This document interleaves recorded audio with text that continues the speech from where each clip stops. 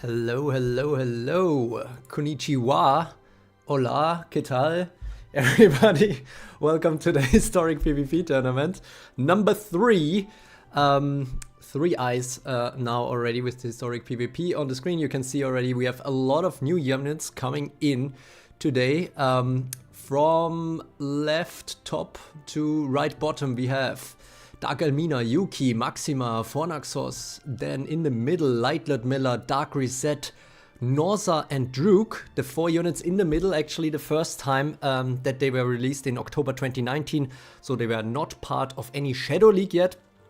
And then we have Mortar Astrid, Merdain, Lucius and Water Ludmilla. And I think today will be very interesting, you will find.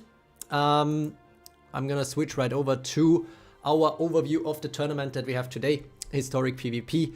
And this time I think it's gonna be really interesting because we have so many different team types that could potentially take this. Last time it was pretty clearly a fire show, and it could be another fire show this time, but there are many other team types that are now potentially taking this to the bank instead. I mean, the last Shadow League was won by a sleep team from Abdo.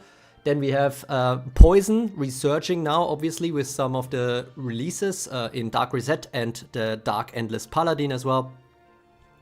And of course, Stealth was also getting better and better. We have also a Crisis Edition, so some different views on how to build Burn. We also have Blood, both in the context of Burn and in the context of Poison, or in the context of hybrids. And of course, some very interesting survival units. And yeah, so a lot of things that could happen. Actually, I'm very curious. I'm not very confident in my teams because this is not gonna be like it's a bit like rock paper scissors. I feel like this time. So you also have to get a bit lucky, probably in terms of who you're gonna face, because it's just that's. Yeah, it's just so difficult to counter everything right now. No matter what you encounter, it could be something that counters you.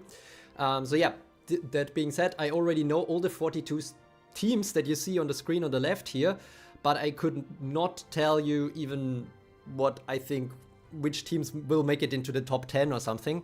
Only the top 16 will move on into the KO phase after the round 3. So every team will participate in the 3 rounds in the Swiss tournament, so the winners will face each other subsequently.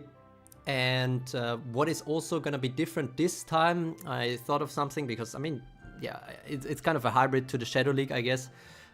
In the group phase, we will watch the battle of each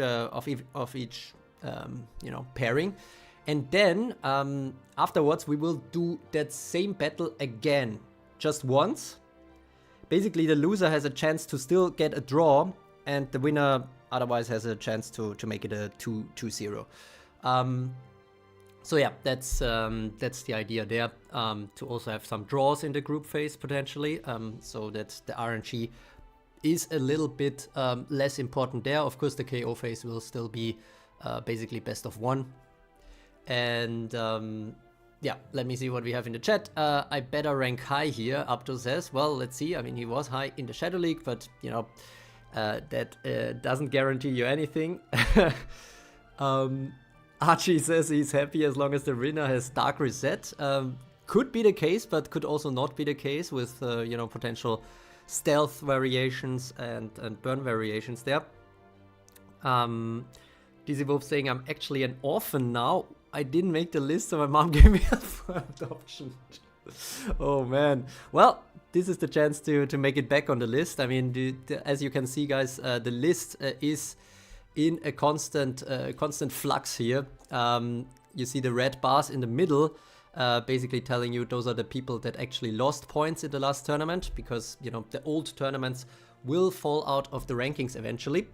And this is also something that Not Leo Second will have to deal with, our number 2 here in the True World rankings, because he is the defending champion from Historic PvP 1, and as such, today he will not be able to make any points. He can only, in the ideal case, if he wins, he can make it so that he doesn't lose any true tournament points. Actually, I wanted to change this to tournament points instead of true tournament points, but yeah, I'm gonna do that later. But yeah, as you can see, our number 1 is of course occupied by Ultrus from Thailand. Let's see how he's gonna do today. Recently in the Shadow League, he was struggling a bit, so maybe this is a chance for some other people to play a little bit of catch-up. For example, Abdo, who won the Shadow League, the recent Shadow League. Suking Chao will not be participating today. Player 345 is there. Destroyer is there. We don't have any other Chinese players besides Not Leo second. And yeah, I will be there. Here, number 11 spot. Exo will be there. Debaxi will be there. Rexy Kuhaku, our recent new joiner. Let's see how he does again in his second tournament after being second in his first tournament. And Natsume will be there as well. Sombrix, Linux, Nelson checked. Yeah, those are the ones from the top 28 that's gonna be participating. But yeah, we will have as many teams as never before. That's why the left side here with the teams and the pairings is a little bit little. But yeah. Fogalor is asking, True, why are you up against me? Well, that's completely RNG. Basically, I use the function from challenge where I do these tournaments where you can just shuffle the seats. I did that once. I checked basically if anybody is facing themselves, which is not the case, and then so I just kept it like that. Actually, kind of funny that I came out as seat number 1 here, but yeah, it's not. The seats are not meaning anything in this one. All right. Chucky saying, hello, True. My name is True too. Okay. Never met somebody else named True before. Wait, what can you explain how it will work exactly? The elimination system? Oh wait, it only comes to past 7 tournaments. That's kind of unfair, isn't it? How is that unfair, man? That's the way sports works. That's otherwise new players would never have a chance to catch up to anything. It's exactly like the tennis ATP rankings, basically, where you have a circle of tournaments and then, you know, you have another Grand Slam and then it resets the previous Grand Slam, for example. Yeah, Reles at the bottom is a little bit weird. Can see the points dropping there, but yeah, that's basically because Reles made most of his points in the first 2 tournaments, and so there's not much left after this one. New players can catch up if it counts the average of total tournaments. Average would be absolutely a terrible idea. That would be basically punishing anybody who wants to participate regularly, even if their chances are not very good. So that's not gonna be something I'm gonna do. But yeah, anyways, so those are the true world rankings that we see very big here. I think I explained everything that we're gonna have today. Hope everybody is ready. I am not quite ready because I still need to quickly set the scene here, basically, in terms of which team is gonna fight which, but that will also give us the chance to quickly walk through this. So basically, it's gonna be my team, Firefly versus Fokalor's Poison team, Austria versus India first. Then we will see Nagi the Rizzler versus Destroyer.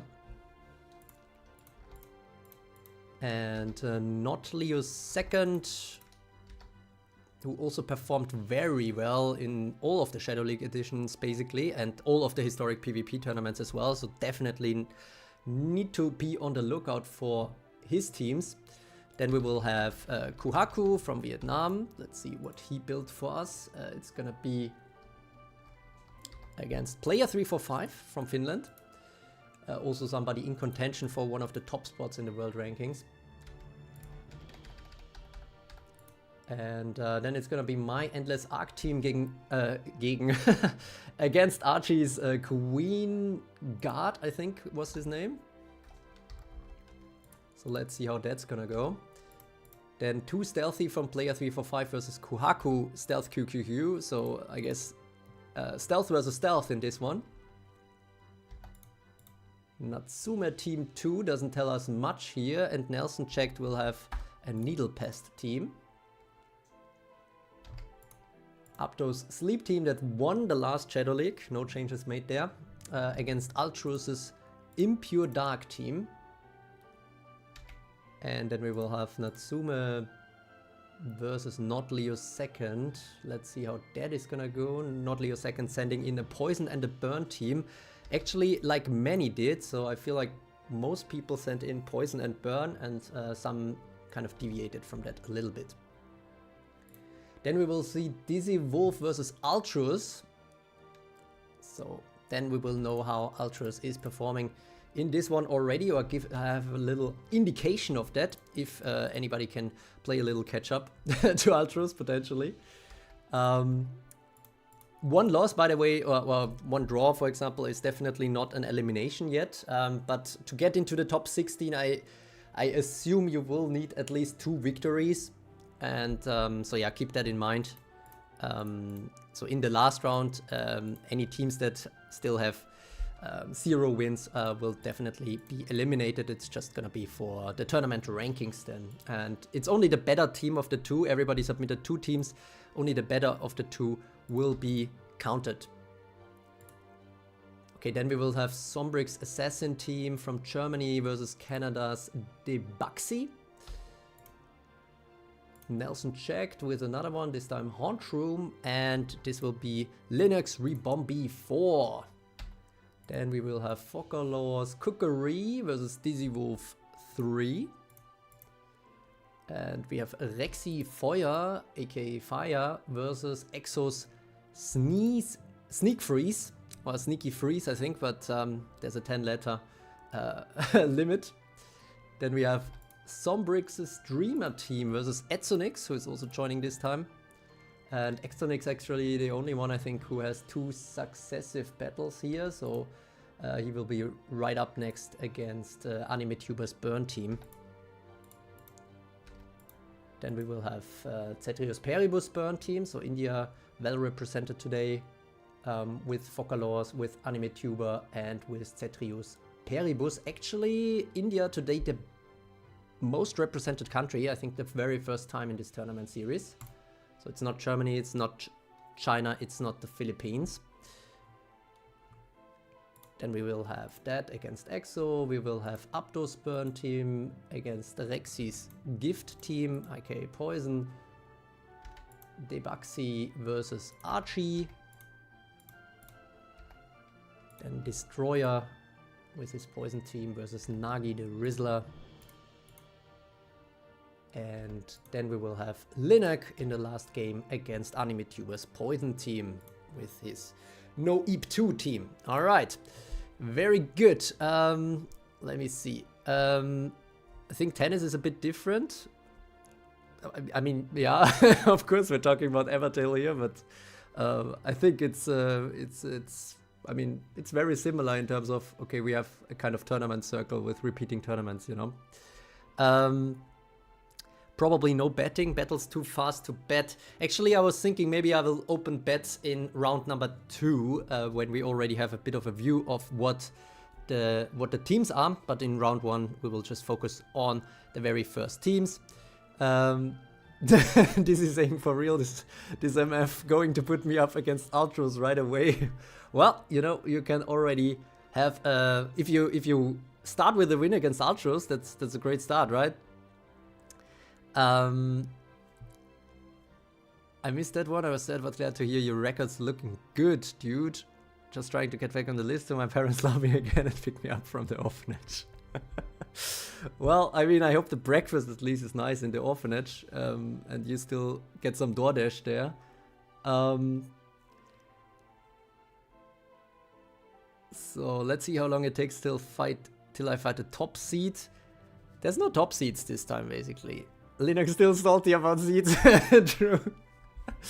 All tournaments I fight its top seed early on, usually second battle. Well, that's because usually in the second battle there's only top seeds left, right?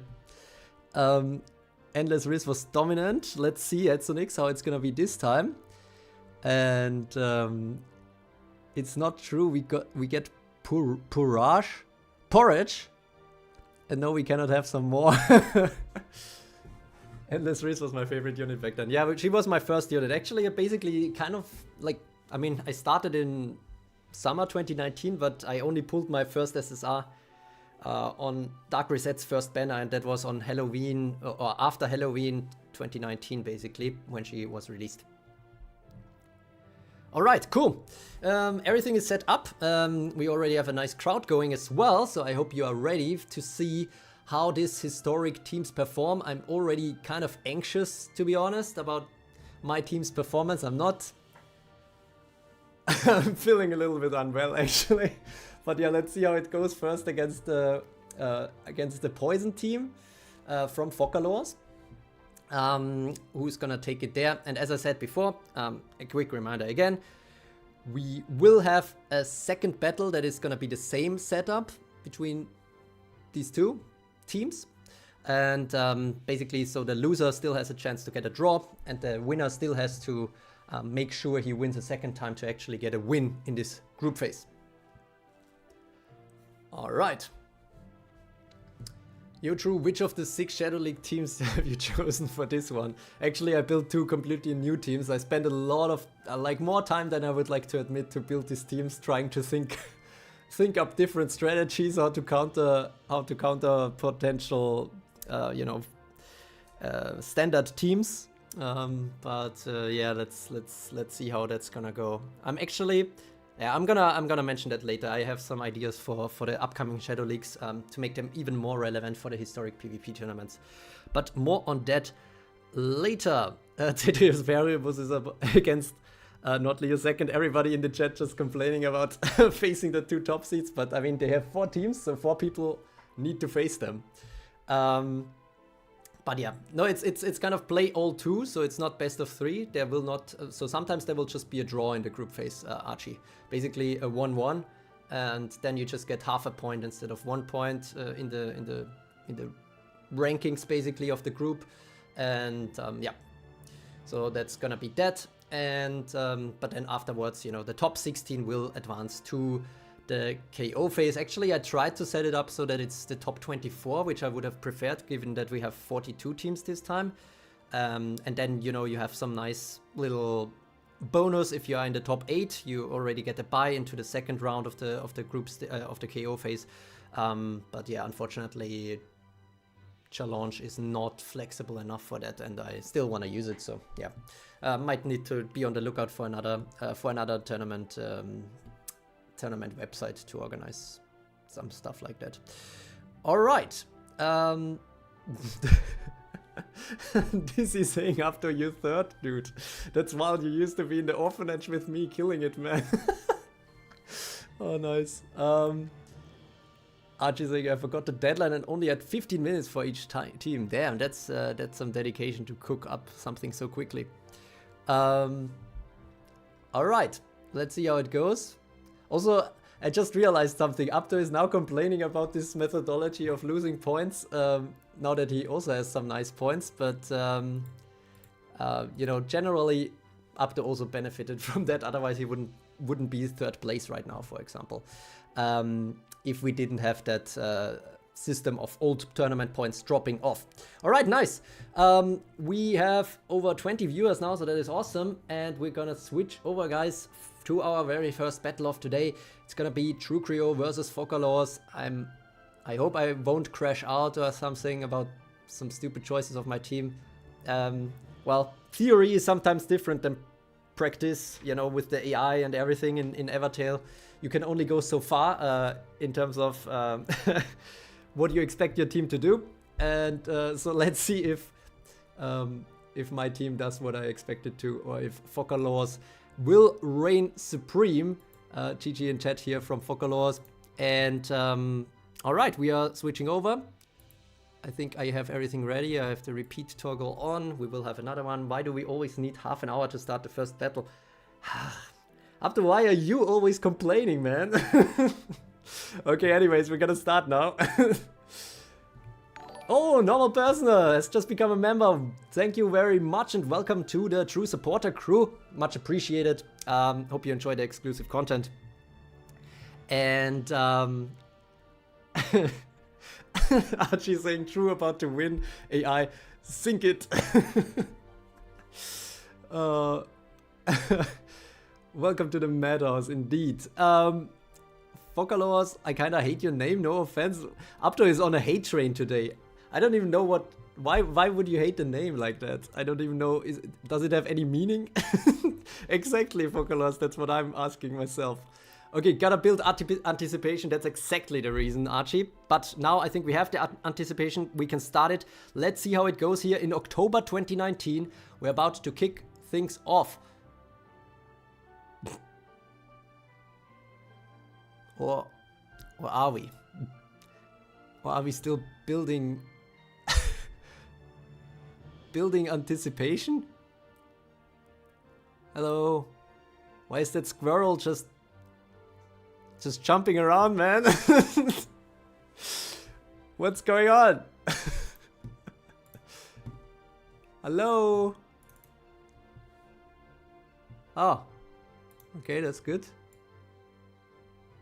I guess.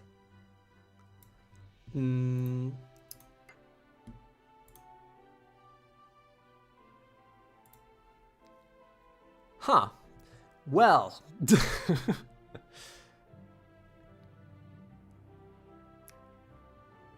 Seems like we're still stuck in a time loop. No, that's not a 1 hour battle. It's just I don't know. I just tested it before. Like, I'm not sure what's going on there. Give me a second. Gonna restart the game. Mod broke, it's beyond over. That would be very, very unfortunate if it really broke in this exact moment.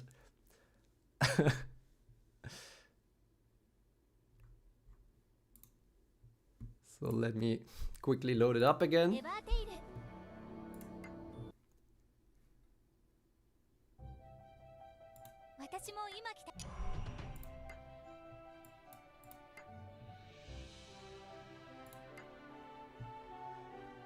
Okay, let's try again. Technology left you. It's true over. That's it, Druke. Fuck the win since she's defending. Came for endless risk, stayed for endless loading. Oh my god. Okay, good. Now let's try again. I really hope it works now. Yes, let's go, guys. Can you hear it as well? Okay, let me...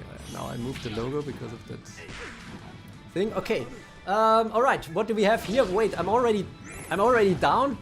What happened? Did I even get a turn before my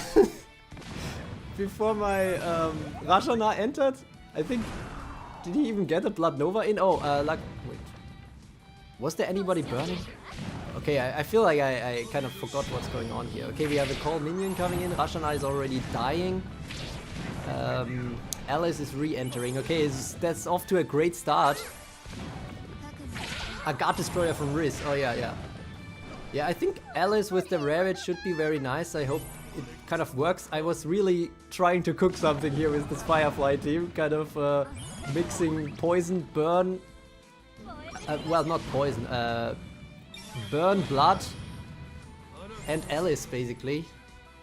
And Crisis, as you will also see. So, yeah, it's a wild one. Let's see if they can still somehow turn it around. It's not looking too great right now.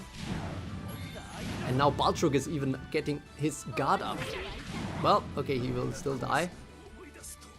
Okay, that was a waste because Baltrog was about to die anyways, so kind of unfortunate. Should have... Well, I think there was no spirit, so I guess that's fine. Alganan will definitely go down here. And the bunny will die soon as well. Now everybody dies. Okay, we have entry effect here. We have summon entry. Okay, it's kind of close here. Audio is good. Thanks for confirming, Archie. I didn't... I didn't ask yet, kind of forgot if everything is fine here.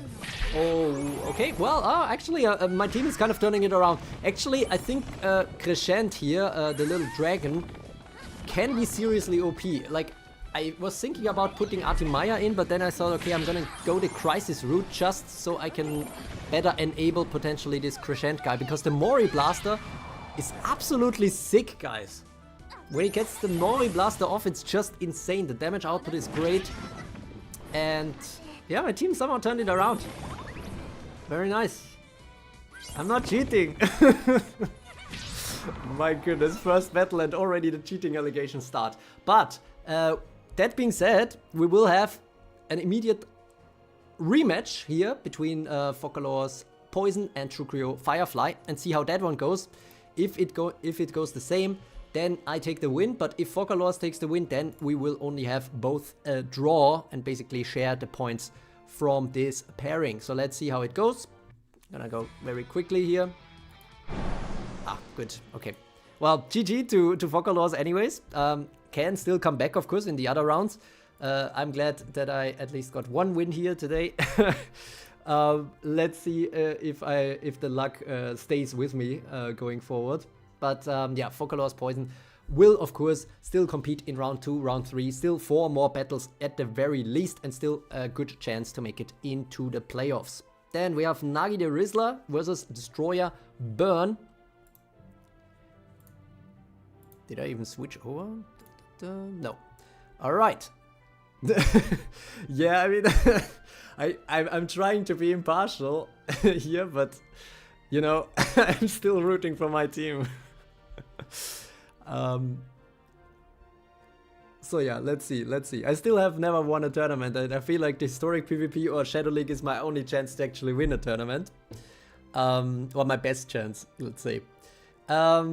Let's see how it goes. Diabolos is not released yet, Abdo. That's just the Crescent, the SR character. But yeah, I really like that SR character. Destroyer will destroy Ming, Lenok is predicting. Just realized that Mori Blaster doesn't consume the Mori. That's correct. Indeed. That's why I put him as late as possible. So hopefully he doesn't even use Blood Nova, but use the Mori Blaster instead. The same is true for Alba, by the way. So that's why it's the Alba and Crescent combo I kind of like. Both can use Mori Blasters there.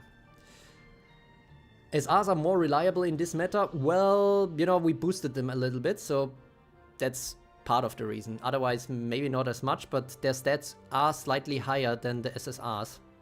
With the 170 boosts, their attack stats are basically higher than the SSRs, and so if you find some good SRs and R characters, you will get rewarded.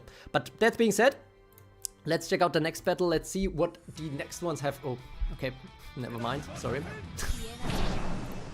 I swear that wasn't to rub it in here for Focalor. Sorry to her.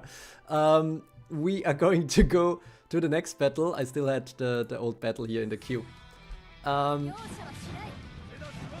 Bro, it's Crescent, not Crescent. I don't see your point up though. I don't know what you're trying to say here. Croissant. Nice. Alright. Maybe. Okay. Let me know if the audio is still good, guys. I'm not sure if the music is too high. If you can still hear me clearly or something. I'm still kind of trying to set everything up here. But what do we have here? We have Endless Rizette on the left, and we have the classic fire build. Well, classic. It's a bit of a Burn Crisis mix. The thing with Crisis Mix, I'm always a bit with Burn Crisis Mix, is that Fire Astrid is the best Burn character, but she's kind of giving a lot of spirit, so I'm always a little bit worried about that part. Then again, now we are pretty low on spirit. Akatsuki goes down immediately. Nagi the Rizzler here off to an insane start with his kind of mixed team. Also featuring Viola, but now Light Ludmilla goes down and we have a Stealth Spirit entry. Viola is also down. Now the blood is really coming into play here. And suddenly it's only one reinforcement left for Nagi the Rizzler. And energy charge coming in. Focalor's asking, lost my connection for a sec, guys, who won? Well, you know, you disconnected, so I kind of got an auto win. And the charge flare is coming in now. Holy moly, Destroyer's Burn is really wrecking here. After losing Akatsuki and Astrid so quickly, this is really turning things around. I mean, there is still stealth. There is still a little bit of a chance because it's the water. And now there are no longer any things left. Yeah, well, it's gonna be difficult. Is he gonna get the stealth? No, because it's a guard. There's a guard. This could still be a win for Nagi the Rizzler. This is really crazy. Oh my god, Fornaxos goes down. I don't think Rashana has it in the tank to take it. Doesn't even get to take out Esma. Holy moly, what a comeback here from Nagi the Rizzler with his team. Destroyers, Burn team got burned, got destroyed here. But yeah, that is what I mean. It's really hard to predict the outcomes of these battles. And but now the good thing is, Destroyer can still get a draw if he wins the next one. So yeah, that is gonna be really, really strong. 20 seconds unskippable ad in the live stream. Damn, I basically put it to the lowest setting, so anything lower, YouTube basically doesn't really allow me to do. So yeah, sorry about that. But yeah, hope you didn't miss out on that epic part. That was really a clutch. Fornaxos sucks, it's over. Not really, he can be very strong, especially the tribute charge and stuff like that is really nice. The problem is, I don't know, AI and Crisis is really difficult to pull off because the AI is kind of stupid. I don't know if you know that, but but sometimes they make some really bad choices. And, you know, usually the Crisis play, what made Crisis so strong back then in manual PvP was you just kept your team's spirit the whole time at 0 or 1 spirit. So basically you had the Crisis focus, you had the Crisis armor the whole time. But yeah, without that, sometimes it can be rather difficult. And yeah, there's no healing power and stuff like that, but Crisis armor was 65%, was insanely strong. And keep in mind that only stealth attacks could ignore that armor back then. But in this case, it wouldn't have helped much because of Adena here. Adena is a very, very nice unit. I like her a lot. And yeah, let's see how it goes. If we have a rematch, we will have a rematch, and let's see if we see another defeated screen pop up. Yes! So Nagi the Rizzler takes the win here.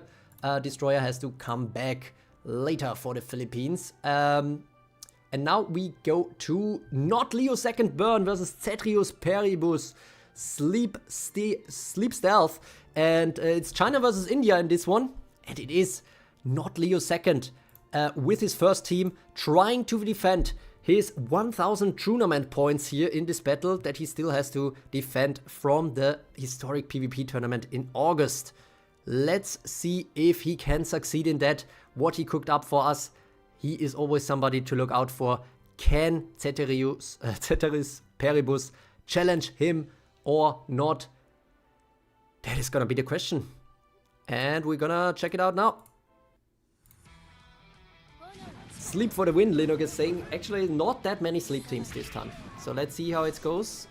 Maybe Abdo can pull off an upset because of that with his sleep team that won the Shadow League.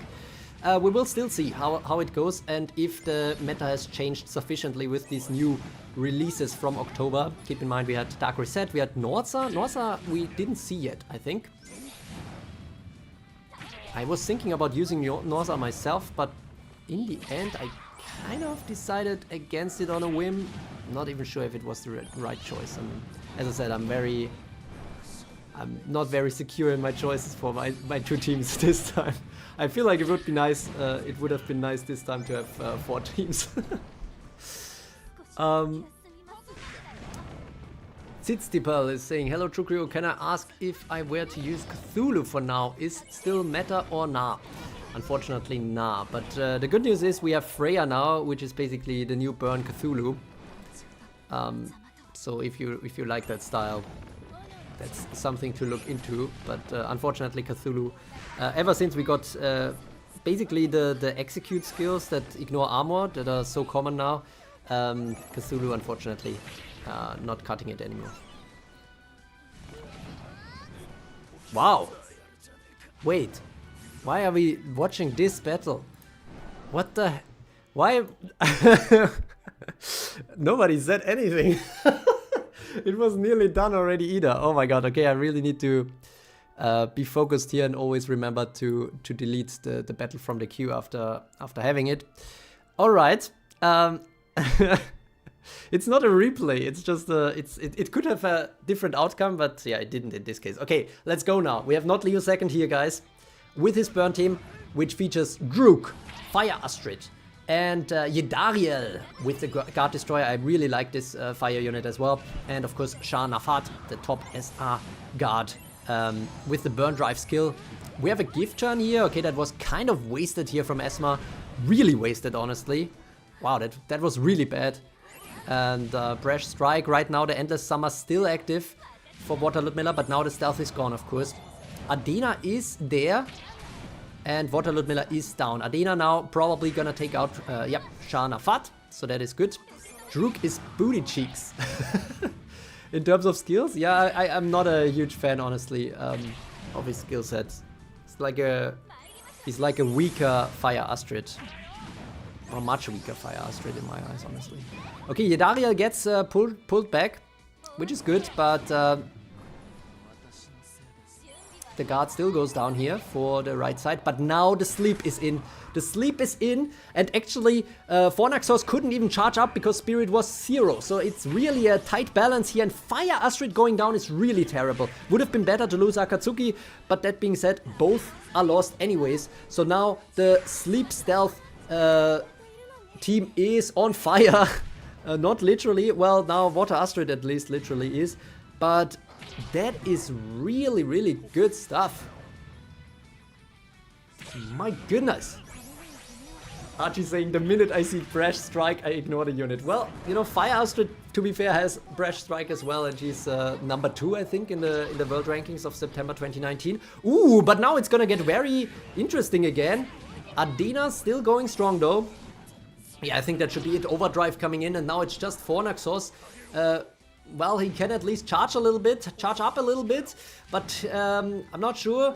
Oh my god, the spirit is too high. He will not get the armor. Frenzy Force is in for Nagi, and Nagi takes this one for Cetrius Peribus. My goodness, we have a lot of upsets today already. Not Leo's second here with a little bit of a struggle. At most can still get a draw with his burn team, but yeah, that's the thing, what I meant before, you know, you have to kind of get lucky with the pairings as well, because Sleep Stealth in itself probably weak against other team types, but against Burn, this is a very, very good counter. And so yeah, I'm not surprised by this win by Cetrius Peribus. Well played here for the Indian player.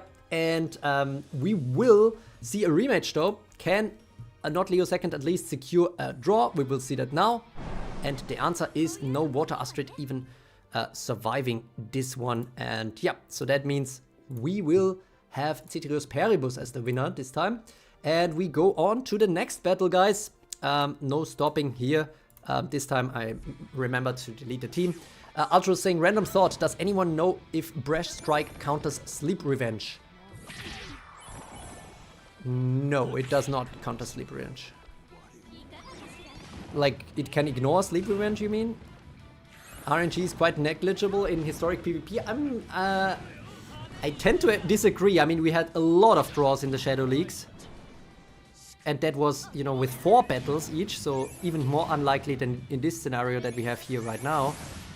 And also in terms of, you know, like random poison of somebody like Dark Rizette, for example, can change the whole thing already. And then you have all the guards with the 60% chance. Sometimes you hit it, sometimes you don't. So yeah. Oh, he means, does the stealth damage wake up after the kill? Good question, but I'm afraid it doesn't. But maybe let's see. Maybe we'll see it today. I feel like the Brash Strike, the damage reflection comes in before the Sleep Revenge. Yeah, exactly. Like that's my thinking as well. Kuhaku is doing quite well here, I think.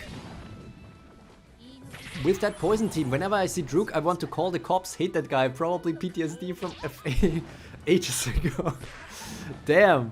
FA Druke is a serious commitment. I guess some nice fellowships attached there as well. But now you see Crescent coming in hot with a Blood Nova, potentially with what it takes to turn this around. Now the Mori's coming in. Ooh, but now the stun is coming in. Norza is showing what's up, guys. Norza is doing some great stuff in this one. I mean, he goes down, but still did everything he could here for Kuhaku's team. And Light Ludmilla is still alive. Meanwhile, the Moris are slightly going down, and there's not gonna be much Moris left. And without Moris, Crescent is kind of ass. As long as he doesn't have a kill to have the Crisis Frenzy unlocked, but I don't think he got the kill here yet, besides the fact that he's about to die anyways. At least he gets another Mori Blaster off, so Druke gets to kill Light Ludmilla at least, but it's now a 4 versus 4, but it's not a very even one, and Dark Rizette even gets lucky hitting the correct one here. Shira still there, Ademaya still there, Finn still there. I don't think player 345 coming back here in this one. It looks like maybe the fire times are finally over in October. Basically, Burn dominated ever since June. So June, July, August, September was kind of a show of force for Fire and Burn teams. But now, TC Wolf saying, don't worry guys, Druke will save the day. Anime Tuber saying, I can see my mistakes and what I have to make next historic. Oh my goodness, already taking some lessons here before his teams, I think, even played. So let's see. But yeah, Kuhaku Poison Stun goes in front, and Kuhaku is, of course, our new rising star after the last tournament. So the Vietnamese player looking to get some wins here. Let's see if he gets an actual win or if it's gonna be a draw. Can player 345 bring this back? He cannot in this case. And that means we have another clear winner in this one in Kuhaku. And now it's gonna be my team. My second team already against Archie's Queen Guard. Let's see how it goes. I have to warn you guys, I cooked up something really wild here for my Endless Arc team. Let's see how it's gonna go. I'm hoping for a win, of course, but good luck to Archie as well, who cooked up something very, basically in a speed run. I think he mentioned before he took 15 minutes to build that team. And I guess for me, I'm pretty sure I took like, I don't know, probably 150, like 10x that. So let's see if, you know, if long commitment beats the talent of Archie here in his team building. Let's see how it goes. Player 345 saying GG, Kuhaku took me out last time too. Oh my god, player 345 already getting some trauma here induced by Kuhaku. Let's see if he can take it back next time. Seems like Kuhaku will be a staple, so player 345 being a staple himself will certainly meet him again for some potential vengeance here. Natsume is saying, I'm cooked, I only put full DPS. That can work as well. Archie now saying, Rizette, save me please. I'm running Rizette as well. At this point you have to win or I'm alive. Super. Great stakes here in this fight that's coming up between me and Archie now. Let's see who is gonna be superior. Let me run 12 lightlets. We're not in Duplicap here, but you can do that in Duplicap for sure. I used mostly SSRs in my burn. I'll be medium well done. Let's see how it goes. Poison team will win, Ming is saying. Well, I think it's gonna be poison versus poison kind of in this one. We see on the left my Endless Arc team here featuring Eves and Light Ludmilla. I really like Dark Paladin, like Endless Paladin. I'm not sure yet about the AI. I really hope he does the Absorb Stun when Eves goes down. But yeah, let's see how that one goes. Vigor Impact coming in. Ooh, that was a lucky hit here from the Poison Random against Light Ludmilla, I have to say. I got really lucky there.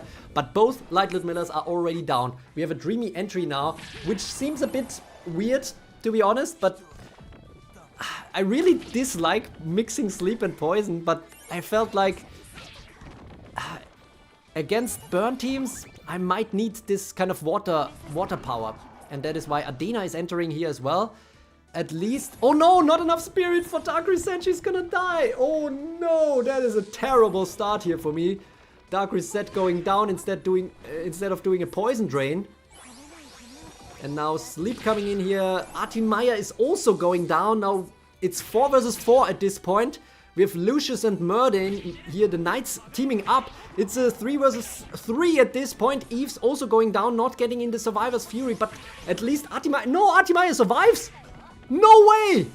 Wait, oh, she didn't have enough spirit to heal. Okay, that's good. Okay, now it's just up to the boys here against the girls. It's Adena versus the... Oh no! No. What is happening? Oh no, oh my god, so much desperate spirit coming in. It's just a normal attack, but now the armor impact! The armor impact and the poison frenzy! Oh my god, Archie takes it in a massive... I can't even be mad because that was sick from Archie here with the Queen Guard. Taking the first win, my goodness.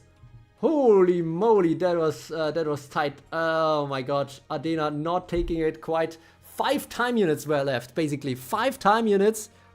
If she was 5 time units before Merdain, she would have killed him instead. So that is probably as tight as it can be. Linux is still behind in the chat, I think. Still needs to make sure he's live because he's saying watch Drew win now. Archie avenged me. Nice. Well, GG well played to Archie, but I am trying to come back here in this rebattle. I'm still hoping can I get a draw at least? That would be really nice to come back here a little bit. Let's see how this one goes. Should we skip this, or is this interesting enough to? I mean, yeah, we can just skip this. I don't know if there's gonna be any different outcome. There is a different outcome. All right. Nice. Okay, good. Well, GG to Archie here. We have our very first tie of today. And yeah, as I said, I don't expect this to be the last tie, even though we didn't have any ties up until this point. It's not that crazy. And this evolved with the donation in the chat, $3. Thank you with the fist bump here. I guess that's more for Archie. But yeah, kind of glad I still got him here to get half a point here from Archie with his strong Queen Guard build. Archie saying, I thought I was cooked when I saw 292 time units on Riz. I didn't even see that. Alright. Oh, rich people. Nice. Gotta love them. Rizette save me again. Was a dope match. I'll take that. Yeah, that was a really good match, actually. I'm curious how it's gonna go from there. I'm glad I still got half a point from this one at least, but yeah. You can see that it can be very, very tight today, but we're gonna move on now to the next one. It's gonna be player 345 second team. This time it's 2 stealthy against Kuhaku's stealth team. Wait, are they facing each other twice? Oh shit, my bad. Now I'm really... I thought I don't have any repeat matchups here, but I guess I didn't... Damn, I guess I didn't check.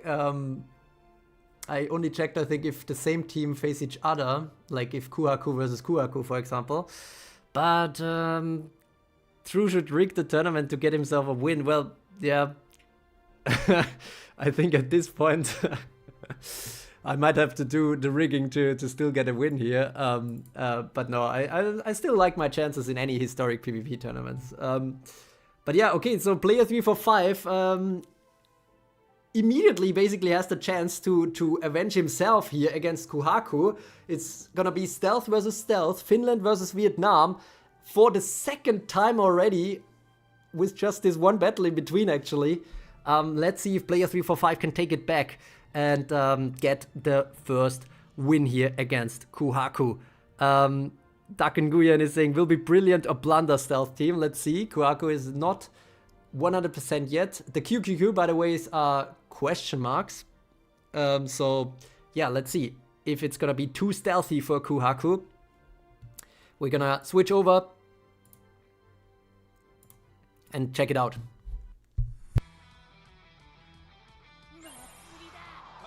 Okay, 2 stealth teams. Full stealth teams. Water Astrid. Oh my god! Player 345's Water Astrid gets banished straight away. But is that you know, we will have to see if that is actually a disadvantage, because Adena coming in is very good. Now, Adena is there on both sides. Dario is still standing strong. We have a Burn Blast that doesn't do anything. However, Water Ludmilla goes down because of it, kind of. A Stealth Fury for Dario, that's a bit of a waste of a very high time unit skill. But this other Stealth Fury, oh my god, Chael puts the enemy, the Kuhaku's Adena straight to Chael, basically. And we have Shadow Clones now coming in. Dark Elmina, very interesting. Burn Blast, not achieving anything, but getting rid of the stealth. So that is also very helpful. And Adena, because there is no water ally right now, cannot regain stealth. So that is, she will have to wait for that entry of Dark Elmina or potentially Esma here. Ooh, Stealth Fury takes out Water Astrid. It's a good start here for player 345, I think. Kamek gets stunned. Chael is also high time units, but now Dark Elmina is down, but we have a Stealth Spirit plus entry. Both teams actually high Spirit. Dark Elmina is down. It's 0 reinforcements for Kuhaku at this point. And another Burn Blast is coming in. I really like the addition of Finn to stealth teams, honestly, because some of these stealth units have time strike skills, for example, Water Ludmilla or Adena. And also, you know, Finn could maybe turn things around here in the end, so Finn still a great addition. Linok even forgot that Finn stands on entry, nice.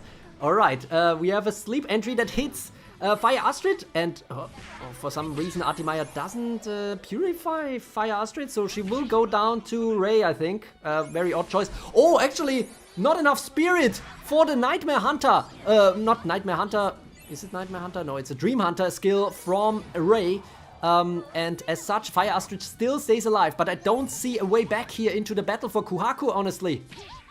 Ray even gets a step back in, but the question is, you know, Fire Astrid cannot be slapped again. Artimaya might still be slapped, so it depends who is gonna enter when, or if there's even gonna be another entry at this point, because it's not looking like it's gonna be. Adena is going down. Kamek even does a poison attack here, and now, oh, just an attack. Okay, interesting. But now, yep, Artimaya is going to sleep. Stealth Fury wakes her up from jail, but jail carried this one, and player 345 finally takes his vengeance against Kuaku and makes it to his very first victory. He still has to defend it though.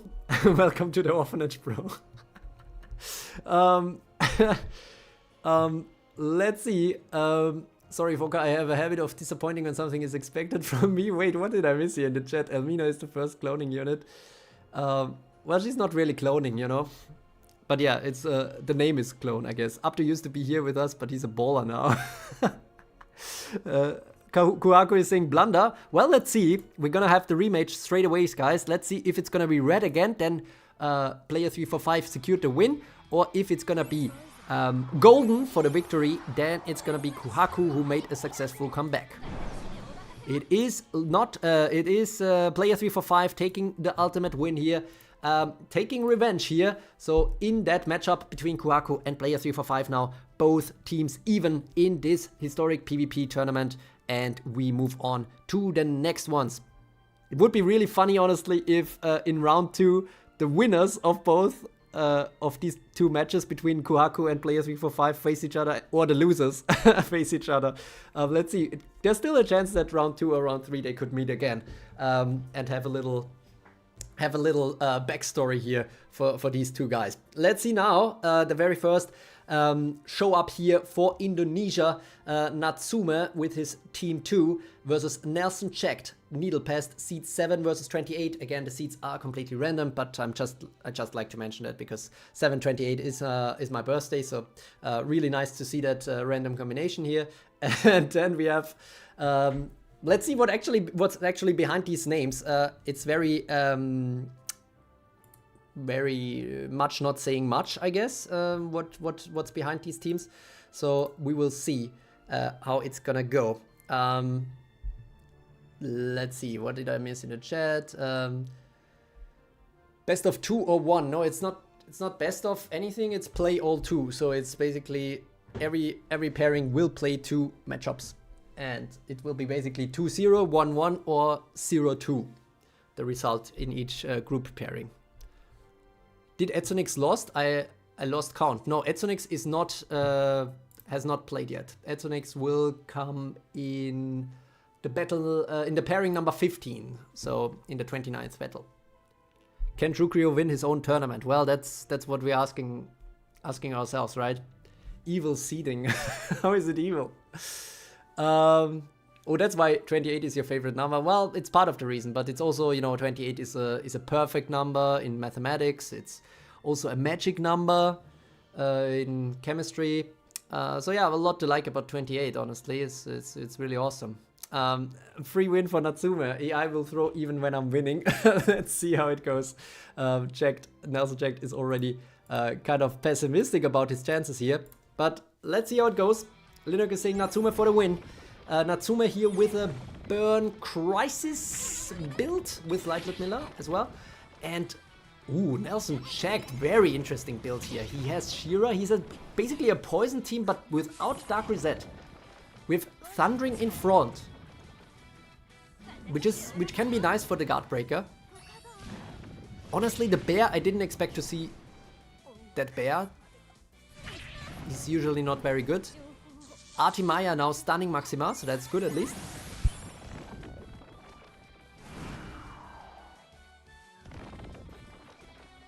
Temouche, Charizard. Isn't that what... No, Dizzy called it something else, I think, right? From Wish? No, I'm not sure what Dizzy called this guy usually. Well, was it Temu? Maybe. Alright, the fire is going on for Natsume. Actually, I'm not sure yet which part I prefer. There's 0 reinforcement, so not a lot of Blood Nova potential here for Rashana, unfortunately. Intense burn coming in though. This could be good. Oh, the Burn Blast is good indeed. It's 4 versus 4 now, guys. Another very strong thing. Kmart Charizard. Yeah, that was the one. Here we go. Burn Drive is in. Now it's suddenly looking very good for Natsume. And the Charizard goes down. Water Astrid also goes down. It is a win for the Burn team. Burn team's not doing so well today yet, so this is a very nice change of pace for them. Let's see if Natsume can actually defend that victory or if RNG decides differently here. No, Natsume can defend, and Nelson checked. Will have another chance with his other team, and of course Needlepest will also compete again. And now we will see Apto's sleep team that won the Shadow League September 2019. Let's see how it's gonna do against Altruis's Impure Dark team. He cooked up something new after having less success here in the recent Shadow League. Let's see if Altruis finds back to form just in time for the tournaments. Quick reminder, he's the only one who has ever won more than one tournament and actually already won 3 of them. So not only that, but kind of broke the next record as well by winning the Duplicap. So let's see how it's gonna go for him today against Apto, who would probably be something like top seed here, considering the Shadow League performance if we had top seeds. So yeah. Linux saying sleep for the win. Let's see how it's gonna go.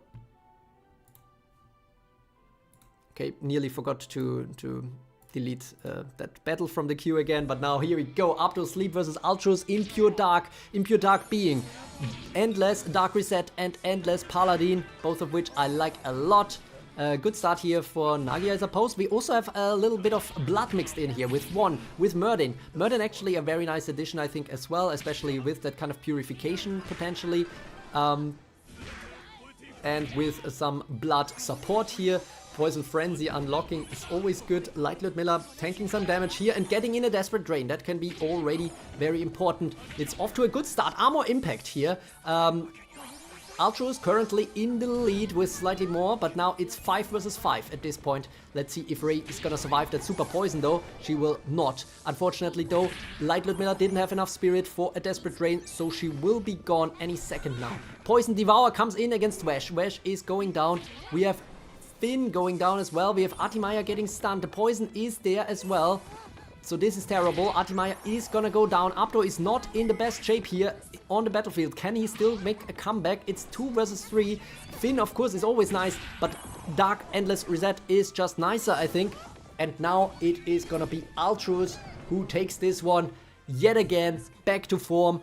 Altruis is there in the tournaments as always, and Apto as usual, mostly in the offline tournaments. At his best. So yeah, let's see if that was a coincidence. Maybe Apto can still come back in the second one. Let's see if we have another win here for Altruis. We do have another win here for Altruis. So yeah, Apto's sleep team is not off to a great start here. Altruis instead seemingly back to form. Dizzy Wolf saying refs were clearly paid on that one. Well, I mean, you know,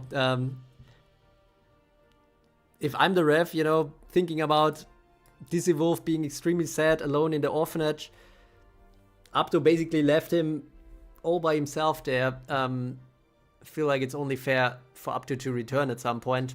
Let's see how it's gonna go. Kenjay is saying, Edsonix for a long time, he sucks on team placing except his manual skills. Not sure what that means exactly. Altruis the final boss, yeah, that's that wouldn't surprise me. I mean, that shouldn't surprise anybody who watched the last tournaments. Only one tournament where he kind of flunked out. I think it was the Platoon Wars, where he basically went down immediately. But yeah, that's the thing. Insert arguing parents give with the wolf in the middle. I'm torn between supporting Ultros or Upto. I don't know that GIF actually. I feel like Ming is saying I'm nervous. No. Okay. Well then, let's not let you stew in that nervousness. It's gonna be Natsume versus Not Leo second next. It's gonna be Indonesia versus China. Team 1 versus Poison. Let's see what's behind there. And we're gonna check it out now. It's Poison versus Poison, basically. Team 1 from Natsume is Poison, so we have a Poison versus Poison matchup. And Light Ludmilla already going down. Very nice setup here from Not Leo second. I was thinking about it myself with the Shira. You know, she's very speedy, can give some poison. So definitely a good choice here. But the other Light Ludmilla goes down as well. That's the funny thing, you know, Light Ludmilla coming out and basically immediately getting nerfed by Dark Rizette. Otherwise, she would have much more staying power.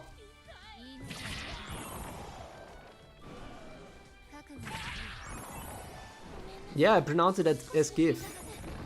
Doesn't it stand for like graphical interface or something? Like GIF would be wrong, you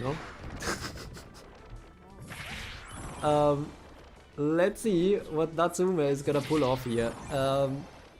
It's only Mori's in reinforcements now.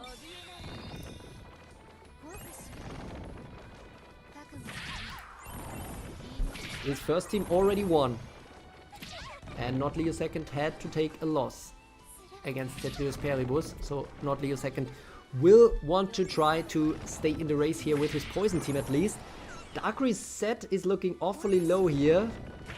Oh my god, that Poison attack was super waste here for Merdain, unfortunately. Because Dark Rizette was about to die anyways, and now he's super poisoned. This could be very terrible news here for Not Leo second, but there's still some time. No, Poison Frenzy is wasted, and now it will be a Poison Devour. Oh, okay, still staying alive somehow. An attack coming in. The armor is there though, and now the Poison Frenzy is in. It could still be something here for Not Leo second. This is a very close finale. Yeah, Not Leo second should have it. Holy moly, that was sick. Wow. My goodness. Holy moly. Oh my god. Oh my god. That was sick. What did people say in the chat? I think they're talking about the gift part, right? Scared of people that just use Team 1. That's one guy pulling up to the gunfight with a stick. Not gonna lie, he hardly visits me and Linux at the orphanage. He pronounces it different because he's high class now. Oh my god, how the hell is Merdain clutching again? Merdain was sick in this one. Man, I feel like I should have put Merdain instead of... what did I put? Not even sure what I put. Ah, well, never mind. Just found out I'm at the orphanage. Very good. Okay, but rematch coming in. Not Leo second. Can he defend it or will it be Natsume? It was super close as you guys saw. And yes, this time it is Natsume who takes it. So it is another draw in the books here, guys. That is what I'm talking about. We will have some draws here. It's not gonna be so easy to get 2 wins in a row against any team here. And as such, let's see how it goes now with Dizzy Wolf versus Ultros. It's gonna be Dizzy Wolf 2 versus Crisis Burn. Let's see what Ultros cooked up here in his second team. We are going to go straight in.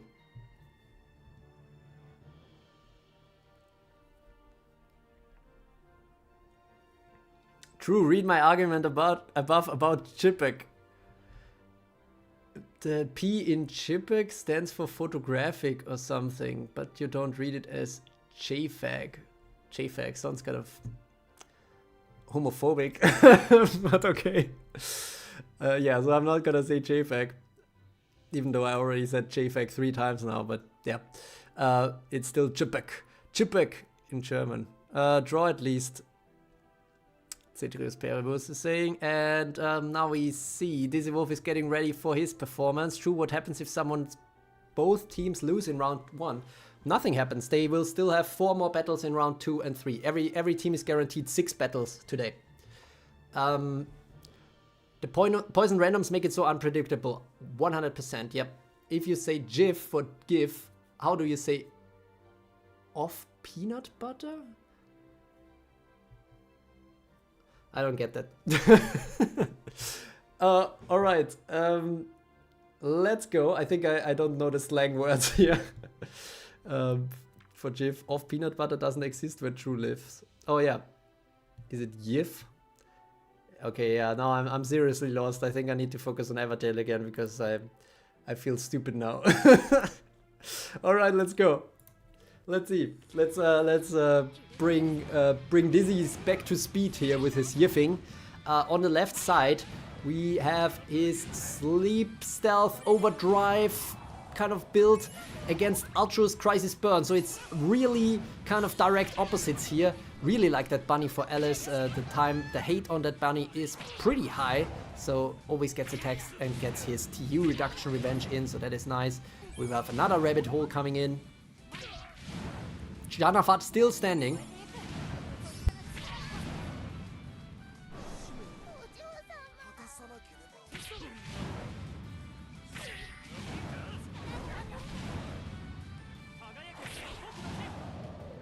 Ah, damn, Dizzy Wolf, that is unfortunate. I'm not sure, maybe if, I don't know if any of the members that are watching can say if you are a member of the Druke channel, do you still get ads? I mean, it's $2 a month, so then this could be worth it maybe for some nice tournament watching experience. But now Water Ludmilla is going down for Dizzy Wolf.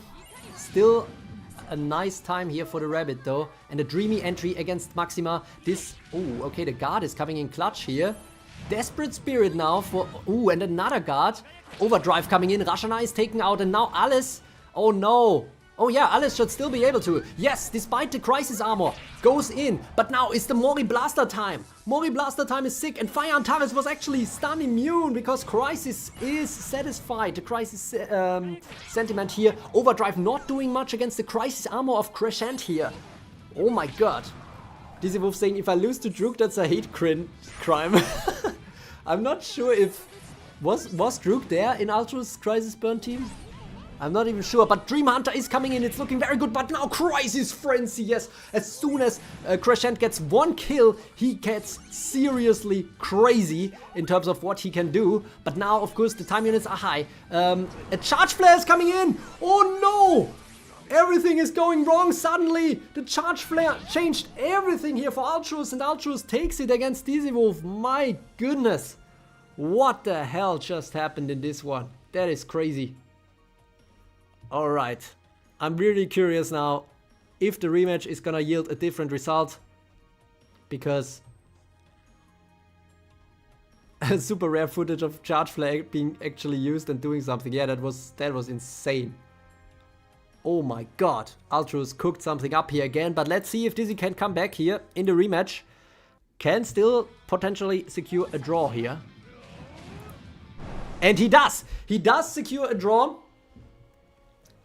And that is pretty good against the number 1 of the world. Ultros with his over 3,000 tournament points, of course looking to, I mean, in theory, like if Ultros wins this tournament today, then he can break the 4,000 point barrier. Something I would never have thought is actually possible to achieve. Let's see if he can do it.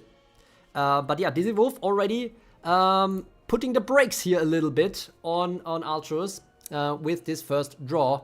And yeah, so we will move on to the next one. But yeah, this is why I like the kind of like play all 2 setup.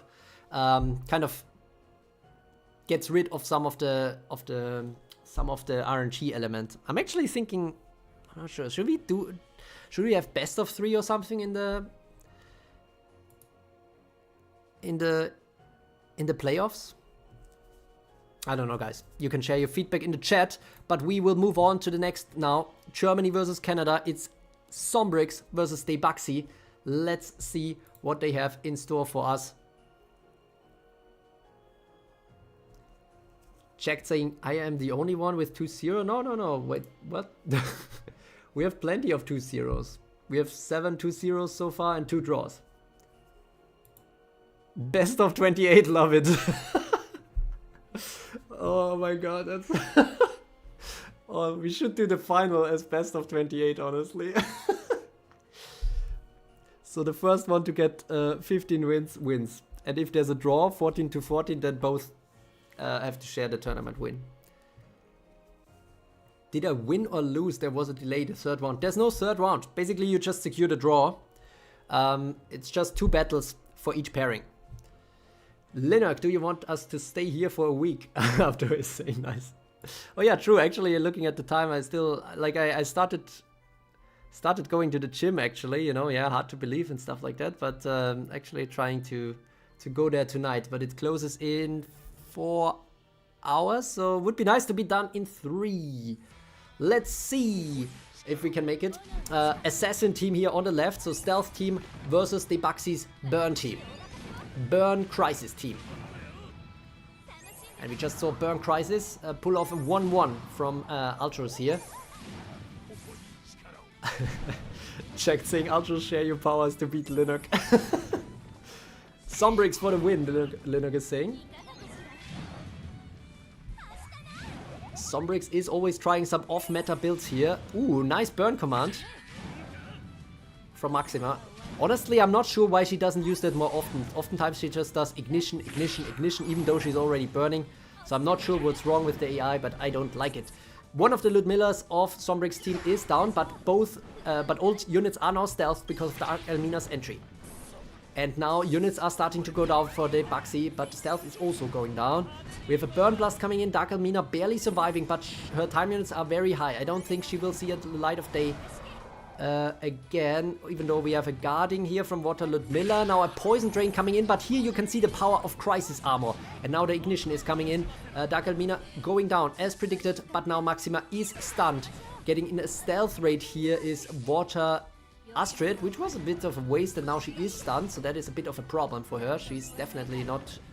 I don't think Water Astrid is gonna have another turn here. Pain Spirit coming in, Dark Rizette here with the poison mix in of Sombrix. And now we see the Stealth Revenge here. A lot of Spirit now on the Assassin team. And a lot of Spirit on the right as well, but that is not ideal here for somebody like Fornaxos. Then again, everybody else is already down in terms of crisis units here for Debaxi.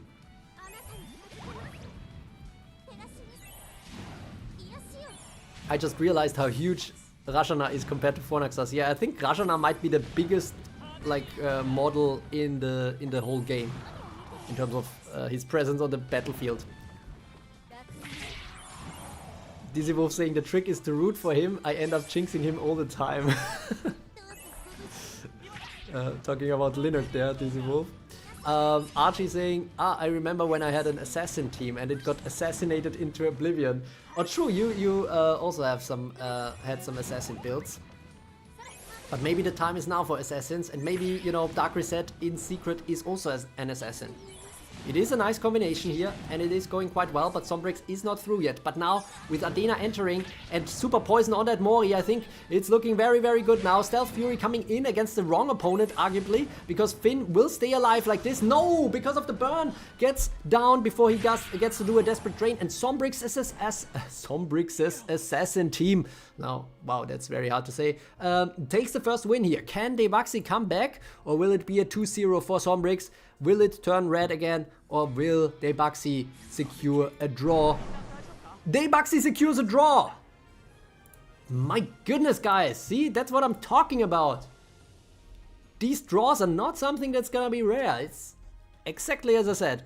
But now, let's see how it's gonna go for Nelson Checked versus Linux. It's gonna be Haunchroom versus Rebombi 4. The 4th generation of Linux Rebombi team.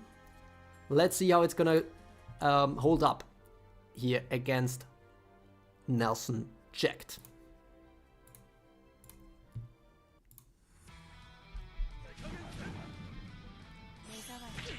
Guard Destroyer coming in against Janafat. Janafat barely staying alive here. Attack 2 coming in, and attack takes care of Janafat. But that means no Moris here to use for Merdain, which is a pity. So no Blood Nova coming in here for Nelson Checked. Linux Rebombi now with the armor impact, but losing the armor because of that, and the damage output is rather negligible, I would say. Poison Drain coming in against Rajana, but the poison is, the burn is back, but the attack is also back. Alganan with a lot of kills already, I think 2 kills so far.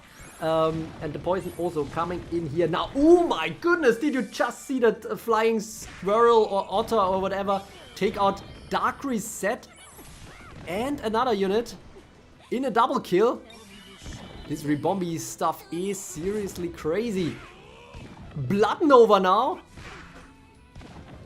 And now the crisis starts for Linux. I'm not sure about that Fornaxos pick here, to be honest. But then again, I am sure about the Crescent pick. That is a very nice one. But yeah, Fornaxos, yeah, I don't know. And especially with Fire Astrid, Spirit will always be super, super high here. Fornaxos will not have armor, will not have stun immunity, but maybe he doesn't need to. Let's see if we see a very crazy stun charge flare very soon now. Coming in now. Yes! Oh my god, the charge flare. 600% damage here and taking out 2 units. Rebombi is on fire here for Linux, and Nelson checked. Needs to try to come back here with his high spirit team, at least having the spirit armor going for him. Now this overdrive is coming in. Merdain is going down, but this flying otter stuff is still alive. Gonna die to super poison now, but my goodness, what a performance of this one. And now, ooh, okay, desperate spirits, desperate times here for Nelson checked. But the spirit is high, spirit armor is gone though. Another attack probably. Ooh, that was the wrong one. I feel like should have attacked the Mori, because now Mori Blaster is active. But overdrive is coming in. Oh my god, oh, that's super close. But Linux, I think, now has to take it. Oh, that was... wow. For 1 second I thought this could be a turnaround here for Nelson checked. But Linux ultimately takes the victory and cannot complain about some seeding this time. But yeah, let's see. Nelson checked. Given that that was such a close fight, let's see if with a different RNG, it's all gonna be different. I love how Druke calls all units by their names, but that one guy is the flying squirrel. I have no idea what's the name of that unit, to be honest. I pretty much know all units by name, but unfortunately this one not. Is the name Rebombi? The whole point of Rebombi was for him to make more Moris. Well, he never did that, but he did get some crazy kills. Let's see how it's gonna go this time. We have the rematch. Can Linux pull off a win here, or will we have the 4th or 5th draw in a row? I don't know. It is another draw! Oh my god. Guys, the level is so close today. The RNG is really decisive today. And so it's good that we have this draw functionality to give the chance to some player. Nelson checked here with a draw against Linux. And as such, this is already the 4th draw in a row. In a row, I mean, of course. That was not even a conscious joke or anything. Not that it is a very funny joke, you know. Okay, I'm over-explaining, but we are moving on to Focalor's cookery. He wants some vengeance here against Dizzy Wolf after I took out Focalor's poison, at least in the first fight. Now the cookery will be up against Dizzy Wolf 3. Let's see how it goes there. Dizzy Wolf with a draw against Ultros, already off to a good start. Let's see if he can keep the momentum going, or if his opponent, if she can cook something up here to come back better in this tournament. Chen Chok Khan is asking, can I join on tournament as Iranian? Any country can join. I'm not discriminating any kind of players. Will I have a draw too? I don't know. Why are you asking me?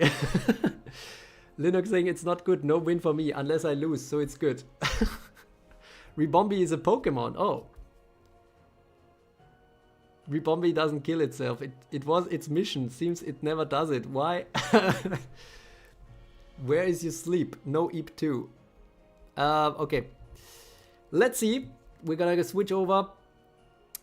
And we're gonna have Focalor's cookery up against Dizzy Wolf 3. We have Fokalor's Cookery. We have Norza versus Norza in this one.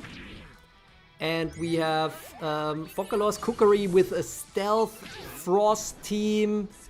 Very interesting. And on the right, Dizzy Wolf going the more standard route. Basically a Survivor team here on the right with 2 guards.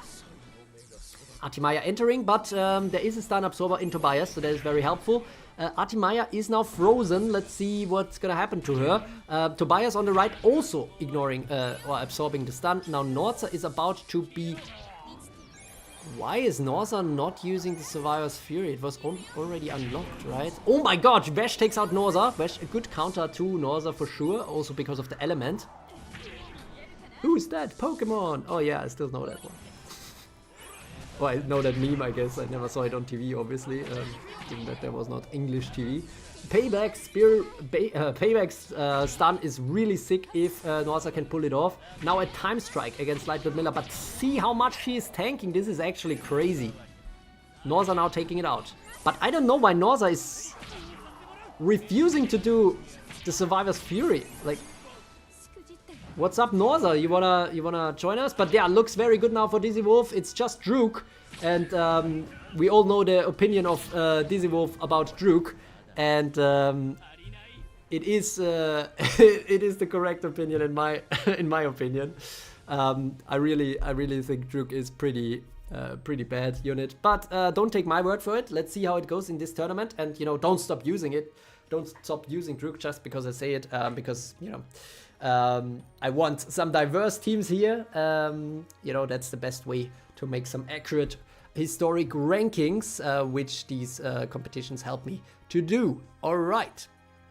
Quick reminder as well, you know, if you are joining the Shadow Leagues, the offline tournaments, then you will also get access to these statistics of which units work very well. And there will be some more benefits coming for Shadow League participants. More on that later. Druke Slender in Historic, Dark Clavis Slender in Normal. Nice, true. Both with a D. Like Dizzy Wolf.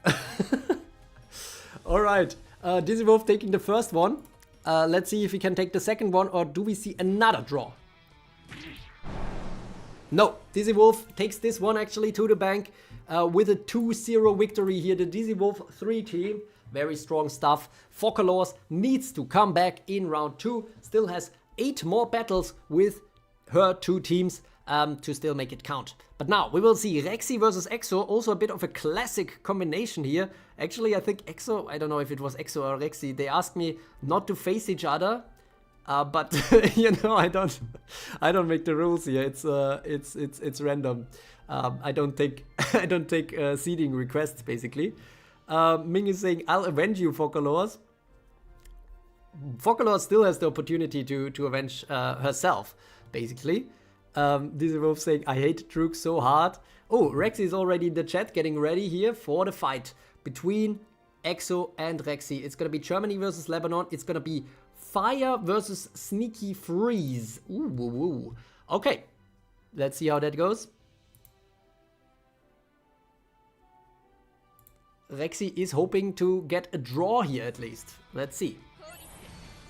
Exo already starting off with some frosting here. We have a double Ludmilla build for Exo here on the right, and on the left we have a burn build. And we heard a lot of good things about Druke here already. So this is not to jinx anything here for either side. Of course, now Artimaya on the left is already frosted, but it's not a frost burn. Stealth banish actually coming in. Which unit was banished? Oh my god, Artimaya is very low on health. Akatsuki is going down without getting the turn. Now a shadow entry that is coming in rather clutch. Everybody is now stealthed again. And of course the entry of Rajana was kind of low because of that. Still enough to get a Blood Nova in.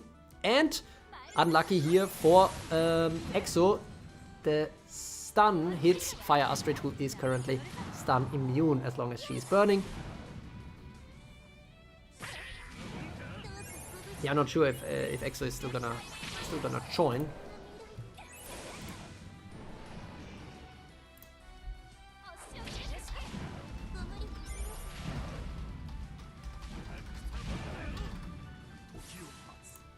But yeah, how is it going? It's 6 versus 6 basically, units that is. I think there's just one more Mori maybe for Rexy in the reinforcements. Light Ludmilla here, probably the unit that was banished. Ooh, we have Grenzor here for Exo as well. And this is the really nice combo, guys. This one I really like. Esma is a water unit and she can be frozen by Yuki. And she is a guard, so still she will be attacked, but with the 90% damage reduction. Yuki goes down nevertheless.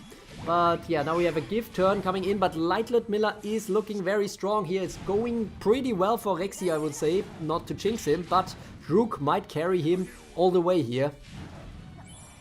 Even though Abdo is saying Yuki for the win in the chat, so maybe maybe jinxing Exo here.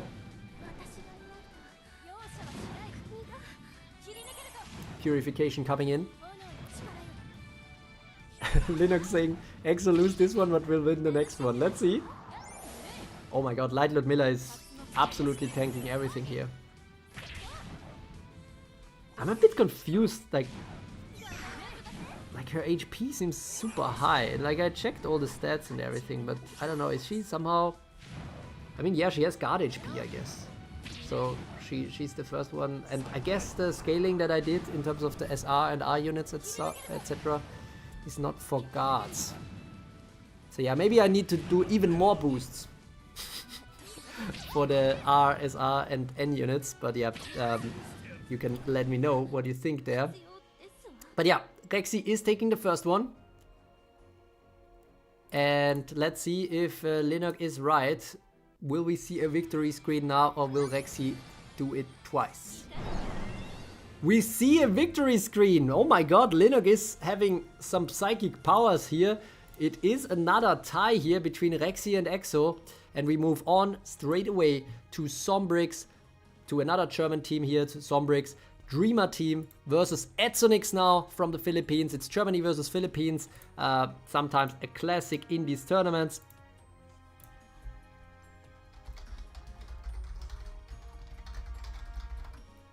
So yeah, let's see how that goes. Dropping a little bit in terms of viewers, but I think we still have some crazy good battles ahead of us. So hope you all stay tuned.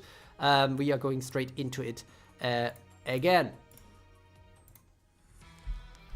Let's see, Linux probably liking the left team here, a really good dream team. And on the right we have Edzonix with a wild mix, a bit of a stun. Orzakron in front, I'm a bit skeptical about that choice. It is a bit of a crisis stun burn team. We have Druke in reinforcements here, a nice desperate drain coming in here. Light Ludmilla unfortunately still 1 HP, but not enough not enough spirit here. Oh my god, she will get the desperate drain in. No, not enough spirit still. Okay, so now she should be defeated by Nagi. Yes, Nagi gets the first kill. After he gets the second kill, his Frenzy Force will be unlocked. But right now, it's more looking like he will be stunned, although the rabbit helps here. And Norza himself is getting stunned now. I'm still wondering why Norza is refusing so much to actually use the Survivor's Fury. I guess he will use it if he already has counter stance and cannot time strike anyone. Payback stun coming in again. But now we have Dawn's Light. I would have liked the rabbit here more for Light Alice. That's why I also like Light Alice in hybrid teams here, to be honest. Oh my god, okay. Nagi goes down. Orzakron finally goes down, actually did a decent job here, I guess, in terms of drawing in hate and surviving for quite a while, but now, ooh, it's looking very, very good here for Edzonix. Sombrix's streamer team is dreaming itself now, with Artie Maya going down. My goodness, why did Zeshua not get the guard up? This must be infuriating to watch for Sombrix, but yeah, unfortunately, this will be Edzonix's win here for Sombrix, but GG, well played. And let's see if Sombrix can make it back. Congratulations, Edzonix, also in the chat. And let's see if Edzonix can actually take the win or if it's gonna be another draw. Dizzy Wolf saying Druke getting one-shotted by Nagi with a heart. Alright. Let's see. Is it gonna be another victory? Yes! Okay, Edzonix takes this one with a 2-0. Good start here for Edzonix. And Edzonix will be up again, straight away, against Anime Tuber from India. Let's see, Atonix 2 versus Anime Tuber Burn is up next, and we are jumping right into it.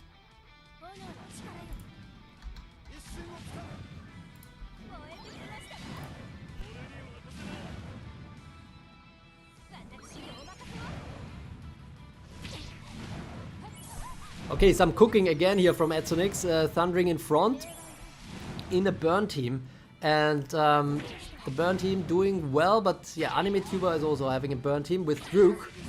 Atonix ignoring Druke here, in this one at least, it seems. Cat guy for the win, Linux is saying. Maxima is going down, no crisis armor for her, dreamy entry now.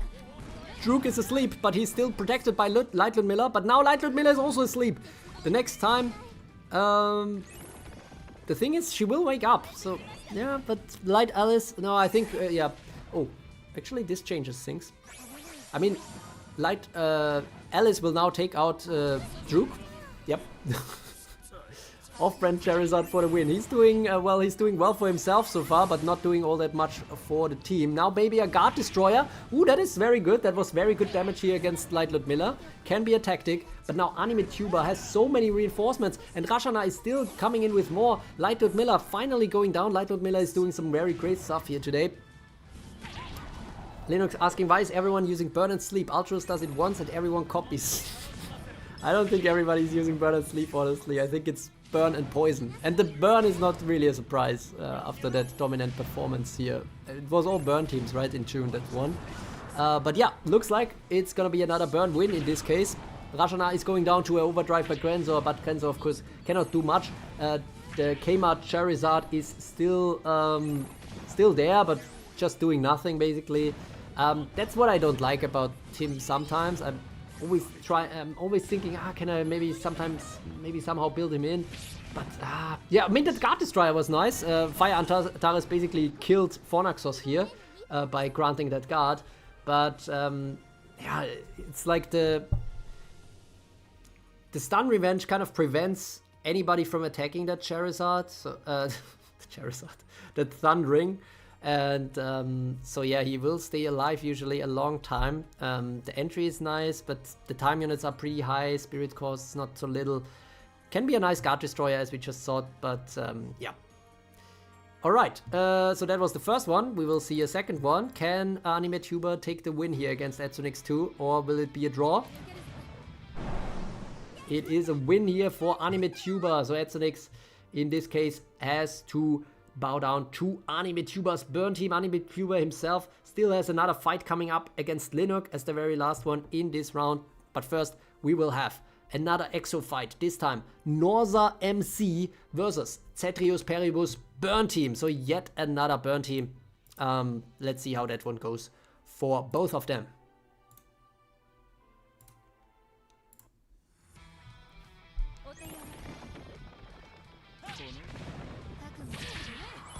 Poison Drain now. Attack and counter coming in. Light Ludmilla still surviving. Probably gonna get in a nice Desperate Drain here. Spirit enough and the HP low enough. So yeah, this will be triggered, but now a nice Time Strike coming in. So she goes straight back down again in the HP, but Norza now very, very low HP. Probably not gonna survive, even probably gonna die to the burn. Yes, doesn't even need to be killed off here. Now the poison spreading is real, but Spirit is lost. But that could be helpful actually in this kind of crisis setup. Then again, this attack was kind of useless, and now the Shanafat is actually poisoned. That is very helpful for Driz, although Driz could have potentially taken him out here with a Guard Destroyer. Now Balchuk with a life flip, that comes in a little bit early for my taste. But yeah, at least doing his job by guarding the team here for Exo. But Norza already being down, of course, is not that great. And now, well, the Spirit is pretty high again here on the left. Druke, Burn Blast, but it's too weak to kill Balchuk, which is a nice metaphor here. And Akatsuki is going down, but now with a sleep entry, unfortunately Balchuk will die, and then Adena will be... No, actually she's protected by Light Ludmilla, as long as Light Alice is not there to hit Adena. So I think Adena will wake up in time. Imran, I'm not a fan of that choice, but I like the creativity in pulling it up. Oh no! Actually, Ludmilla died very quickly here. Norza, Imran also died very quickly. Vigor impact here by the Endless Paladin. Looking very good now. Can Druke do it? Ignition now coming in. Fornaxos is down. We have Purification coming in. That is very important here for the Paladin. But now already everybody is burning again. And Artimaya is actually taken out. Druke gets poisoned probably and gets killed. Nope, not quite yet, but the super poison. Oh no, actually he's burning again because Dark Rizette was burning. So Druke might be carrying Cetrius Paribus to the win here. It's just Dark Rizette now. The Burn Blast is strong enough because of the Enrage from Fire Astrid. So this is a win for Cetrius Paribus Burn. Some very nice cooking here by Exo, but it didn't pay off. Then again, maybe he can still get a draw. Oh my god. View count just dropped below. Do we have 8 viewers only? Did we lose everybody in the first round already? But yeah, let's see if the rematch is gonna play out the same. Will we see another defeated screen or victory screen? It is a defeated screen, so that means Cetrius Paribus takes this one to the bank again. Well played. So 2-2-0 wins for Cetrius Paribus in this fight so far. Already taking out Notleo second and Exo, so a very good track record in this tournament so far for the Indian player. Now, we will have Abdo versus Rexy. It's gonna be Syria versus Germany, and both of them don't have a full win here yet. Abdo's sleep team got massacred by Ultras, and now he will have to try to come back here with the burn team against Rexy's poison team. Let's see how that goes for him. SSR Mazamune is saying, hey, true. Nice to have Mazamune here in the chat as well. I was always a big proponent of her, even when others already lost hope.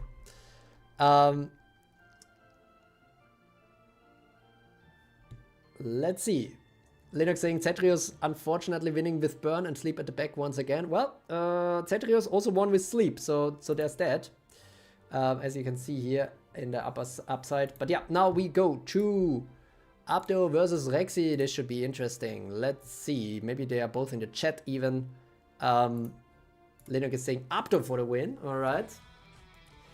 Abdo Burn versus Rexy Gift. We have Burn Crisis here on the left with Druke, who is already losing a lot of power here. A lot of HP, I mean.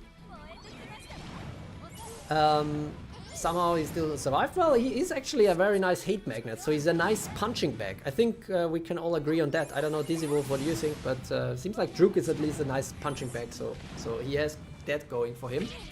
A Vigor impact here by Fire Antares, which I do prefer over her granting guards, which are usually kind of hit or miss, more often miss than hit. Ooh, but now very nice poison drain, just about to die. Dark Rizette here, but still survives. And now the crisis is real. Artimaya is going down, Abdo with a good start here. And ooh, I see Rexy has Umai in reinforcements. Now I really have a bad feeling for him. That's, well, at least Antares goes down here. Akatsuki will also die, but get another turn first. Actually, Velsa here being burned immune is kind of nice. Fire Astrid not quite dead yet, but yeah, Umai is not killing her, because why? Why would she? Umai is too good for that. She rather just uses poison, and yeah, let's Fire Astrid heal back up again, because why not? Well, okay, now Dark Rizette took her out, but still, you know, it's kind of a waste. Umai could have taken her out already, but now we have all these Moris, and there's no Moris left for Rexy. And the Crisis Avenger is coming in. That can be very strong now. We have poisons. We have a Mori Blaster coming in, the Alba thing, and unlucky poison random here. This is probably it. Would have had to get really lucky here. Even a Brash Strike by Fornaxos is enough, and Velsa by her own cannot do anything. She doesn't even get the burn immunity anymore because she doesn't have a Dark Ally anymore. So yeah, the burn team taking another win here. Abdo taking the win after his 0-2 before. GG Rexy in the chat, but let's see, can he actually repeats that, or is it gonna be another draw? We had a few draws already. It's a literal it's a literal draw. Oh my god. Great. So is this should I put this down as a tie then for these guys? Well, I guess we have another rematch. Basically an exception and have a third matchup here. Because yeah, obviously Abdo still had one win, so it's kind of like 1.5 to 0.5 right now. So let's see what the last battle brings. Here we go, Abdo versus Rexy, but as we can see, it was a tie before, so it can be very close. But Abdo takes it in this one. Rexy has to come back in round 2 with his gift team. But then again, Rexy is more of a burn guy himself, so I guess he understands the win from Abdo here better than anybody else. Debaxi now against Archie. Canada versus Jamaica. Let's see how it goes for these two. Debaxi already had a draw and Archie also had a draw. Both of them with their prior teams. Archie got a draw against me and my Endless Arc team, and Debaxi got a draw against Sombrix's Assassin team. Alright, so both of them already faced guys living in Germany, and now they have to face each other. Wow, that's deep. Let's see how it goes for them.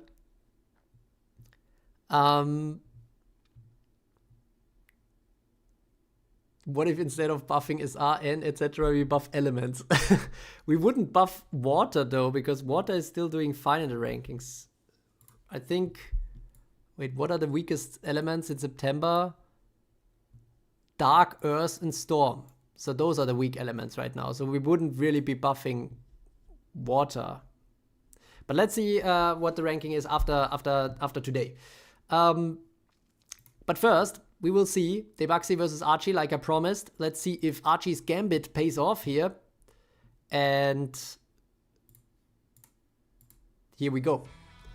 We have Norza versus Norza, we have Light Ludmilla versus Light Ludmilla, we have Dark Rizette versus Dark Rizette, but Archie here with the Gambit using Water Ludmilla. I do prefer Endless Dark Paladin here, to be honest. But let's see how it ultimately turns out. A lot of skills are getting wasted here against both sides Light Ludmillas. And the first one that goes down is actually Debaxi's. But Water Ludmilla is getting stunned because of that. And yet again, oh my god, Light Ludmilla for Archie keeps standing here. This could be very important, but now maybe Artimaya will do... Nope, she heals back up. It means Light Ludmilla still stays alive a little longer, but the payback stun is coming in. The poison is also coming in, and another poison random is coming in. That was super lucky here for Dark Rizette to hit Light Ludmilla, the only non-poisoned unit here, on 1 HP. And now Dark Rizette is in trouble on the right because she is sleeping and there is no guard protecting her. And now Norza versus Norza action, and finally we see him do a Survivor's Fury, guys, but he falls asleep. He falls asleep. And what is Water Ludmilla doing? She should grant stealth here, but she doesn't. Norza goes down, but at least I guess he kind of protected Dark Rizette because of that. Who survives barely the Dawn's Light. I mean, the light units do have strong stuff against her, but also, of course, as a dark unit, she has strong stuff against her. So ultimately, it is Dark Rizette who takes out Alice. It is a 3 versus 5 at this point. Archie's Gambit could pay off here, but Artimaya also goes down for him. Now it's Finn versus Finn and Dark Rizette versus Dark Rizette. Speaking of which, both Dark Rizettes go down. Both Finns are super poisoned now. And we have a Dream Hunter coming in. So it's just Orzakron, but Orzakron cannot do anything, can he? He can! He does a stun bolt. Oh my goodness, Time Strike comes in, Finn is going down, it's Ray by herself, and Ray, with the water element, will not be able to deal with the storm. Well, will she? What the hell? Oh, final stand coming in! Oh my god, that was an epic battle, so GG to Debaxi and Archie for that entertaining one. That was really, really nice. So yeah, that was pretty good. Archie's Gambit, new chess opening found indeed. That was a gambit. If all of his gambits are that entertaining, I'm definitely gonna watch the next steps here in his chess career. Orzakron clutch indeed. Yeah. I was like, oh, what can he do? But he still had the stun bolt. I mean, it cost a lot of spirit, so luckily he could use it. But yeah, that was pretty clutch. But then again, Debuxy could come back here. Archie already knows the feeling, going ahead 1-0. And now he needs to close the bag here against Debuxy. Or can Debuxy still grab a draw and hold on? Natsuma saying the AI will use Crisis Avenger only if 0 spirit, but if there's enemies that have kills, she will use that even with 1 spirit. Ah, interesting. Okay, good stuff. Who is gonna win? Is it gonna be Archie again? Will we see the victory screen? Or will he be defeated? It is the victory screen. It is a 2-0 for Archie. Congratulations. I have a feeling that the first fight was more epic, so luckily we got to watch that. But ultimately, Archie with his Gambit team goes up 2-0 so far. Now we have 2 more battles of round 1, and then we will know what the round 2 will have in store for us, which kind of fights will be there. Destroyer Poison versus Nagide Rizzler Tooth team will be up next. And we go straight into it. Why are my matches so close? Well, speaks to... I don't know, actually. I wanted to say speaks to the quality of the teams, but I guess... I guess the real quality would be if it's decisive victories. But I feel like, you know, today we have a lot of close fights. So that is why it's really fun to watch also. Exo asking, am I per chance out? No, no, no. You still have at least 8 battles ahead of you with your teams. And I think you already got 1 win against Rexy there.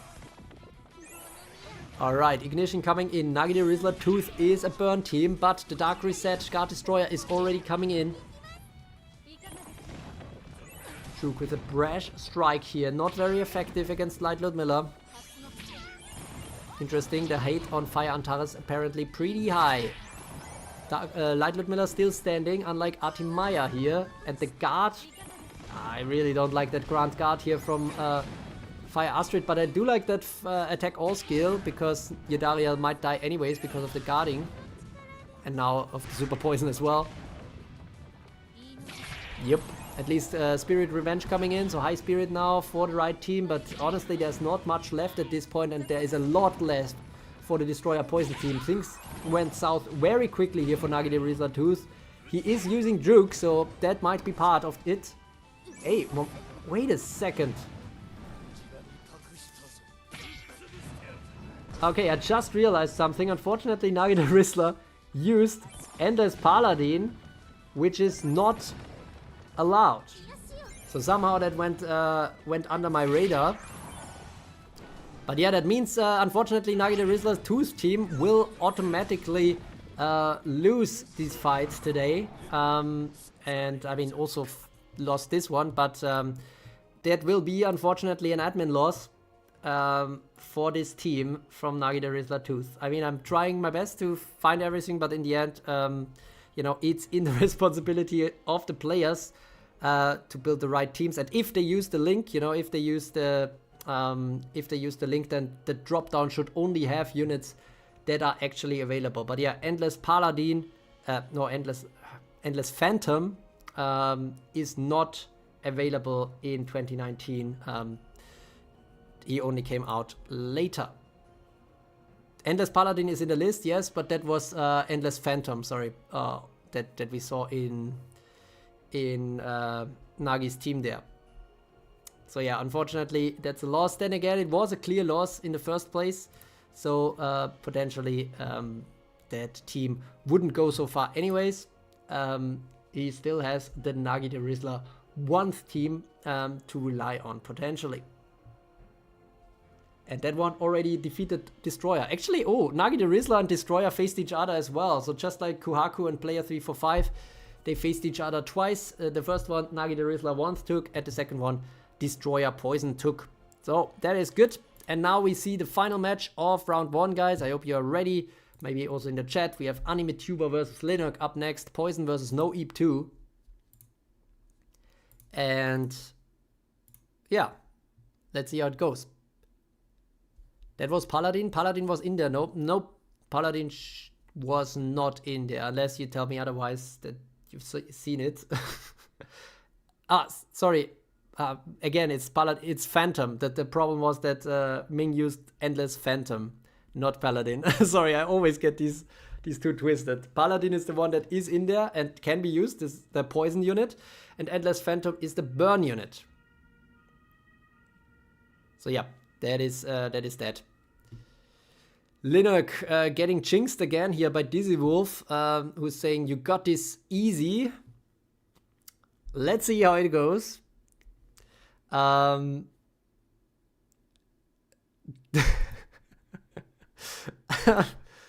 Here we go.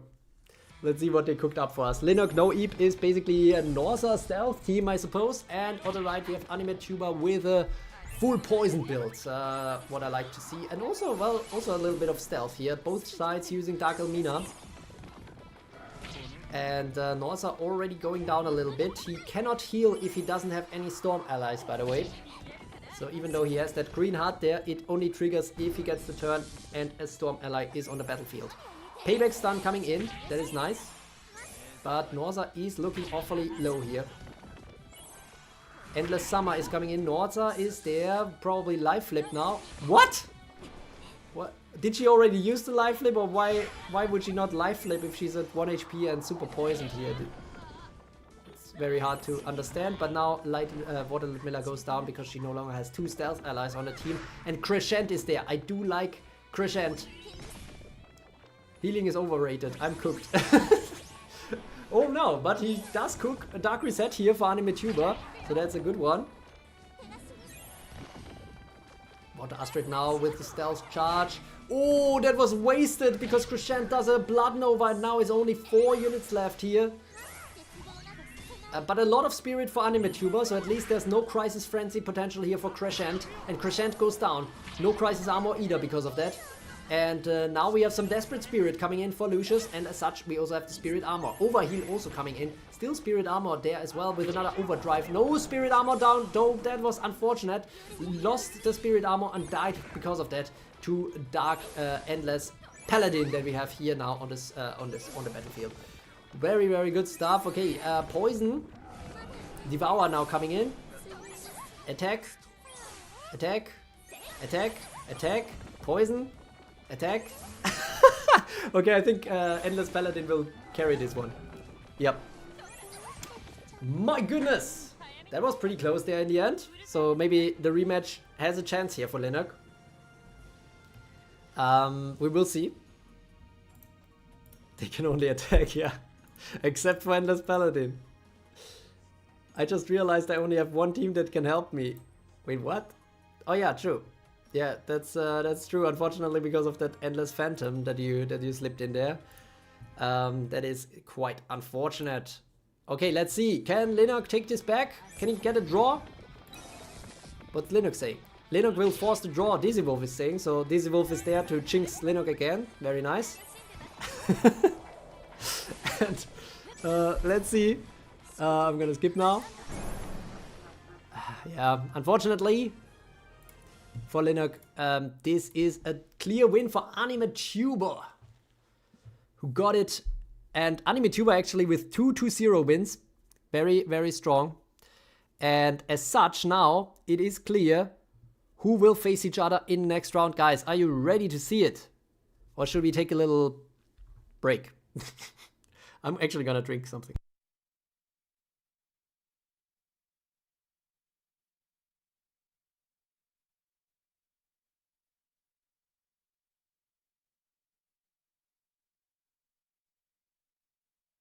Imagine if someone bring Freya and it was out of 2 radar. Well, you know, if that happened, it would have been the same story. Basically, they get disqualified. So not a very good idea. Even though, you know, it was Endless Phantom, who is probably 100 times weaker than Freya. But yeah, still. So here we go, guys. We see now on the screen. This is what we have in round 2. It's gonna be Druke Firefly versus Destroyer Poison. Actually, I'm gonna, while I go through that, I will already set up the queue, so then it makes sense. So yeah, it's gonna be Druke Firefly versus Destroyer Poison. We will see Nagi the Rizzler versus Cetrius Paribus. We will see Kuhaku versus Ultrus. Okay, a fight between the finalists of last tournament, of the last Dupli Cup. And then we will have player 345 against Dizzy Wolf 3. So it's just Dizzy Wolf 3, while it's player 345. Just joking. Natsume Team 2 versus Etsonix Team 1. Should we actually have the gambling on this this round, guys? I don't know. Battles are going pretty fast.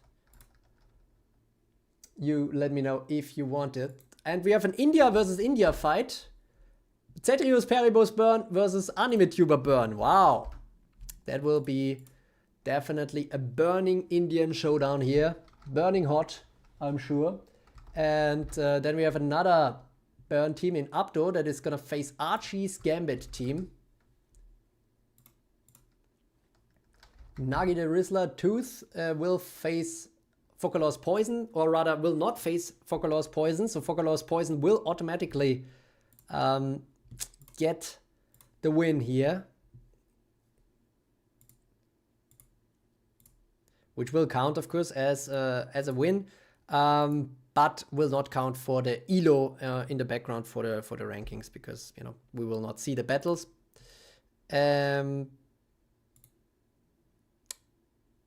Okay, furthermore, wait, what did I miss in the chat? Do not put me up against the final boss.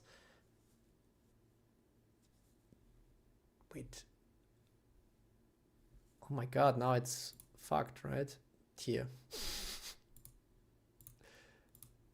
Ah, yeah, now much better again.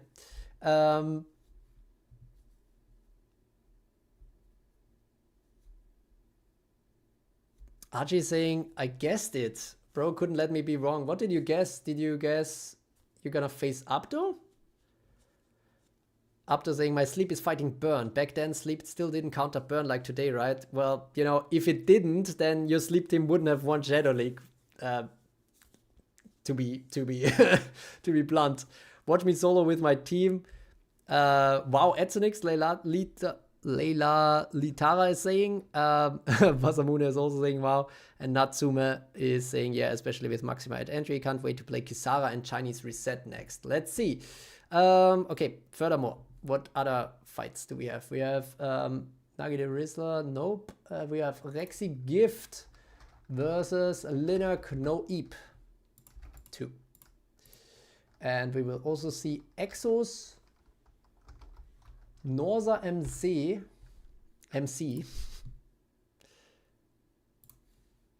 versus Debuxy 1. Then we will have Nelson Checked Needle Pest versus Etsonix 2. And then we will have Kuhaku versus Sombrix. Player 345 versus Focalors. Destroyer versus Abdo. Burn versus Sleep. AnimeTuber Poison versus Druke Endless Arc. So another Poison versus Poison fight. I don't know if I like that. Then we have Not Leo Second Burn and Exo Sneaky Freeze. Then we have Natsume Team 1 versus Ultrus Crisis Burn, which got a tie, which got a draw against Dizzy Wolf 2, which is up next in against Debuxy 2. And then we will have Sombrix Assassin versus Lennox Rebombi 4. Nelson Checked Hornshroom versus Not Leo Second Poison. And Archie versus Queen Gambit, Queen Guard. Rexy versus Archie there as the last fight, the 42nd battle of today. All right, everything is ready. Ming saying, watch me solo with my team 1. Taking the challenge here. I wonder if you do whale mode tournament next time. Well, whale mode tournament is just any other tournament, right? There's everything maxed and everything available. So yeah, I'm actually not sure what's the next tournament gonna be. Let's see. But that's only something potentially for April anyways. All right. Everything is ready, guys. Actually, I'm gonna try to move things along. Oh my god, 2 hours for the first round? That's terrible news. We need to be faster. I don't know, I think I didn't see anything in chat about wanting to gamble today, so I'm gonna leave that out for now so that we can move ahead rather quickly. Instead, we go straight into the first fight. It's gonna be True Creo Firefly versus Destroyer Poison. Let's see if Destroyer destroys me or I Firefly him to the Shadow Realm. I don't know. I didn't come up with something cool there. Sorry. Linux saying I did mention gambling at the start. Yeah, but I asked now after the first round if anybody wants to gamble, but I think there was not huge interest there, which is fine with me today. Oh, Alganan is going down against an armor impact. That is not good. That is my Mori factory that is dying there. Why? Oh no, there was not enough spirit. Oh, okay, but this is actually... Oh no. Oh no. Now Light Ludmilla is awake again. And... well, she will die, I think. Yes! Okay, so now Light Alice has a chance to take out Dark Rizette. Can she do it? She can! Let's go, Alice! That's what I pay you for. No, we're not gonna do a 10-hour stream today. I really need to go to the gym. Oh shit, this will be really tight. Okay, we will... ah, damn, we should have an X8 or something here. Nah, but then it's too fast. It's already going somewhat fast here sometimes. But yeah, maybe I'm just gonna be more quick now with the battles and not have much time in between. Now Crescent is there, but unfortunately gets stunned heavily. Ugh. But the Mori Blaster is coming in. Still not over until it's over. Unfortunately, these two dying to poison is not what I like to see here. Another Mori Blaster perhaps? No, not enough spirit. But now the Crisis Armor is gone for Crescent. Both of them are terrible. And now Crescent goes down heavily because of no Crisis Armor. Basically dead at this point. Asleep coming in for Artimaya. Attack. Ugh. Okay, Artimaya at least is down. Wait, what is going on? Oh no, now a Desperate Drain coming in. Oh, double Clock Revenge. But this is not gonna be enough, I think. Oh my god, Destroyer Poison destroying me here. And it's gonna be Destroyer Poison taking the win. Drew's not making it to the gym. Drew said no because we're degenerates that can't handle our true points. No, I have a lot of trust in you handling the free true points that that are not having any monetary value. But yeah, this is a true disappointment. Oh my god, Destroyer in the GG in the chat. Can I come back from this? I don't think so. So let's see if we get a red screen here or a golden one. Oh, we get a red screen! Nice! Okay, so I still get a draw, I guess. You know, gotta take what you can get, I guess. So yeah, on the top it will be very interesting, continuing to be very interesting. Let's go with the next one. As I said, let's try to move things along rather quickly here. I'm not gonna try to... I'm still gonna, of course, try to talk to stuff about the chat and all that kind of stuff, but mostly during the battles, ideally. Let's try to keep a constant flow going here of these ancient battles. And now we will have Nagi the Rizzler. Endless Paladin gets banished. And Dream Drain coming in here against Dairyu. However, Water Ludmilla goes down. The guarding not very effective here. Esma also going down. The Dream entry not effective because Dairyu was already asleep. This is something that happened back then, you know. There was no forced sleep. Once you are awake again, you will never fall asleep again. That was the rule until Bunny Reset was released in 2021. So we are still far from that kind of sleep era. Viola now coming in. It's looking actually pretty good, I think, for Nagi the Rizzler here. Alice working 9 to 5 for True. True that. Stealth Charge coming in now with an attack. A Poison Devour, that looks good. Stealth rate now. Well, it's not over yet for Cetrius Paribus here. especially because Lucius could get the counter here instead of the super poison. That was very helpful. But now the Stealth Fury and the poison drain is coming in. We see another overdrive. But yeah, this is not good here. No. I don't think Cetrius Peribus can come back here. After Sleep Steal basically upset one of the top players here in Not Leo Second's Burn team, it now runs into an opponent that is rather built differently in terms of the team type, especially. Archie saying when True loses the first match, always bet on a draw. No, yeah, not beating the rigged allegations with that one. Let's see if we have a rematch here. What happens here? Do we see a draw? Or will we see another destroyed screen? No, it's another destroyed screen. So Nagi the Rizzler takes the lead in the table with a 4-0 track record of his first team. And now we will move on to Kuhaku versus Altruis, both of which have high ambitions here in the rankings, in the true tournament rankings. So let's see how it's gonna go for them.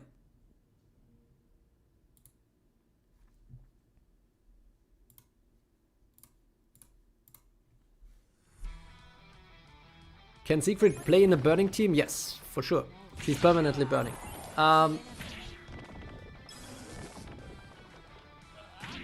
That's enough for you today. See you all tomorrow with the results. Well, I hope you can still catch up on the live stream. I think the most fun is if it, develops organically. Altruis' Impure Dark is already doing... that is exactly what I expect this Endless Paladin to do. And he does it. He absorbs the payback stun from Norza and survives it. Some nice purification here from Baltruk. I do like Kuaku's team here as well. Dark Rizette takes out the other Dark Rizette though. Altruis in the lead. Another payback stun incoming. Yep, but again, it's wasted because Endless Paladin is at 1 HP, is about to die anyways. Just taking that all in is looking very, very good now for Altruis. Nagi the first putting in double work for his disqualified team. Altruis has this in the bag. Easy dub, Dizzy Wolf is saying, and it seems like this is looking very good. Now the Survivor's Fury we finally see, which is weird because he's poisoned, so maybe now might be the time where... Wow, now a time strike. Now everybody is poisoned. Norza might go down here. Well, at least he gets a payback stun in. Poison Frenzy is unlocked here for Merdain though. And Norza goes down. Time strike against Dark Rizette. Dark Rizette is also down. It's 3 versus 3. Very interesting showdown here, guys. Poison attack, but Desperate Drain. No, not enough spirit for Kuhaku. Disaster! Disaster! Otherwise, it would have been a Desperate Drain and he would have won this fight, I think. But Altruis is gonna stay undefeated potentially here with that Impure Dark team. The Thai player, as usual, is on a roll again once it's up to a tournament. And yeah, as such, Shira alone will not be able to do anything here. She will just use some poisons again. Now the only question is, can Kuhaku still secure a draw somehow against Altruis? Dizzy Wolf saying my jinx didn't work. Oh yeah, actually good point. Let's see, can Altruis do it with a double? He can. Kuhaku has to go down here and still take another win in round 3 to potentially secure the spot in the playoffs. Altruis still undefeated with his Impure Dark team, just like Nagi the Rizzler's first team. Now we will move on to player 345, 2 Stealthy versus Dizzy Wolf 3. And I think both of them are also undefeated so far. So yeah, that will be very interesting.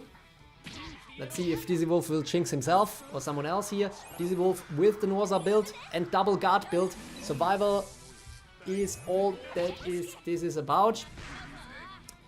And on the other hand, we have of course a lot of stealth here for player 345. That build already did a lot of good work. I think Kamek is very strong here, especially when he ignores the guarding from Dairyu. Norza goes down.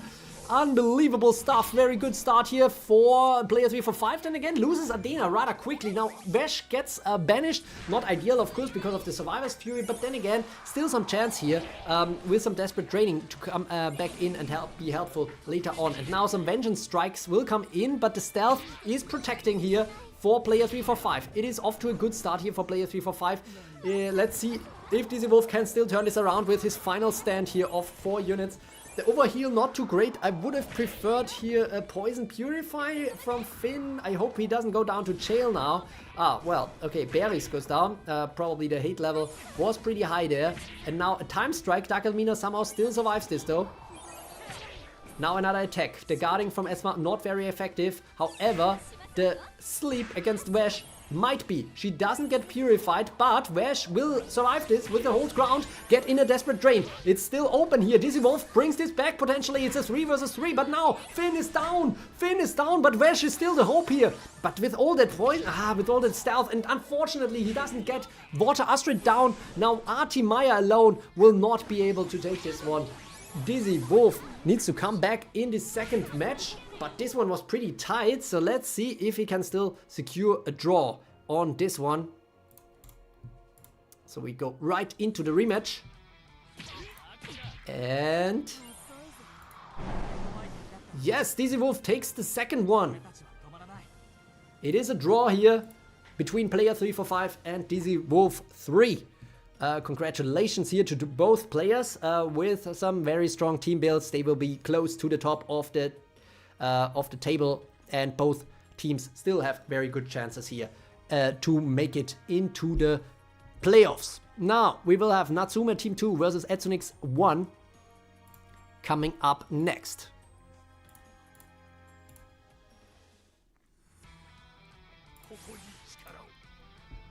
Close one indeed. Both players in the chat. Nice to see that. And we have now Natsume Team 2 versus Etsunix 1. It's Indonesia versus Philippines. Bigger impact now. Both sides have light Ludmilla. Both sides have a little bit of crisis here. A Time Strike coming in here from Orzakon. Interesting build from Etsunix. Now, not enough spirit for a Time Strike against light Ludmilla, but light Ludmilla is at 1 HP. Druke is there now as well. And doesn't kill light Ludmilla, of course, because that would be too helpful. I think Orzakon will do it though. Yeah, Orzakon does the job. Druke will do no job here, or rather just tickle Alba a little bit. Good start here for Natsume, I assume, but a lot of units are going down on both sides. Druke. Dizzy Wolf is already. Druke. I see you again. Let's see if any Druke team makes it into the playoffs. Intense burn coming in. Ooh, that is actually good, but the charge flare coming in clutch. This could be it. Not too much spirit though, and Fornaxos gets stunned. Druke gets absolutely slaughtered here, and now we have a lot of Moris here for Natsume on the left. So still looking good for potentially Natsume. I would still prefer that. Slightly. Well, ever so slightly. It gets slighter and slighter, to be honest. Especially now. Oh my god, Time Strike, but Crisis Armor is active for Fornaxos. This looks like something Etsunix can win. Is this the power of Druke? Another Survivor's Fury covered by Morris. Still Morris there, but not as a too high spirit for Maxima to do her thing. And now she gets frozen. And the spirit will rise. The Morris will die. And Finn might get frosted soon as well. Not sure if Finn alone can carry this. Not when he's... what was that? Why did Yuki just use frost? Oh, she didn't have spirit to do her ice shard thing. But unfortunately for Finn, he's not... Oh, he does the final stand, but... ooh, actually he gets purified from the frost. Yuki helps Finn here. Yuki helps Finn, and he can do it. Desperate. Oh my god, he doesn't even do Desperate Drain. Instead, he does Final Stand. I don't understand, but it doesn't matter. Natsume with the epic comeback. 1 HP. Finn takes this one. Oh my god! Holy moly! That was sick for Natsume. Natsume saw that live, so that is nice. Ultra is also saying, what the fuck in the chat. And Dizzy Wolf with the wow. Yeah, that was sick. That was one of the best battles of today. I mean, the finale of this was crazy. It was just like flowing and it was like, okay, well, looks like GG to not Edsonix taking that one. And then suddenly everything goes south for Edsonix here. Druke is why they lost, let's be for real. I absolutely agree. And Natsume takes this first win, but it was so close. So let's see if Edsonix can make this a draw. He cannot. This one was a bit clearer. The win for Natsume in this one. And he makes it with a 2-0. And now we will have an India versus India fight, the very first of today. The most represented country of today. So it's not super surprising to see. Let's see how it goes, because we will have two burn teams facing each other. And yeah, that should be rather interesting as well. Dizzy Wolf says, Finn saw Druke and was like, nah, dog. Finn still matter. Yeah, absolutely. Yuki sold. Yeah, Yuki is a rough one sometimes. Okay, we have Light Ludmilla build and burn build on both sides. Artimaya support here for Animatuber, who doesn't really embrace the burn, I guess. Both sides actually fielding Druke here.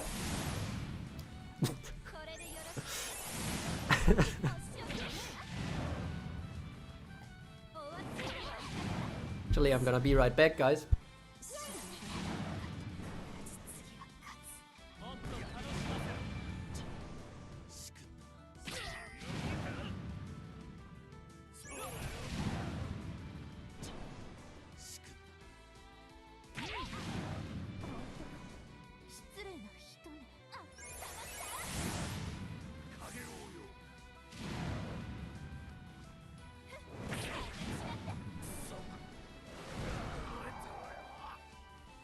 So how's the burn party going? Oh, actually, Cetrius Peribus mixed in some sleep, so let's see if that helps. Because on the other hand, Animatuber has a lot of reinforcements due to Rajana here.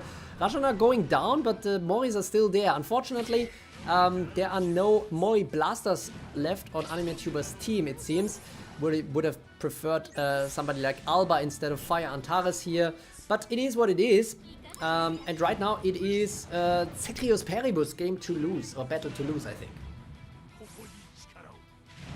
Dizzy Wolf saying can't root for either because of the double Druke here. Well, Druke, well, actually, Cetrius Peribus' Druke is still alive. Oh my god, and he's going into a burn frenzy. This is the most that Druke did today. When he gets those kills to unlock the frenzy, I think needs 2 kills for that. And then it's suddenly really, really strong. Now he will do it again, I think. Let's go, burn frenzy. Okay, good stuff here from Druke, I have to say. Just needs to face another burn team, maybe? I don't know. But good stuff, I guess. Let's see how the rematch plays out. Is it gonna be another win for Druke? Yes, for sure. But which side? I prefer the left one in this case. And it is the left one. So this is a clear win here for Cetrius Peribus. Congratulations to the Indian player in the national showdown, basically, here between the two Indian teams. And now we will have A versus A, Apto versus Archie, Burn versus Gambit. Let's see how that one goes.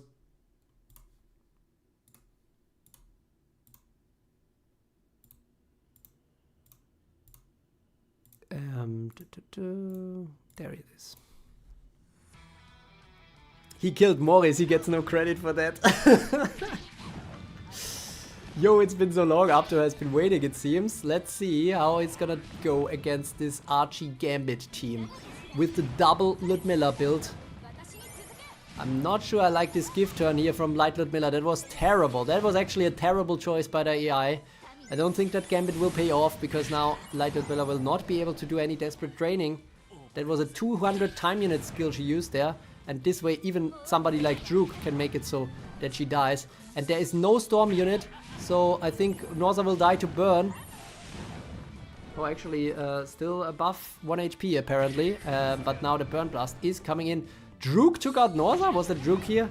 Oh my goodness, everything is going wrong in this battle for Archie. Let's see. It's not burn versus poison. Archie made a bit of a gambit here with a mixed team. Stun Pules here. Wow, Druke gets stunned. Look at that guy. Unfortunately, the others are stronger. But yeah, Druke now with 433 time units. Getting killed here by none other than Water Ludmilla with a time strike. Poison Drain coming in as well. Fire Astrid gets reduced time units. This could be the end for Water Ludmilla. It is. And the Thundering Entry unfortunately hits the only stun immune unit. Well, no, actually Fornaxos was stun immune as well. And now the Crisis Avenger is coming in. Abdo with the burn team is looking very good right now. This is Wolf saying, I'm going to pretend Abdo doesn't have Druke and root for him anyways. That's nice. Well, Druke did his job in this one, right? He got heavily stunned and then taken out. Wow, I could have said something very mean right now, but I didn't with the taking out metaphor. But yeah, this looks like a win for Abdo. And we will see if Archie can take it back, if that was a little bit of unlucky RNG. Ooh, now the tribute charge is coming in, guys. So he will have 600% damage straight away, but will probably not need it because Fire Astrid is already enraged. And the Pain Spirit does... Oh, well, okay, we will still see the Charge Flare, which deals over 50,000 damage here. Alright. Let's see if the rematch is a comeback here for Archie. It looks like he has his work cut out for him here, to be honest. And he does it! Wow, nice, Archie. Congrats. Well, Abdo with another tie here at the top. Yeah, we see a lot of ties here today. And I like to see it. It's a very close competition. Let's see who is gonna be on the top at the very end of the day. Now we will see another Germany versus Spain battle. It is Rexy versus Linak. Poison versus No Eep.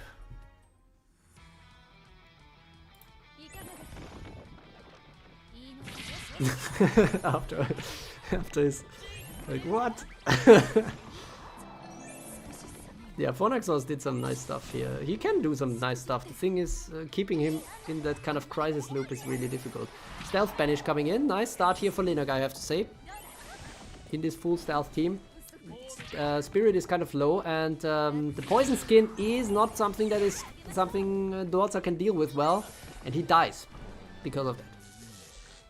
Velsa gets stunned, probably the unit that Rexy is most okay with getting stunned. And Water Ludmilla goes down, not enough stealth here. Dream Entry now. Another Shadow Claw. Spirit at least is high.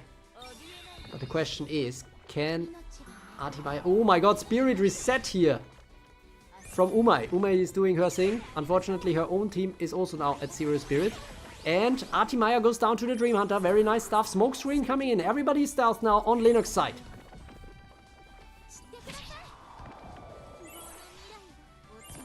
Poison random now against Arti. Arti this time, no protection. Oh my god, okay, that's strong. Velsa now. Another Blood Nova, nearly taking out Ray here. Another one goes down. We have a Lullaby entry. Purification coming in. Ray is going down. Now it's 4 versus 4. Dream Hunter against Velsa, but Light Ludmilla is still standing. And Umai as well here for Rexy. Is Umai secretly OP? We will find out. Unfortunately, no high spirit here. Oh my god, Umai taking out Artimaya. Actually doing something useful here. And this is not so useful. It's looking worse and worse now. Especially now that the counter is gone. Might be a Poison Frenzy incoming. The Spirit Armor is still there, but this might not be enough for Linak here. Nerf Rexy, he's saying in the chat. Why am I just noticing Artimaya's bunny is? That's actually, yeah, that's a late notice. Alright, okay, that was pretty tight. So let's see if Linak can take it back. Rexy takes the first one. Do we see another red screen or do we see another golden screen in the comeback? They come from the Wizard of Oz fairy tale, right? The bunnies from Alice. Like from that world. Ah, it's a double win for Rexy, so congrats to Rexy, GG to Linak. Linak will have another chance with the No Eep 2 team in round number 3, but Rexy's Poison team is on a good run here. Well, actually, okay, Rexy's Poison team lost the first round, so still being in play. No EP2, probably chances not too high anymore, unfortunately. Let's see how it goes for Exo and Debuxy next.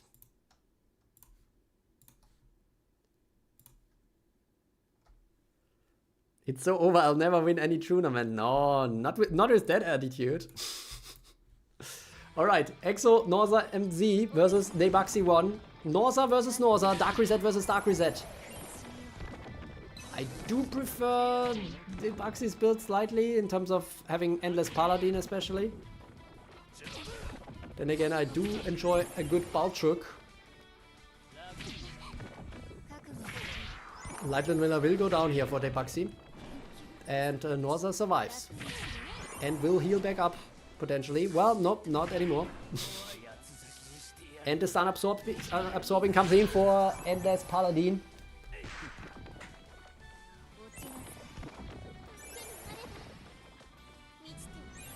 Overheal as well. Payback stun, nice. Imran going down, but stunning Norza a little bit. Well, stunning Dark Rizette, but actually it was absorbed here. Another attack and counter coming in. Purification, poison random. Now this endless Paladin is not looking too hot anymore. Can he be saved by Artimaya? She saves herself! Oh my god, this was so selfish right now. She could have stayed alive forever. Instead, she sacrifices Dark Paladin, and this gives a chance to Exo to come back in this. It's 4 versus 5 now. Druke unfortunately is asleep. Purification coming in, so he's now sleep immune. Dark Rizette could go down. Yes, to the Poison Devour. Exo is coming back in this. The stun hits Dark Paladin, even though he's not a stun absorber. Dark Rizette now with the poison spread. It's all about the RNG a little bit now. And Druke also keeping Artimaya alive, although Alice will get the turn and then Alice will kill Artimaya. Yep, there she goes. So it's now a 3 versus 4 at this point. The Purification is still clutch here, but Finn might go down now. Oh no! Oh my god! Oh my god! So tight for Exo here. That is unfortunate, man. Now Finn goes down, but the question is, was that quick enough? It might just have been, because now there's nothing Rey can do. Exo still takes this, despite this unfortunate luck here. Taking out Debuxy's team ultimately. Let's see, that was also a close one, so let's see if we see a draw here when we do a rematch here. Always nice to see the poison drain animation here though. Really takes me back here to 2019 when I just started playing. Alright, let's see. Do we see another red screen or is it gonna be a golden screen? It's a golden screen, so that is a draw between Exo and Debuxy. We move on now to Nelson Checked versus Etsonix. It's gonna be Myanmar versus Philippines. Let's go. Ming asking, what happened? Did I lose? No, you're 4-0 right now with your Nagi the Rizzler 1 team. Poison Devour now coming in against Maxima, already down. Etsonix with a bit of a wild build here, but Nelson Checked as well. A lot of poison, so that is nice, I guess, but if you don't attack, then the poison is gone again. Needle Pest is down, and unfortunately the shocking entry goes to waste here for Nelson Checked. Not the best start. And we see basically Charizard versus Charizard, by the way. Or rather Thundering versus Thundering. These draws are mad. Oh, yeah. They are certainly keeping things interesting here. And also having a big impact here in the tables. More and more poison coming in. I don't know why Shira always refuses to just... Even if there's 2 or 3 poisoned enemies, or 2 poisoned enemies, she just refuses to use Poison Devour, which is just unfortunate. Looking good for Etsonix now. The Guard Destroyer coming in. And the burn units are still staying alive. This is looking like a very clear fight. Nelson Checked might have been cooking here too much with the Needle Pest. Both sides here with the Thundering, but Etsonix looking very much on the better side of history right now. Literally.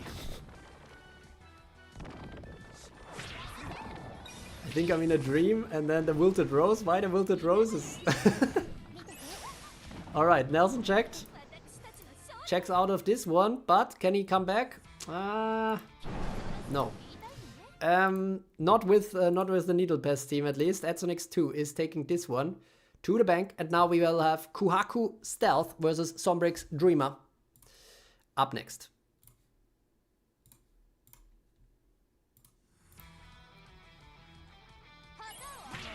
Why is there no water ally for Water Astrid? Yeah, that's really a restriction in her skill sets.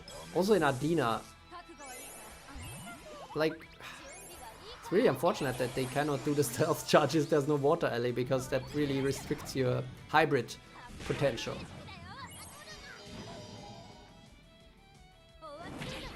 May I petition the use of Eva in the upcoming historic PvP tournament just for me? Well, no.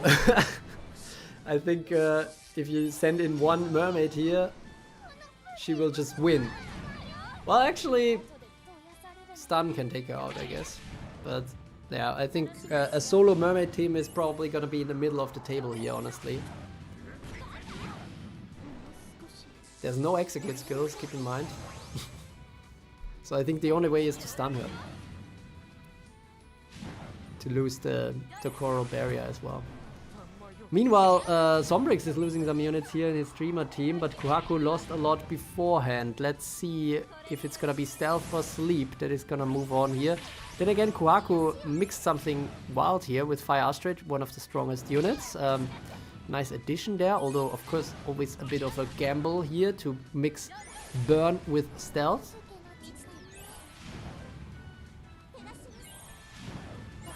The frog for the win, Lennox is saying. Intense burn coming in. Now Fire Astrid might be very strong in this fight, in this one, but the water element is debuffing her a lot. Yeah, OG Earth Musha I'm very much looking forward to. Unfortunately, she came out in October 2021, so we are 24 months away. But actually kind of crazy to think about that. She's only 2 years away and it's already 5 years ago basically, or 4 years, so long time since Earth Musha came out. But who is gonna win this now? 4 versus 4? Kuhaku makes a little bit of a comeback here, it seems, unless Nagi, no, with the Finn edition I think Kuhaku takes this one.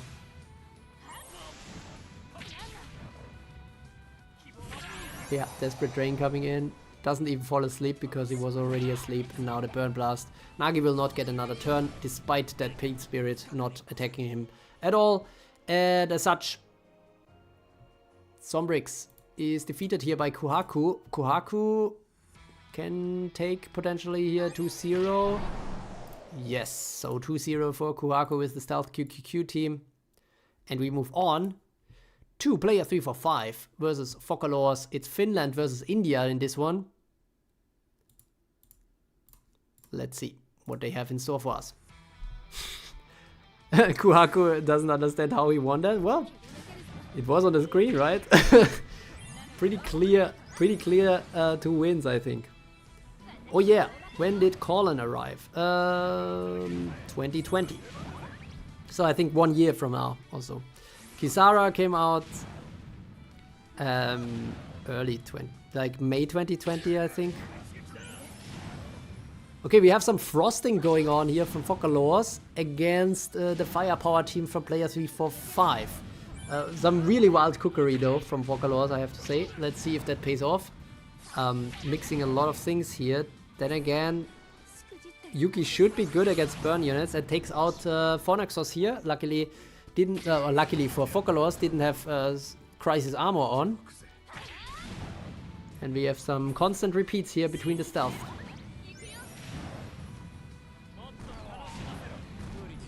I will cook with Crisis when Call and Kisara arrive, yeah.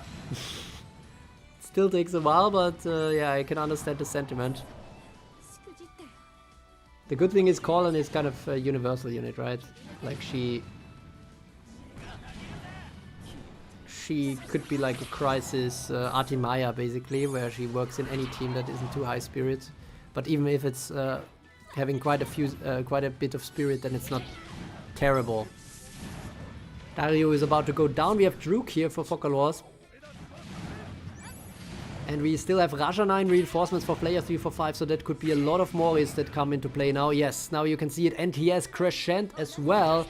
So I do prefer player 345 situation here.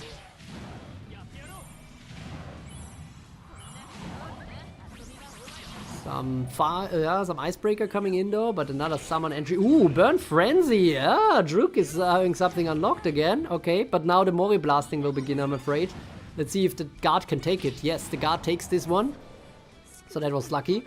Another overdrive. Okay, but Fire Astrid is still there. Now the question is, yes, I think Crescent should be frozen. So that is giving some nice time here to get rid of these Moris, because otherwise this Crescent would be insanely overpowered right now. Burn Frenzy coming in again. It's looking better and better for Focalors. I don't know how, but Focalors is doing it with this wild cookery team. My goodness. That's crazy. What the hell? Well, player 345 still has his stealthy team, but yeah, Crescent goes down. And as such, this is a win for Focalor's cookery team, and GG for that great cooking, honestly. Question is, can it be repeated? Will it be a draw or a win for Focalors? It is a draw. Well, it was a rather tight fight, so still very, very nice stuff to come up with something so wild here against this Fire team from player 345. And now we will see Burn versus Sleep. It's gonna be Philippines versus Syria, Destroyer versus Abdo. Those two are up next. Let's see what they can do. Abdo's Sleep team did win the Shadow League, but lost the first match here against Ultras. So let's see how it goes for them today. 345 steady on the draws. Alright, Eve's now with the Sleep, and the Dream Hunter is coming in. This is a very effective start here for Abdo. I do like the matchup here for Abdo against this kind of Burn setup. The only hope here for Destroyer is, I think, some nice Crisis action. Going low on the Crisis, getting some nice armor. Well, this is not gonna help. The Grand Guard against Maxima. Now without the... Well, now with the Crisis armor it's okay again. So she doesn't lose much HP here. Maxima now with the Crisis Avenger. Okay, that's decent. Fire Antares falls asleep. Probably better that way, honestly. I'm not a huge fan of that character in the arena, that is, specifically. Dream Hunter coming in for Abdo. So far so good. Vash is close to unlocking Survivor's Fury, but should die now, right? I mean, with the Earth element, shouldn't be able to survive. But yeah, that might be the secret recipe here for Abdo to mix in Vash against potential other teams that can be fought. But yeah, now we are, well, how the turntables is what I would say here now. I mean, yes, Rajana is asleep. That's not even that bad, because now we have all these Moris coming in the back. If Fornaxos survives, he could do a tribute charge. Druke is definitely taken out here though. Crisis Avenger coming in. Another energy charge. Okay, yeah, tribute charge is not unlocked yet. Need to be on the battlefield for a while here. Can do another energy charge. So Crisis requirement is very well right now. And Astrid will do a brash strike only. So not a lot of spirit production. So that's good. A charge flare coming in. And this charge flare is lethal. Abdo's Sleep is getting slaughtered in this tournament after winning the Shadow League. It is not having as much luck with the opponents this time. And the new units are really coming to play here. Okay, what did I say? Someone called? Whoop, that Druke dog. Yo, true, random unrelated question. Do you think we'll be getting a water unit in next month's units? Not sure. I feel like water is still in a very good place. But yeah, I think still we will see one, yeah. I think it will be another water unit, yeah. Use Alba, so Antares gives guard once for Alba and gets that time unit reduction at Revenge. Well, I would still prefer Alba to stay alive mostly. Well, yeah, Abdo is saying WTF. Well, maybe he can still at least get a draw here against Destroyer, or will Destroyer destroy the hopes of Abdo's sleep team? Because if this is not a draw at least, I don't think there's any chance for the sleep team from Abdo to still make it into the playoffs after having won against a similar amount of teams in the Shadow League. And Destroyer Burn takes it again, guys. This is a clear win for Destroyer, and as such, Abdo's sleep team is eliminated. It will still be seen in the next round, but no hope left. Abdo will have to rely fully on his Burn team, which is doing much better right now. So maybe it is still the Burn time. But first, we will see a Poison versus Poison fight between AnimeTuber and me. Let's see how that one goes. Sleep is truly done for indeed. Alright, so... Oh my god, shit. I should have put a higher speed accessory on my Light Ludmilla. Oops.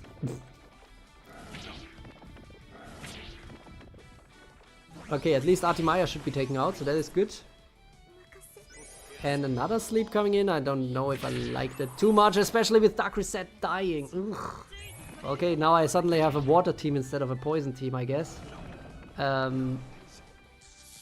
Unfortunately, the stun hits one of all possibilities, who will die to the Dream Hunter anyways. So, not a whole lot of stun absorbing here. Ooh, and Crescent here for AnimeTuber. I hate to see that. Oh my god, I hate to see that. This is looking very bad now.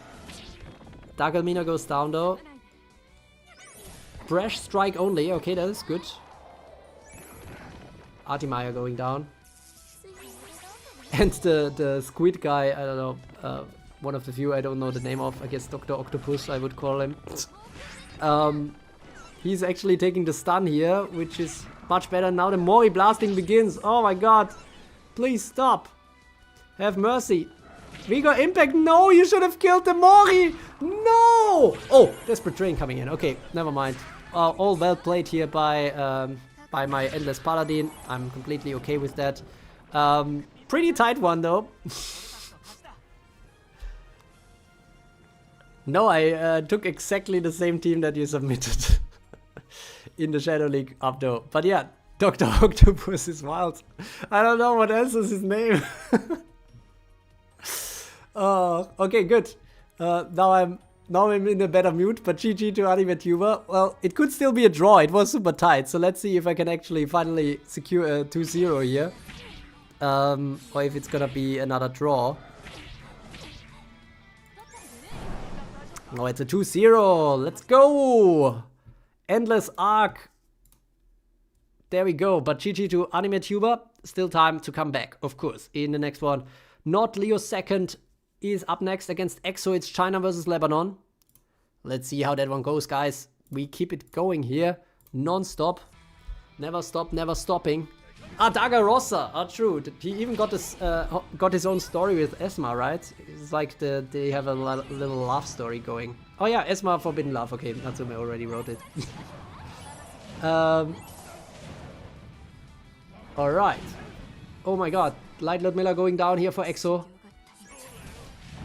Not Leo second's burn team is something to watch out for sure, but if there is a team to stop it, it is potentially a water stealth sleep team like EXO runs here, together maybe with somebody like Yuki, who wastes a lot of time here frosting Druke, I guess. Who does a burn blast that is not very effective, then a brash strike, not very effective, another burn blast, not very effective against all these water units, right? The question is, what does Yuki now do? Yeah, okay, she can freeze water Ludmilla, so that's nice. For that one-time guarding, but Dark Elmina still goes down. And Janafat is still alive. Druke gets stunned and is frozen, but it's not helping because she cannot attack behind the guard. But now the ice shot! Ooh! And both are actually ignoring the guard in this case. Well, that was just luck, but still. 2 times hitting that 40% chance with both strikes. What the fuck, why Esma in love with a squid? Well, she's freaky like that. Yeah, Linux is agreeing. Water versus fire indeed, and Not Leo second is now slightly behind, I guess. But yeah, it's a very difficult matchup for Burn here. And now the Charge Flare might turn it around again. It's now Not Leo second who has more units. Artimaya still keeps herself alive though, but not long enough. Crisis Avenger is in. Fire Antares goes out. This is actually good for Not Leo second, I'm afraid. And this Burn team might still take it. Not Leo second is just so proficient in these Burn teams. His Burn team, I mean, of course it got adjusted, but his Burn teams regularly in the top 10, I think pretty much in every single Shadow League. And so I don't think there's any coming back. Charge Flare takes it.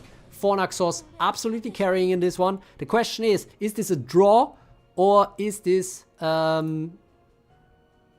win for Not Leo second? Can Exo still secure half a bag here? He can! He can! Congratulations to Exo. This is another draw in the books here between Not Leo second Burn and Sneak Freeze. Not Leo second Burn not having the best track record here. Similar experience to Abdo, who also had a great team here in the Shadow League, but it doesn't quite translate to the historic PvP tournament, or rather, it's a bit unlucky maybe in terms of the matchups. Unfortunately, unlike the Shadow League, where there are 6 rounds usually, there's not that much space to come back here in this Shadow League, in this historic PvP tournament, of course, because otherwise it would take forever. Then we have Natsume versus Ultrus Crisis Burn. Let's see how that one goes. Who can take this one today?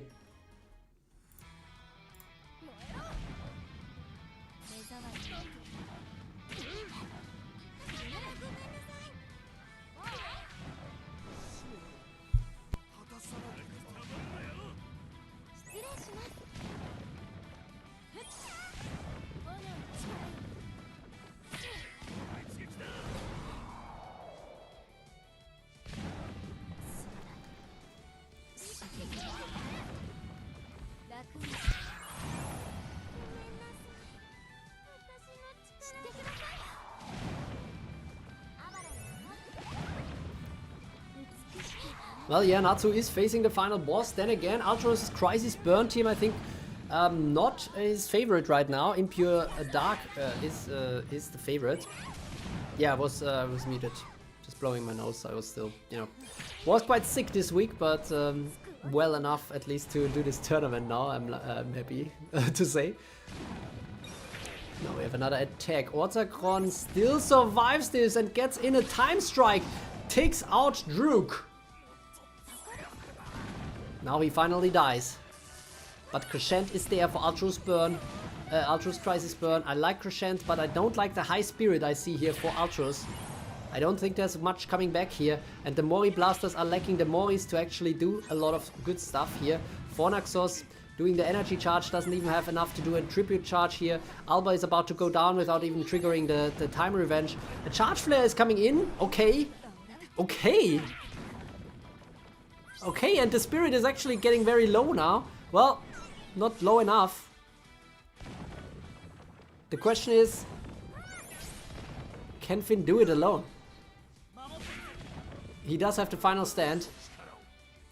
Is Fornaxos gonna kill him? No, no, then Finn is gonna kill him now. No, the Crisis Armor is in, but the Super Poison is still there somehow.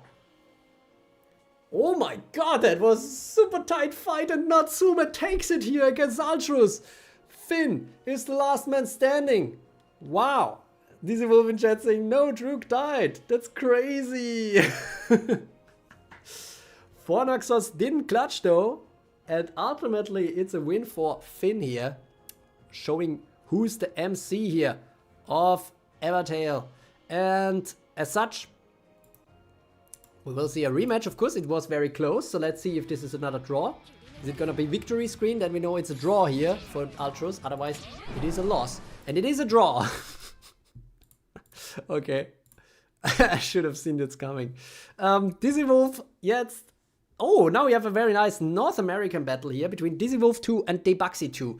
USA versus Canada. Let's see what they have in store for us. A very rare occurrence to have here two North American teams facing each other, especially given that Wolf and Debuxy are the only North American, well, yeah, kind of, that are joining these tournaments at the moment. All right.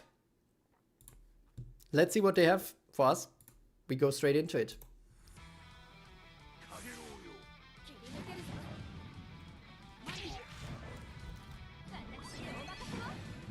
Alright, ignition here from Druke, very important stuff. A lot of burning here already, which is good because of Rajana potentially entering later.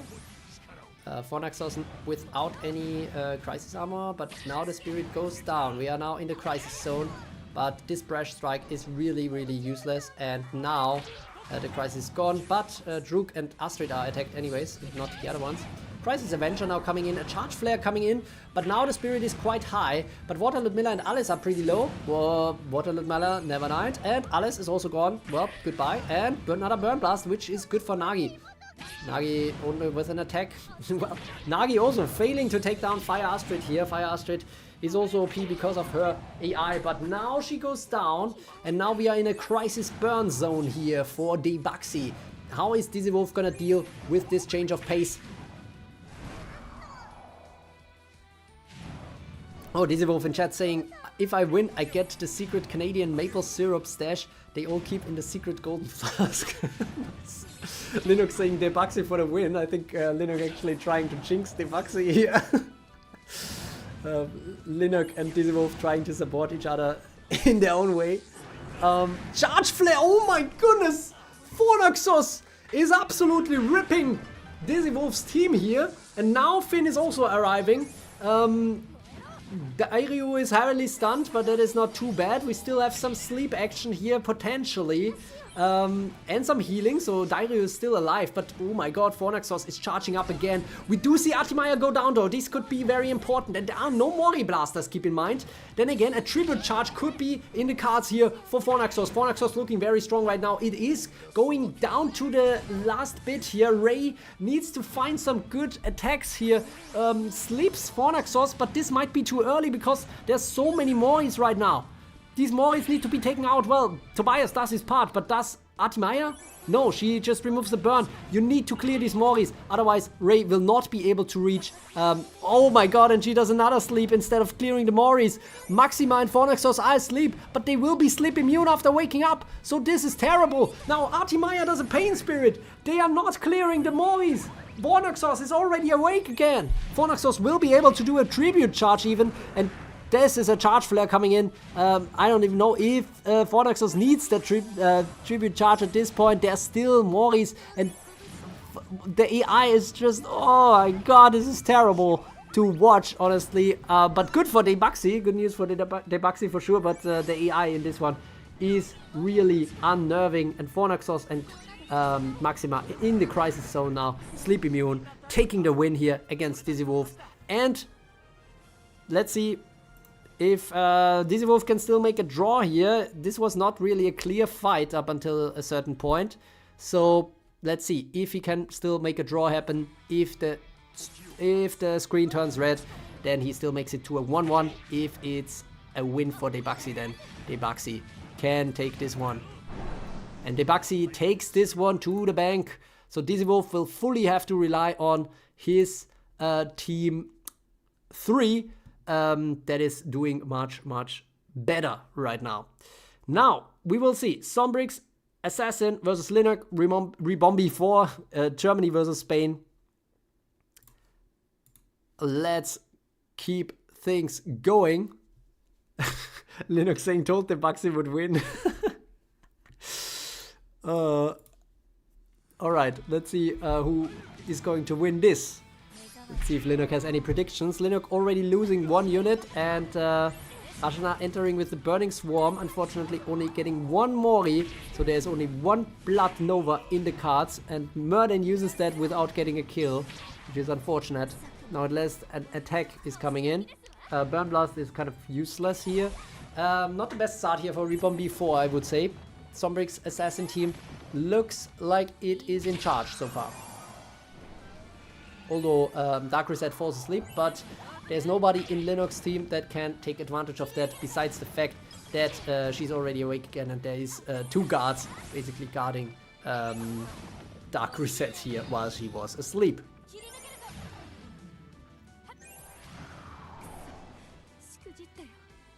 Oops. Lenok in chat. Oops.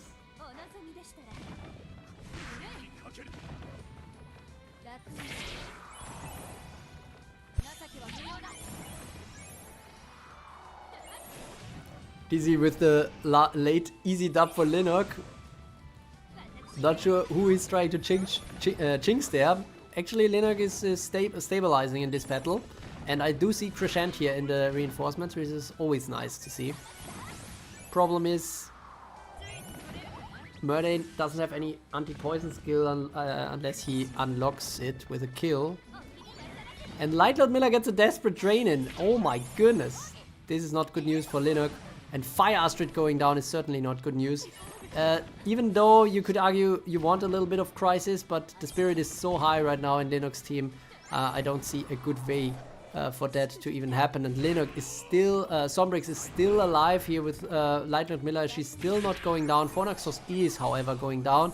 Then again, so yeah, but yeah, Crescent gets a kill, but yeah, without the Crisis Armor, it's all useless. Then again, this would have been ignored anyways, but yeah, the Crisis Frenzy would have been nice here from Crescent.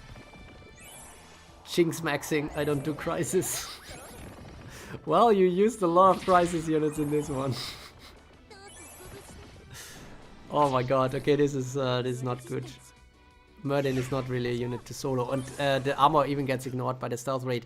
So yeah, that is a win for Sombrix Assassin. Well played. Can he take the absolute win? He cannot! Oh, wow. Okay, this is a draw between Lenok and Sombrix. Congratulations to both players. Apparently a very even matchup here. Then, apparently the second battle went much different than the first. Nelson checked now versus Not Leo second. It's Myanmar versus China. And Not Leo second really needs something here after the burn team is not doing so great. Let's see how it's gonna go for him against Nelson checked.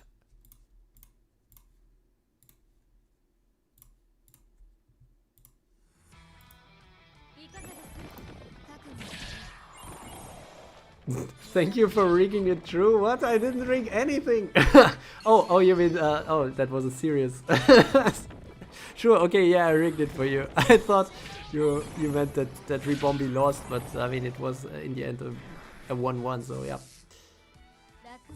Ooh, okay, Ludmilla about to go down. Ooh, I mean, a bit of a waste here for the Blood Nova, but on the plus side here, Merdain unlocks the Poison Frenzy, which could be very clutch. Attack coming in, Alganan taking it here for Nelson checked. Off to a good start. Merdain is going down as well though. And we already see Crescent entering. A bit early for my taste. And I don't like the combination with Lucius there, that I can already see in reinforcements. And also not a combination with Artimaya, to be fair, because now she does the Pain Spirit. Crescent loses all the powers to do what he does best, and that is survive with the Crisis Armor, for example. And as such, he needs to go down. Not Leo second now in the driver's seat, but Dark Rizette is going down as well. Now we are a bit more comfortable, I guess, for Nelson checked again, because it's a pure overdrive blood build here, but at some point the blood will run out.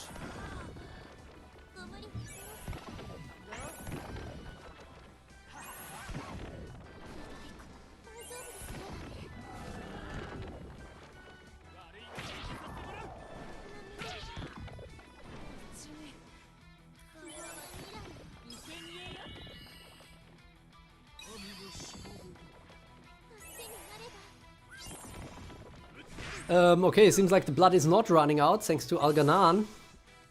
But this is still a tight fight. Everybody gets poisoned, but Poison Frenzy is unlocked here from Merdain, from Not Leo second side. But a lot of spirit here for Lucius. The armor is there though, and the get turn mechanic, which sometimes triggers when the poison goes away on an enemy turn, for example. So that is good. Now slowly the burn, the blood is drying up here.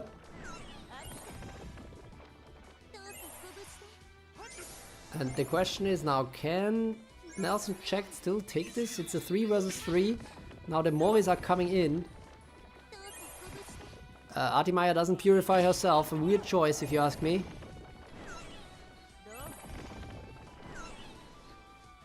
Now she does, but she's so low spirit that she gets defeated anyways. This looks like not Leo second has this, but more is coming in. Algernon is still keeping the hopes alive. I guess Lucius alone will also be okay-ish for the final stand, but the question is, will he be left alone? Oh my god, okay. Nelson Jack might take this. Is not Leo second cursed today? I don't know. Now, oh my god, this is so close. Velsa alone cannot do anything, I think. This is it. Nelson Jack takes this somehow. My goodness. Alright. Was really surprised to see that. But yeah, GG. And let's see if he can repeat this. He can. Oh my goodness. This is not going well for not Leo second, who is trying to defend his points here. But unfortunately, with a lot of bad luck today, this is a 0-2 now. And Rexy Feuer versus Archie Queen Guard is gonna be our last one of this round. And then we know what the pairings of the final round of the group stage will be. So stay tuned for that. But first, we have to find out who is gonna win these next two battles. Yeah, Algernon is really, really nice. Do I use him in the team? I was thinking about using him in the team, and now I'm not sure if I still have him in the team. I do, right? I think I do. I have him in my Burn Blood team or something. Very close fight indeed, Dizzy. Now we have another Light Ludmilla versus Light Ludmilla fight. This one goes down first. Archie with the Queen Guard. Double Ludmilla build. Kind of stealth poison mix here. Ooh, that was unfortunate. Hitting, well, Akatsuki, but yeah, 3 other ones were also poison immune, so not super surprising there. Ooh, the poison attack against Fire Astrid actually could help here. Of course, the spirit will go higher for Astrid because of that, but yeah, Druke is down with super poison. Merdain now with poison attack. Intense burn this time, not very effective, except for herself. This could be the end for Kamek. Yeah, and for Merdain as well, but at least Fire Astrid gets burned, gets poisoned, I guess. But now it's 0 reinforcements for Archie, so it's gonna be very difficult. Will they at least take out Fire Astrid, or nope, they will just let her survive again? The AI is sometimes really stupid, you know. Now she charges back up, heals back up. Could have been easily taken out here by Lucius, by whatever, you know, Shira, anyone. Anyways, now we will see some Desperate Spirits, some more healing coming in for Fire Astrid. This is looking very good for Rexy now, who built a very great team here. But as one needs to, he is benefiting here from the AI. Again, Fire Astrid barely surviving. More Desperate Spirit coming in, but now the HP is getting really low. Overheal is coming in clutch though. I like the combination from Artimaya and Lucius here. Although I feel like I still, yeah, I don't know. Still kind of prefer Finn mostly. Then again, this time, it might be different. Maxima will not be able to do something here because of the high spirit. Now it goes lower though, and they are slowly creeping into that zone. Okay, spirit is going higher again, so Maxima will not use anything valuable here. And this means Archie might make the big comeback here for a poison team against Burn. Something that is quite rare to see today. But, oh, Crisis Avenger, but still stays alive. And now it's just Fornaxos with a charge flare potentially? No, energy charge. Now the Crisis is there. Charge flare coming in. It's Dark Rizette versus Fornaxos, and Dark Rizette will take it. Wow, what a close fight. Archie must have loved to see that one turn around, and his queen, basically Dark Rizette, carried this one for him. Let's see if this is going to be a draw, or if it's going to be a full win for Archie here. But my goodness, what a finale. Wow, we have so many great battles today. It's a shame that Historic PvP doesn't get that many viewers compared to the other tournaments, but I really enjoy these tight fights. Hope you enjoy them too. Glad that you are here with me live.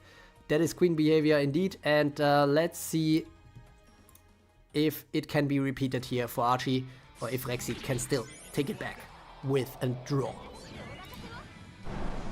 No, this is a full win for Archie here. The Queen Guard paying off. And with that, I can show you the round 3. You guys ready or what? Or should I eat a cookie first? Well, let's eat a cookie first. Getting really hungry actually. Oh my god, it's getting really late. Shit.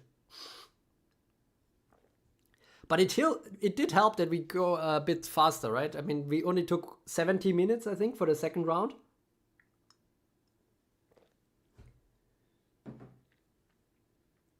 So yeah. No cookie for you, get back here. Not true, we don't have any time to waste here. Yeah, I have some really nice cookies here actually. Those are ones of my favorite. I don't know if you know the Biscoff Lotus cookies. I don't know.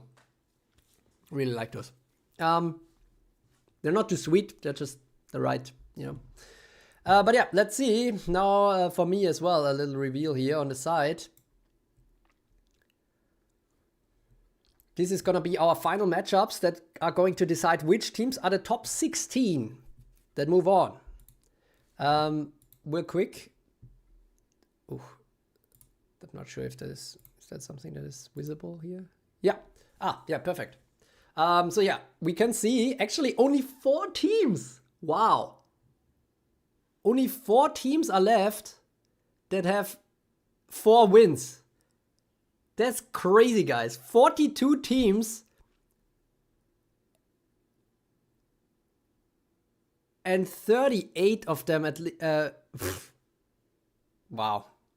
Didn't get 2 zeros here. So that's crazy. Nagi the Rizzler currently ahead, together with Natsume, Cetrius, Peribus, and Altrus. Then I like to see it. 2 Austrian teams here. Player 345 with 2 stealthy, also with the 1.5 points right now, in a good position. But, you know, you have to keep in mind, this is not a secure position at all. Even for the 2-point teams, this could go wrong very quickly, because in the end, there might be some tiebreakers and stuff like that. And then, you know, if you lose the final fight and you have to fight the other teams that were very good, then things could turn around rather quickly. So yeah, but still, of course, right now, the top 14 teams that we see here with the 1.5 points or more are in the best position to make it into the playoffs. And that includes, besides the ones I already mentioned, Player 345, Nelson Checked, Abdo, Destroyer, Archie with 2 teams, and Debaxi and Dizzy here as well with 1.5 points. But those teams behind that at least got 1 point so far, so at least 2 draws or 1 win, are not looking too bad either. I can already tell you. They have a lot of chances still. 2 points are definitely enough, I think. To make it, 1.5 are most likely not enough to make it. So any of the teams that have 1.5 and do get 0 points in round 3 will probably not gonna make it. And the teams that currently have 1 point and make a win in the third round will make it on the other end. But no promises, of course. In the end, we will have to see how it's gonna go. Exo and Debaxi missing? How? Why are we missing the results of like half the battles? That is not missing. That is draws. Yeah, exactly. Exo already answered. No chocolate, just pure cookies. Okay, against Ming, fuck me. Lenok is saying. Okay, Lenok is already checking out the matchups. I should check those out again as well because I need to set them up. So we will have Nagi the Rizzler. Actually, we're gonna go from bottom to top this time. So we will have Edsonix 2 versus Focalor's Poison first.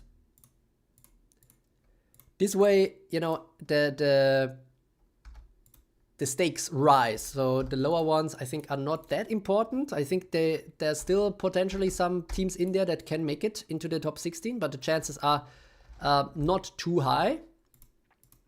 Although I'm not sure of the exact order here, but I just know that at the top of the table, we have the teams that have 0 losses so far. And as such, we will try to keep them there. Oh my god, I have to face Queen Guard again! With both of my teams, I had to face Archie's Queen Guard team. Oh my goodness. Alright. Ultra's Crisis Burn versus Exo Sneaky Freeze is there as well. We have Germany versus Vietnam battle in Zombrix versus Kuhaku. Natsume versus Cetrius Peribus, who has one of the undefeated teams. Then we have Anime Tuber versus Destroyer. And then we have yet another Indian battle. This time it is Focalors versus Anime Tuber. Cookery versus Poison.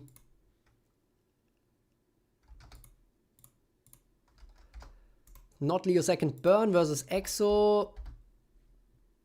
Norza MZ. Then we will have another North American showdown. This time it's Dizzy Wolf 2 versus Debuxy 1. Last time it was Dizzy Wolf 2 versus Debuxy 2. This one Debuxy took. So let's see if Dizzy Wolf can get the revenge here. Then we will see Rexy versus Player 345. Finland versus Germany in a European showdown. Apto versus Not Leo Second. Sleep versus Poison. Let's see if Apto's Sleep team can finally do something here. Nelson checked Needle Pest versus Sombrick Streamer. Nagi the Rizzler well, that one is already clear. So Linok gets the admin win here for no Eep 2.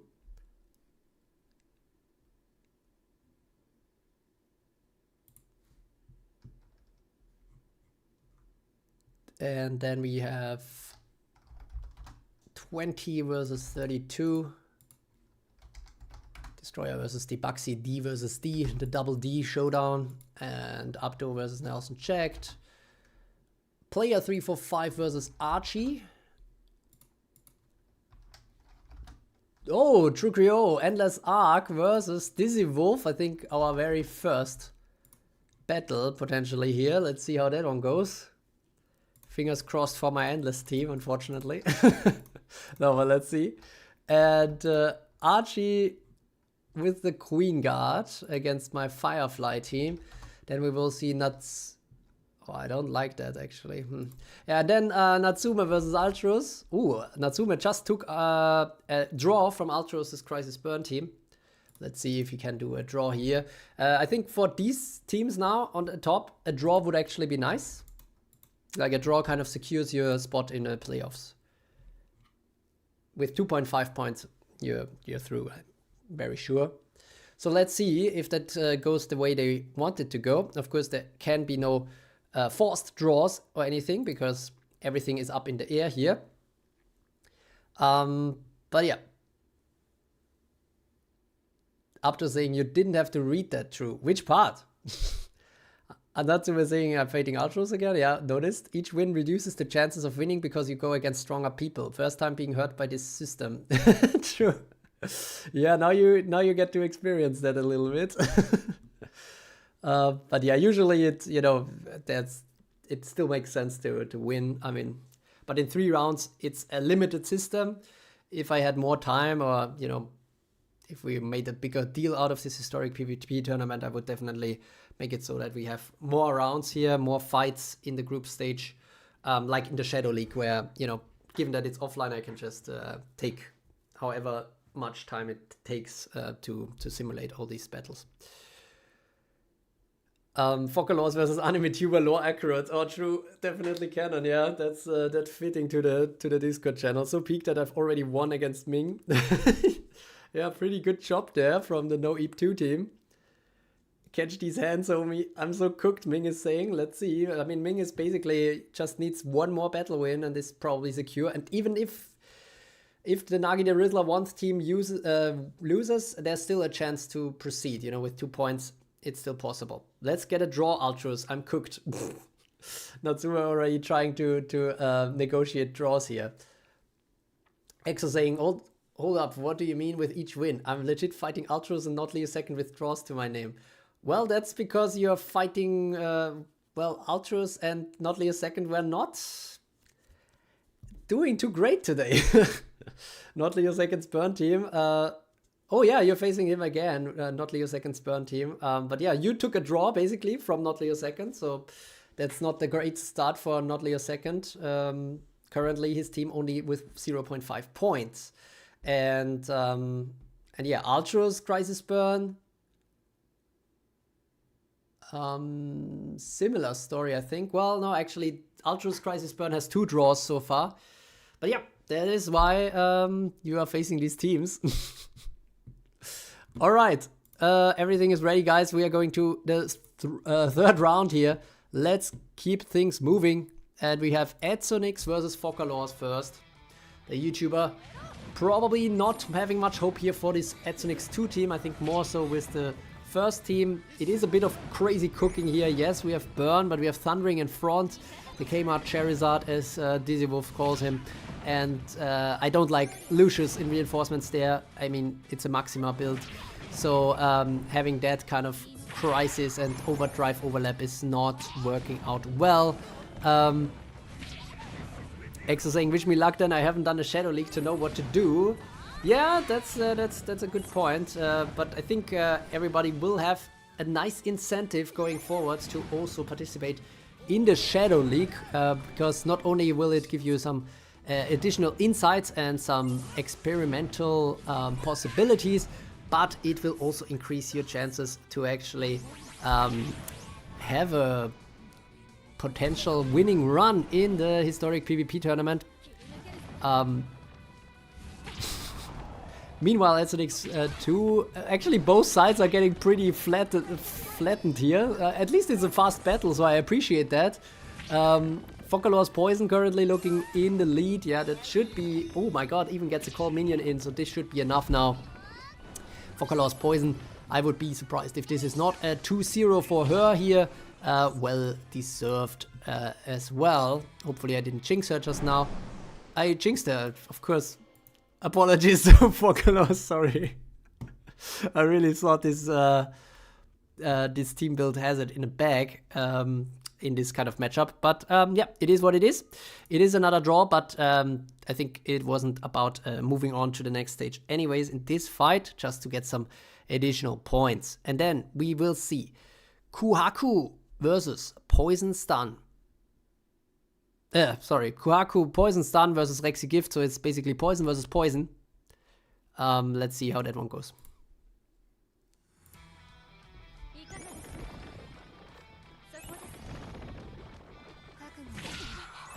So yeah, maybe while we watch this nice Poison showdown with 2 Dark Rizettes on both sides, with 2 Shiras on both sides, what do I mean by additional advantages participating in the Shadow League? So going forward, I was thinking a little bit about it. Actually, I could have implemented this already this time, but I thought it's too short notice, and I want to give everybody the chance to also get this kind of bonus. Basically, going forward, when we have Shadow Leagues, the top 2 teams at the end of the Shadow League. So Shadow League, as an explanation for those who don't know it, it's not a live stream, it's an offline tournament, so everything just gets simulated. Every team gets at least 24 battles, so every team gets the same number of battles in a Swiss system, and you basically see how it goes for your team.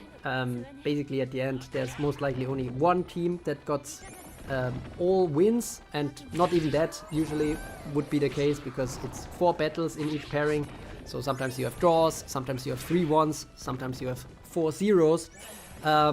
But what that means is basically, if you make it in a Shadow League into the top 2 going forward, your team that made it into these top 2 will automatically qualify for the next historic PvP tournament. Now granted, new units will come out in between, but still this means you can have more teams in the running and potentially have more chances to ultimately win the tournament, given that you can still submit 2 extra teams yourself additionally to any teams that qualified before.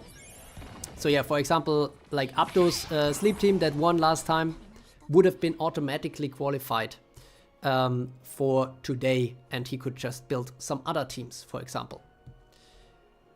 Alright, Kuhaku Poison Stun takes this first one. We will have another rematch to see if it's gonna be a draw. It is not a draw, so congratulations to Kuhaku. Rexy needs to take the L in this battle, and we move on straight away to Linux Ribombi 4 versus Etsonix 1.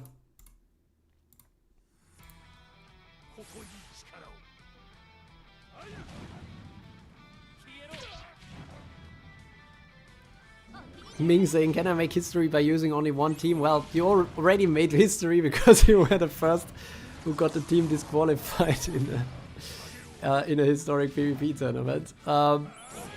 Extra teams, that doesn't mean anything, just losers. Nice. Would you be able to submit the team that was auto-submitted?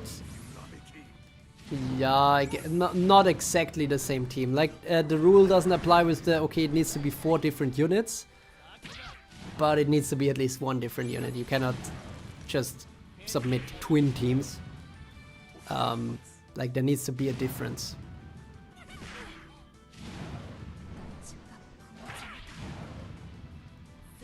Rebombi! Norza is going down here for Etsonix. And we have both Fornaxoses here on the side. But Linux has the advantage that his team is actually in crisis mode. Charge Flare is coming in, and Fornaxos is going down because Crisis Armor was not there. Attack 2 coming in here from the Flying Otter or whatever. And it's looking very good for Linux Ribombi here against Etsonix 1. Can Ribombi 4 potentially still qualify? I'm not sure right now, I don't have it in my head.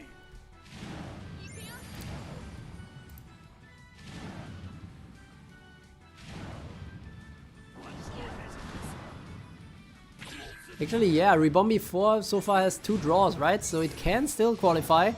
This is still a very important battle. Call minion, now Crisis. Mori Blaster, nice! But now a Brash Strike. Ooh, but that is still nice. And now actually, Kirin, who is gonna wake up Kirin? Crisis Frenzy! This is what I like about Crescent, my goodness! Pulled that off perfectly here, Linux. And let's see if he can take it to 2-0. He needs that second win. He needs the screen to turn red again to still have a chance to move on into the top 16, into the playoffs. And it does! Congratulations to Linux! And GG to Etsonix, who also built some nicer teams this time.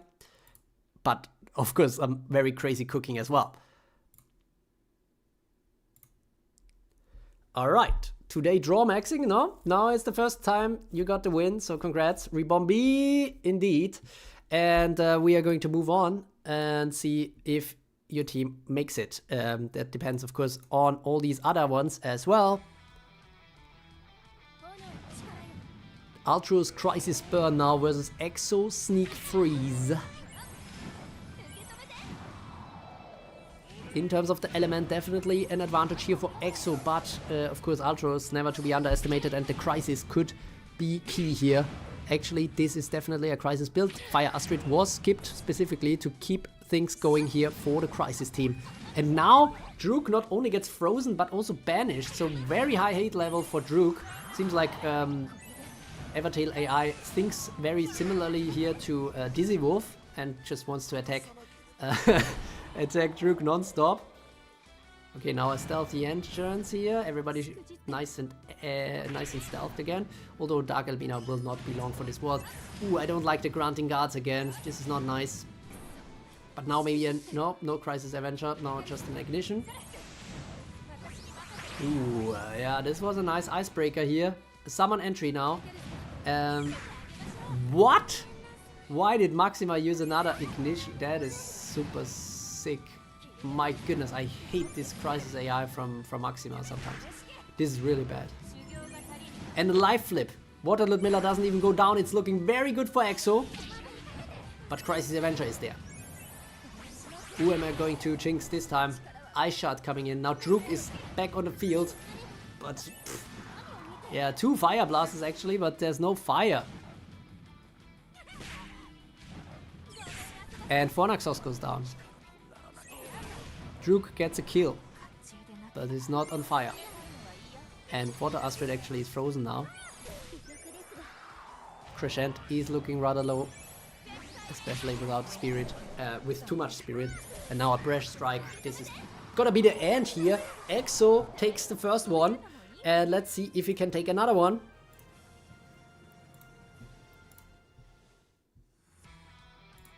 He can! Congratulations to Exo here on the win against Ultros, something that is not all that easy to do, as everybody knows who looks at the rankings. So congratulations, and we move on to Germany versus Vietnam. It's gonna be Sombrix versus Kuhaku. It's gonna be 2 stealth teams against each other, so that's gonna be interesting.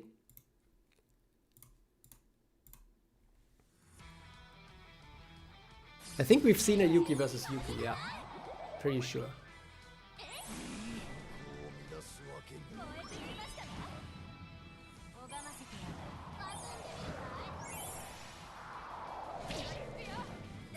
Lots of elo for me. Well, I mean, Buchholz maybe, you know, median Buchholz is the thing. Unfortunately, they don't have a standard Buchholz, which I would much prefer. Medium Buchholz, especially for 3 rounds, is kind of weird because it only looks at your medium opponent, basically, like the one in the middle of the pack. Like it disregards your strongest and your weakest opponents in terms of points, and then just gives you the points of the one in the middle. So yeah, I don't really like that, but yeah, unfortunately it's the only option here in challenge. Might need to check out another one, but I really like a challenge that, you know, you have all these, I can have the flag emojis and stuff like that. Really makes it look nicer.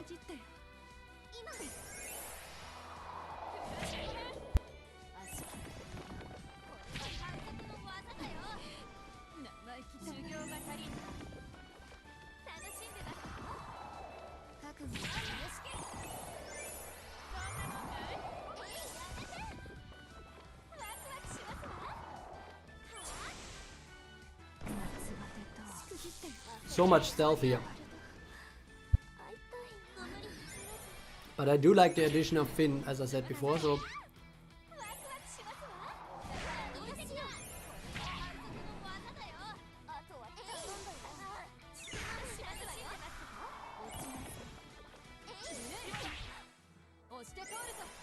Little bit unlucky there, the Dark Reset of Sombrix. But now, it seems like the luck has turned. She will take out Water Astrid most likely. Yes, she dies to the Super Poison, and now it's just Finn and Artimaya, but Finn and Artimaya still a good combo, but not against Light Ludmilla, I'm afraid.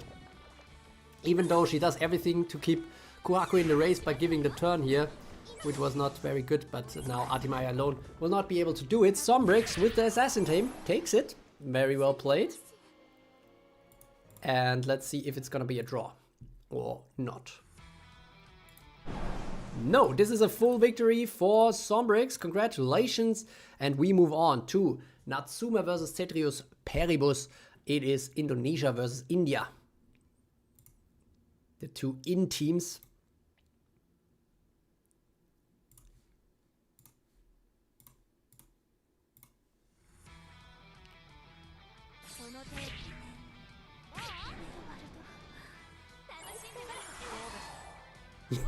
After saying I was gone for 15 minutes, how did we go from battle 43 to 58 already? Yeah, we're not that fast, but we are keeping a steady progress here. I mean, we're already losing the Asian crowd here from the live stream, and also I'm losing my chance to go to the gym today. So yeah, we're trying to go as fast as possible here. And for now we have here Poison versus Sleep stealth fight.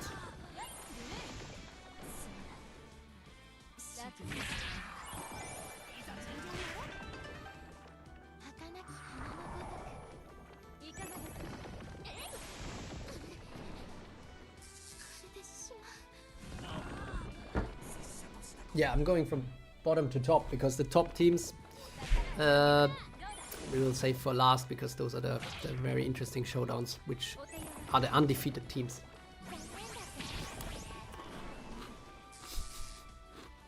Yeah, I'm very relatable, right? But I basically just started 2 weeks ago, so I really want to keep the momentum going. And I already basically skipped this week because I was so sick. So I really need to get going again.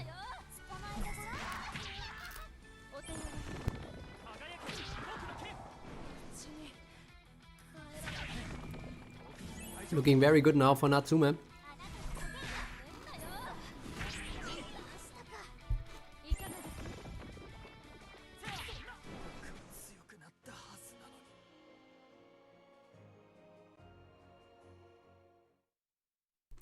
Natsume takes this. Can he take the win as well, or is it gonna be draw? It is a win. Congratulations to Natsume here. And I think Natsume is still in the race with another team as well, right? That is undefeated so far. So very good stuff here from Natsume today. And now we have Anime Tuber versus Destroyer. Both are sending their burn teams. So this could be interesting. True wants to go to the gym to become truly jacked, yeah. Kind of. I mean, I am already, you know. I'm just gonna say that because it's not like I'm showing myself anytime soon. Ming is saying, if I win, can I take Linux out for a date? Aww, that's cute.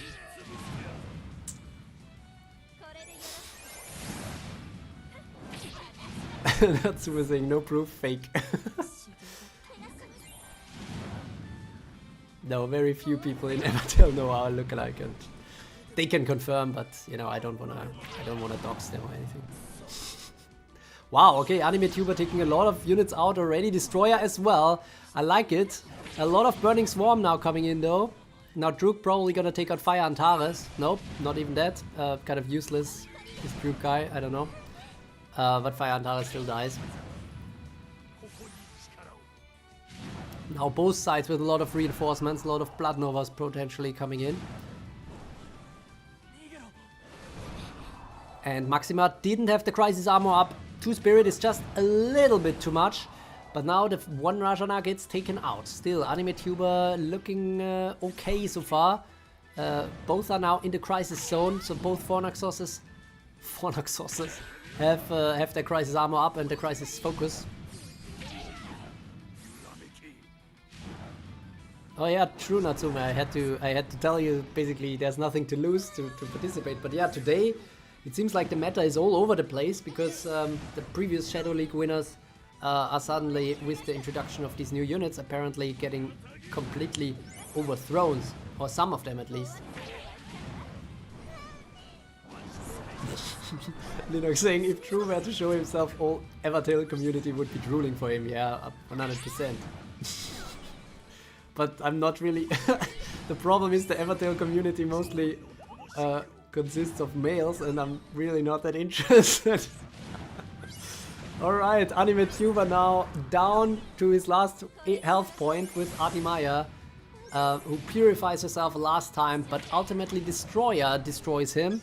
But this was pretty close. It could go other way as well, right? Let's see. Nope. This is a win for Destroyer's burn team. Destroyer also with a crazy track record. Also won a Shadow League. I think the Shadow League for August 2019 he won. And so not a big surprise there. But Anime Tuber straight away has another chance against another Indian team. Focalaw's Cookery. Let's see.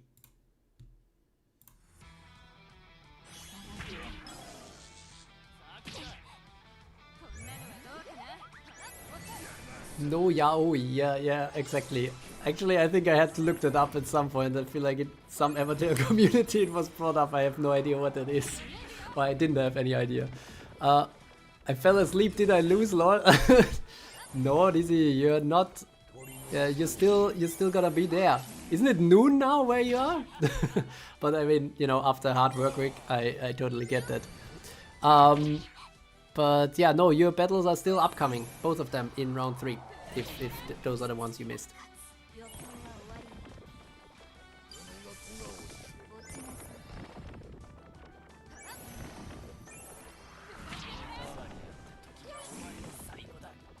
if I have money, I'll be Czech like Druke too. I don't I don't think those are necessarily very related.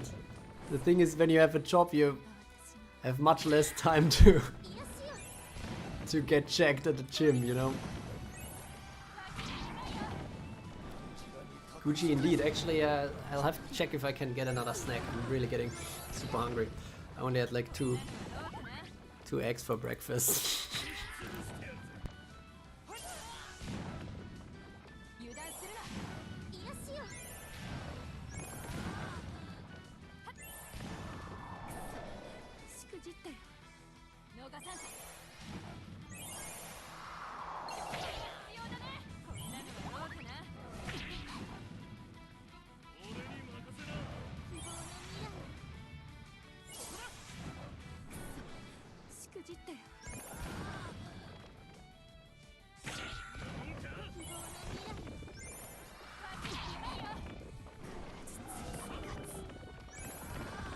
I'm gonna eat a little cheese snack here. How's the battle going? Anything cheesy happening? Focalor's cookery getting slapped a little bit. Seems like didn't cook with cheese here.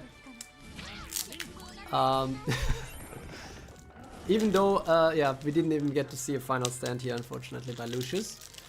But let's see if that is something AnimeTuber can repeat. He can repeat it, so Focalors unfortunately has to take the L in this one. But it was some crazy cookery for sure. Now, Exo, after taking out Ultros, can he also take out not Leo second? Let's see how it's gonna go.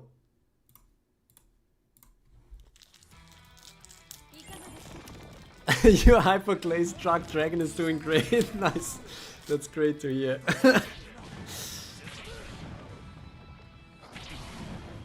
Fresh strike, okay, Norza here. It is a very interesting build here. I guess it's kind of poison stun, I suppose. And Norza and Shira both go down. It's a good start for not Leo's second here in this matchup. Even though Druke gets himself super poisoned here. And Yidariel is about to die.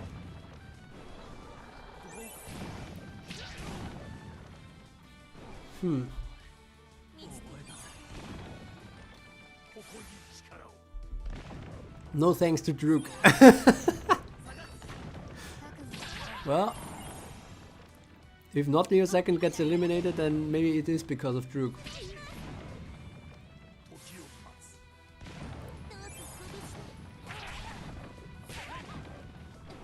Astrid is taking out. Somehow she was focused here instead of Druke, so that is nice news. It's looking better for Exo now. As long as the spirit is high. Okay, spirit will be low now. So Exo will struggle a little bit here. At least the super poison ignores the armor, so that's good.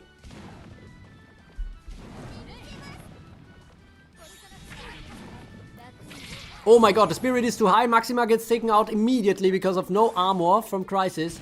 That's the thing. With AI, it's super difficult to stay there. And now it's just all to Fornaxos, who does another energy charge.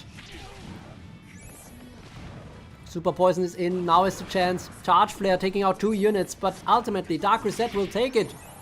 Exo takes the win. My goodness.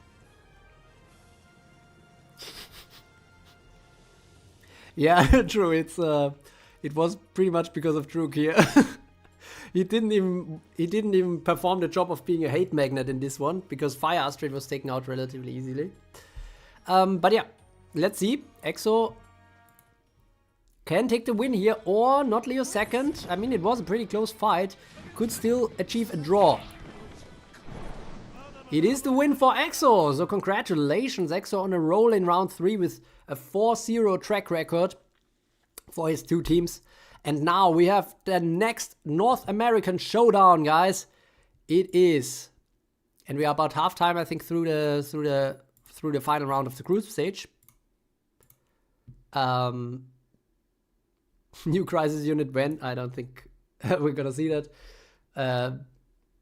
It's way too much spirit flowing around these days. All right. So this is what we have. We still have 11 more pairings to go. And the next one is none other Then, Dizzy Wolf versus Daybuxy, guys. It is the American showdown between the USA and Canada. Can Buxy do something? Okay, this was a very... try to come up with something there, but yeah. Let's see. Okay, we have Dizzy Wolf with the Poison Overdrive team, Poison Overdrive Stealth mix, I guess. And on the right hand side we have Poison Stun for Daybuxy, a classic build, something very similar to what I think fielded in manual PvP as well back then. Also with Artimaya and reinforcements, Light Ludmilla in front. Like you can see on the right basically all the units that I had back then, because those were the first 3 SSRs that I had. Light Ludmilla, well, Dark Rizette first, then Norza, and then Light Ludmilla.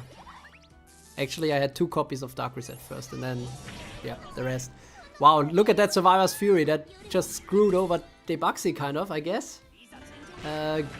Wasting that on a bunny, but this means Light Ludmilla is down now for Daybuxy, but Payback Stamp is coming in. Norza actually doing a good job here in this case. Looking better and better, but the Dream Hunter. But now I'm very afraid for Nagi. Nagi will not survive this. This is not good news here for Dizzy Wolf, who might be played dizzy here by Daybuxy so far. There's still 2 guards, but I mean, the only DPS left is Alice, I guess. And Alice is on the right as well.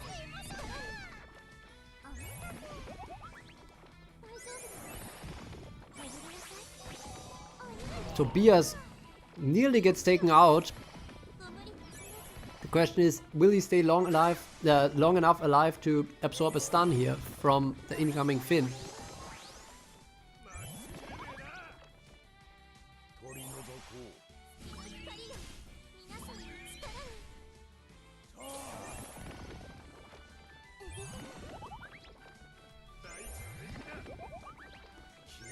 Alice not giving up yet. She actually has 2 rabbits now. Oh, what? Wait, what? What are the reinforcements right now for Dizzy Wolf? who is behind Alice? Oh, it's 2 rabbits, right? Wild. Oh my god. Dizzy Wolf is full defense now. He's just defending. Like Artimaya, everybody's purifying each other. Everybody's just healing each other. It's 2 guards protecting 1 supportive unit. Now maybe a sleep bomb. Yeah. Oh, okay, okay. This could be it now. Alice is back in the field. Alice needs to do something now. She gets quickened even. This could be the turnaround. Okay, this is crazy. Now it's actually getting close. Finn, unfortunately, forces sleep but has the hold ground. So it's a 2-sided coin here and is sleep immune now. And unfortunately, Alice falls asleep, gets purified again. So that is great. Now this next one should be sick. The next hunter here from Alice. Is Alice truly OP? What is Alice doing? Oh yeah, Alice does it. But now Finn is down. And this should be the end of the Antares Paladin. Oh my goodness, this was insane. What the hell just happened? This was the most... Oh my god, I never saw that coming. That's insane. Dizzy Wolf is goated indeed. What the hell did he just pull off? That was basically an Alice showcase here in this battle of why she is so high in the SSR World Rankings of September. I think she rose to the top 4 there or something. And this is basically showing you she knows what's up. She can carry alone with just some supporting and protection around her. This double Dream Hunter against 4 units basically. That was just sick. Chef's kiss here. Really great stuff that Dizzy Wolf brought us here. But Daybuxy could still come back. And this is gonna be her chance for a draw. And she takes the draw. But yeah, in general, I think this battle wasn't too important. I think also Dizzy Wolf and Daybuxy 2 both have 2 stronger teams higher up, that those battles will be more important against Destroyer and True. So yeah, Rexy Feuer versus Player 345 is next. So another Germany versus Finland battle. I feel like we had that before today. But maybe not. Let's see. Yeah, kind of anticlimactic when you get such a win and then it's a draw. But on the other hand, you know, sometimes it's like a fair.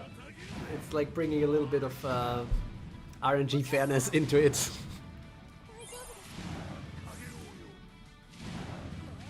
We have Drukes on both sides and Fire Astrids on both sides, so that's interesting. Fire versus fire here.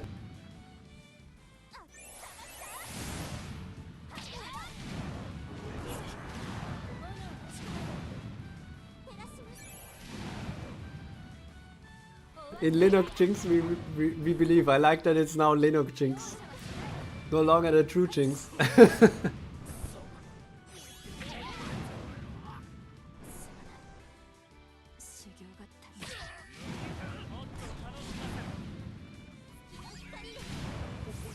Both teams now with Rajana up next in reinforcements.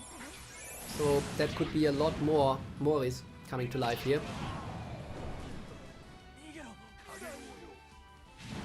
And my favorite Dark Dragon here, Crescent.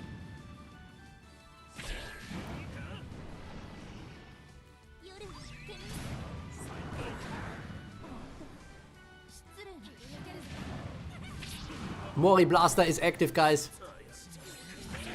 Crisis Avenger is active. I like player 345's position now much more.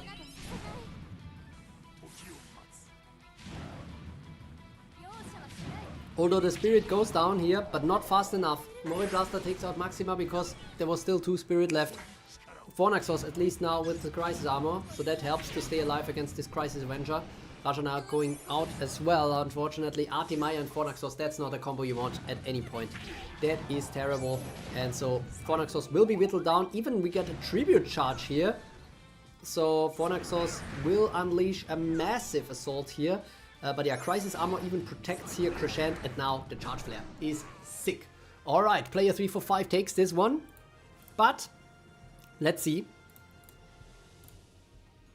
if it's gonna be another win. Yes, alright, it's a 2-0 here for player 345. So GG to Rexy and well played player 345. Let's see if it's enough to qualify. Once RNG is involved, no match is guaranteed unless the units has like a 2-year time difference. Yeah, well, I mean, there are constellations, you know, where I can run it probably 20 times and the same team is gonna win 20 times. But yeah, it's a bit about the probabilities, you know. Right now, I think we have a lot of battles where it's like 70-30 or something. So still probably the fair way to say, okay, let's do 2. That is fair for both sides, potentially.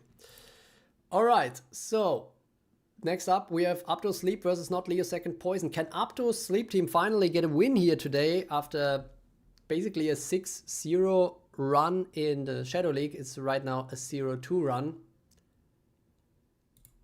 So that's the question. We will find out.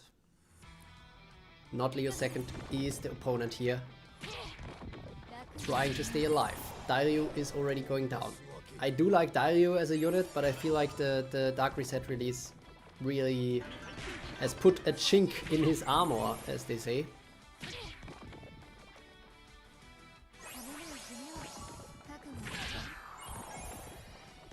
Eve's very low HP.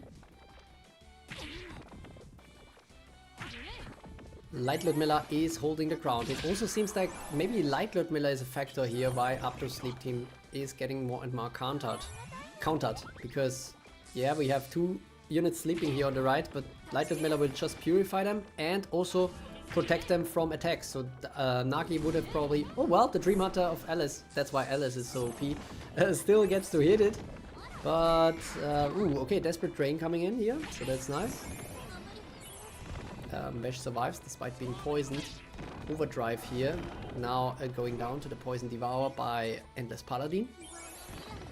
Dizzy Wolf saying Apto is too OP. Dream Hunter.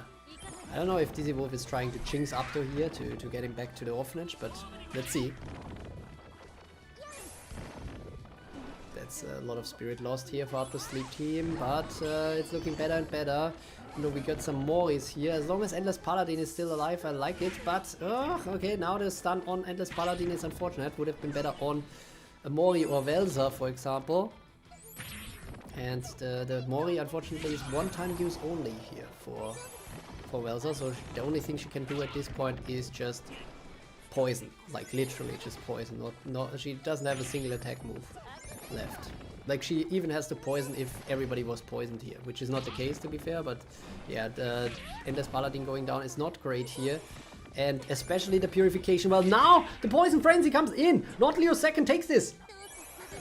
Wow, that was pretty sick.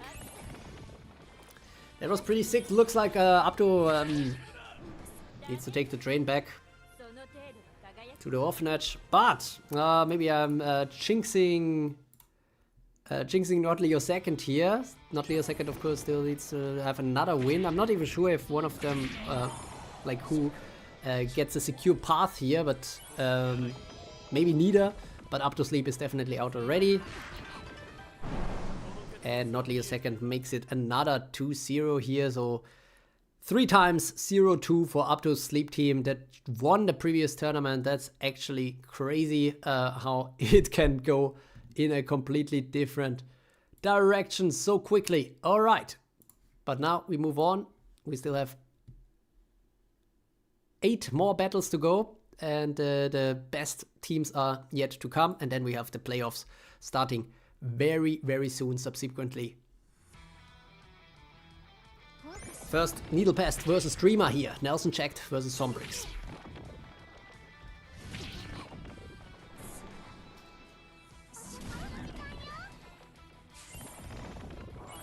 I'm thinking, what should I cook for dinner later? I could make myself some burgers, or I could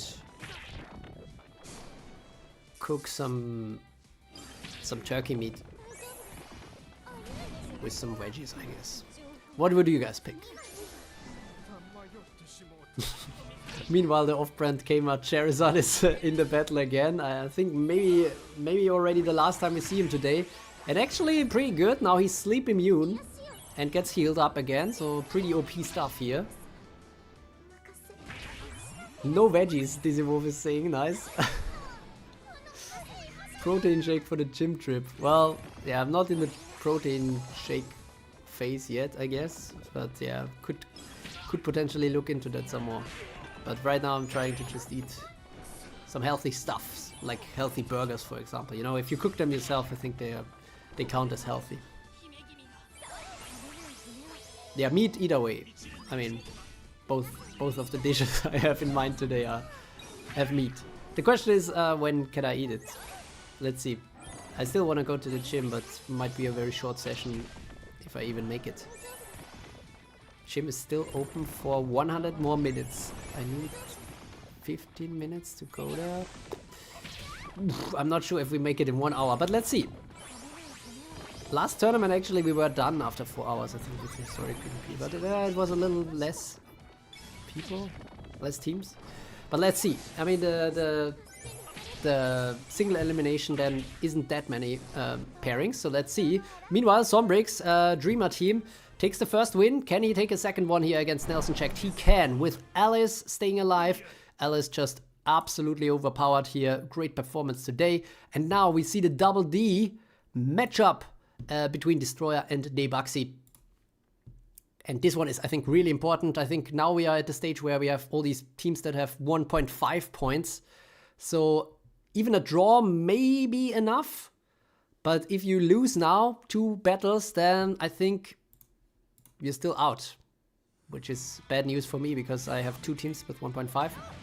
But also bad news, for, of course, for all these other teams. Let's see how it goes for Debuxy first and for Destroyer. Burger, because it has meat and veggie and bread. Yeah, I was thinking maybe, you know, I would just put some, yeah, meat, cheese, avocado, maybe also fried egg.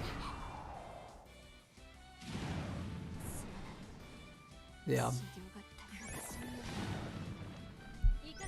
Debuxy loses cause Druke. Nice. Well, Maxima is already going down while Druke is still standing strong.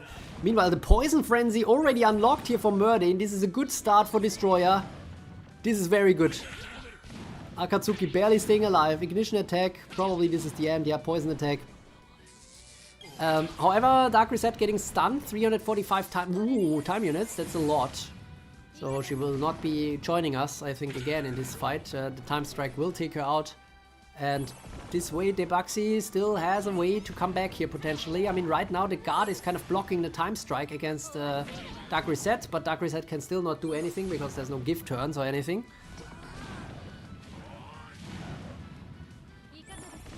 3x in a day, not healthy. Well, I don't know. I think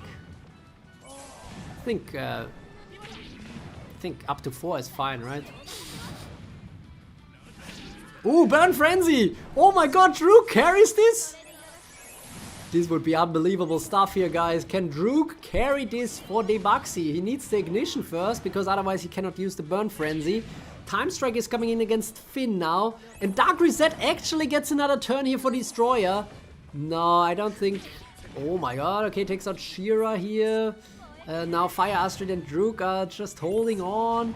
But Druke will die. Yeah, he will die next. But the question is, maybe Fire Astrid alone can carry it. Yeah, there we go, Druke is out. Fire Astrid alone, I don't think she can do it. Nah, this is looking good for the Destroyer here. But it is a very close fight, so even if... Well, now we have, yeah, great. Now we have all this back and forth. Oh my goodness. Of course. Oh, okay, finally. Okay, now Fire Astrid should die, I think. Yeah, this Poison Drain should be enough. Okay, it's not enough. But now the Desperate Drain is enough. Alright, Destroyer takes this one, but it was very close. Not a loop, luckily. And now we will have another one to see if Destroyer can actually secure a win here. Or if Debuxy still keeps her chances up here with a draw. It is Destroyer who destroys the hopes here of Debuxy, but still GG well played to the Canadian player from EA2. And now we will move on to the next fight. Less and less fights left, only 6-1 left at this point. It's gonna be Abdo Burn versus Nelson checked Haunch Room. So let's see how that one goes. No, the answer is no to Druke, I assume, or to 4x is okay. Druke, meanwhile, getting another ignition in, so Abdo also a Druke enjoyer. Meanwhile, Nelson Jack is more of a poison blood enjoyer in this fight, and as such takes out Fire Astrid. That was actually quite clutch. And meanwhile, Druke is pretty down on his luck as well. Ooh, Poison Frenzy already unlocked here from Merdain. This is a good start. However, Abdo can still turn this around, especially with Rajana looming in reinforcements here. This looks very good. More poison coming in though. Dizzy Wolf saying rip Abdo. Already opening up the welcome drinks, or I don't know what they have at the orphanage, but then again, maybe Abdo and Dizzy Wolf meet each other in the opposite directions, because Dizzy Wolf still has his chances, although Abdo still has his chances, of course, as well. So both still with teams in the running to get into the top 16. Charge Flare now coming in against Merdain, so that is unfortunate. So the Poison Frenzy days are over. The problem now is, oh, okay, lucky Poison Random hit here from Nelson checked, and Brash Strike from the Dragon. Unfortunately though, High Spirit, I don't like it on my Crescent here.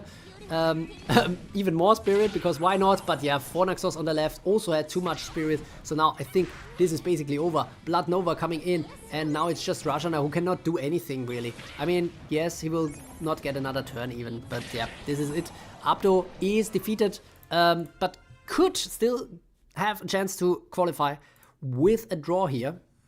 Let's see if he can do it. He cannot do it. It is Nelson checked with the Haunch Room team that is taking out Abdo here, I'm pretty sure. So that was very well played. Player 345 versus Archie is up next. So let's see how it goes for them. Archie still with 2 teams in the running. Player 345 potentially already qualified with firepower. I'm not sure.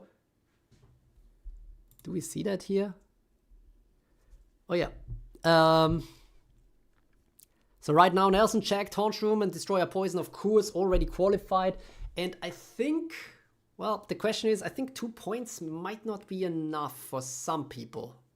How many? We have 5 more battles. Yeah, 5 more battles. So, well, 3 of them... Well, actually, 2 points might be exactly what is needed to qualify, now that I think about it. So, I think all these teams with 2 points, most likely, if I'm not wrong, are already qualified. So we have 13 teams that have potentially already qualified. Oh. No, actually, no. Never mind. Or could it be? Yeah. No, it's true, because the ones like Ultrus and Nagi the Rizzler are already in there, which means they are already, you know, they still have their matches coming, but I think only the next 2 potentially. But then again, maybe with some draws, we could see some changes. So no, actually the 2-pointers are not fully safe yet. But then again, if you are higher in this list, then you are safer. So let's see how it's gonna go. This means player 345 doesn't have a team yet in the top 16. And so he will need to face Gambit from Archie first. And hopefully take a win there to keep the hopes alive. Archie, on the other hand, with 2 teams. But also neither of them still already secure. So let's see how it's gonna go. Up to dropping from the top back with us. Reborn B4, clutch this, and Reborn B5 will happen. Ooh, we have a stealth versus stealth fight again here. Or, well, actually not really. It's just Water Ludmilla versus Water Ludmilla. And Water Ludmilla is staying alive here. And this will trigger the hold ground. And this will do the attack. Ooh, yeah, that's unfortunate. The stun hitting Water Ludmilla here. Well, no, that's okay. Shale is getting taken out. Okay. Archie's Gambit, okay, but Norza now with the Banish, I'm not sure, well, that could actually be good, because there was no Storm unit with him on the battlefield, and maybe the chances are better for that later. I'm not sure if I like that, if I would call that lucky, that hit, could be worse. Water Astrid getting stunned, oh. But yeah, these poison randoms are not gonna be very effective here against the stealth team, and the stealth ambush is real!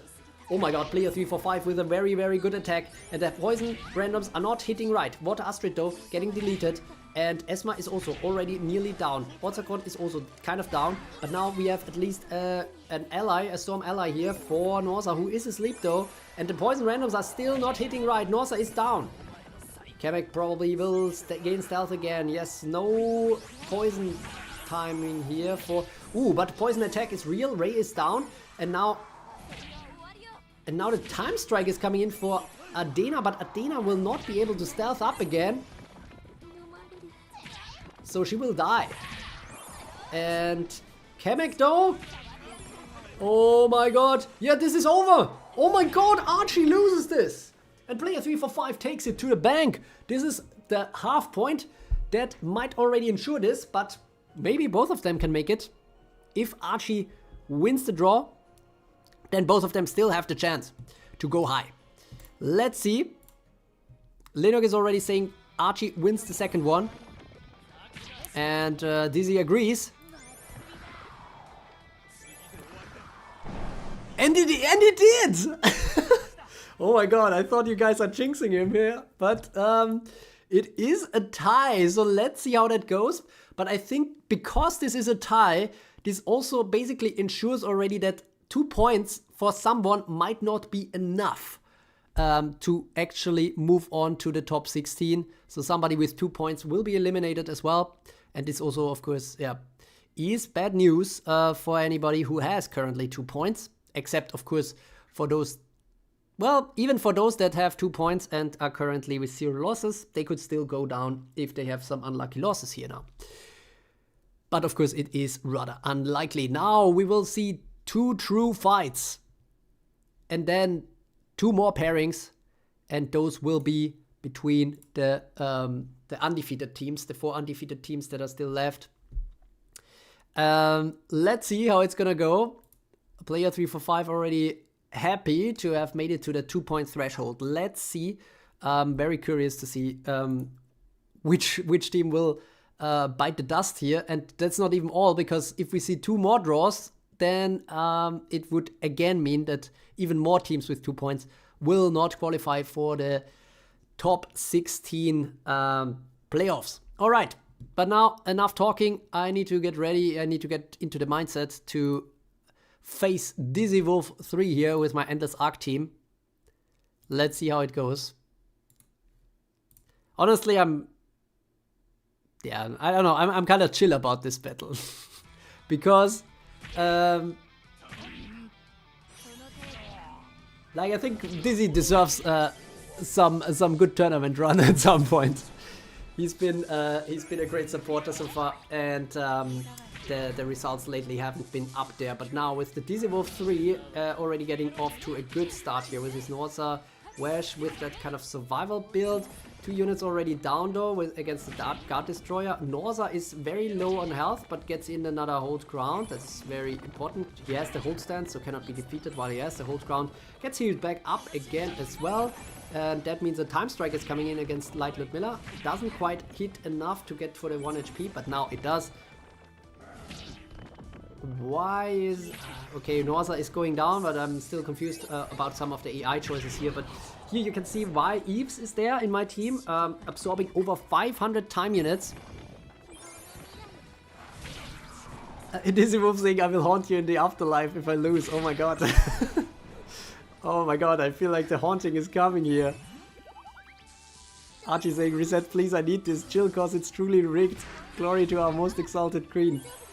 It's looking good right now for me, I have to say, but maybe I'm jinxing myself here. Then again, you know, there will be a second battle as well.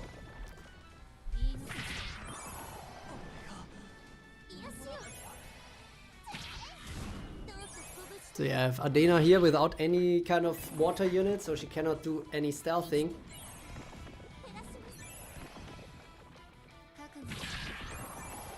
And now it's just Timaya. No, I don't think Dizzy can turn this around here, unfortunately. And I do mean that. But he can potentially still get the draw in the next fight. So let's see if that is something that can happen for Dizzy. Fingers crossed. Honestly, I'm already fine with half a point. I mean, obviously, some 2-point teams will also be eliminated, but let's see. Oh, but it's a similar start to before, I feel like. Let's see how it goes if we skip this one. Oh, man. Well, but GG to Dizzy. Really sad to see that. Also sad that I had to face you here. But yeah, still well played. Some good run with both of the teams, I think. Ultimately, both of them quite a decent track record, I think, today. And yeah, let's see how it goes next time. First, let's see another battle between True Creo and Archimedes. It's gonna be the Queen Guard again, which I faced before already with the Endless Arc, and that was a draw. Let's see how it's gonna go this time.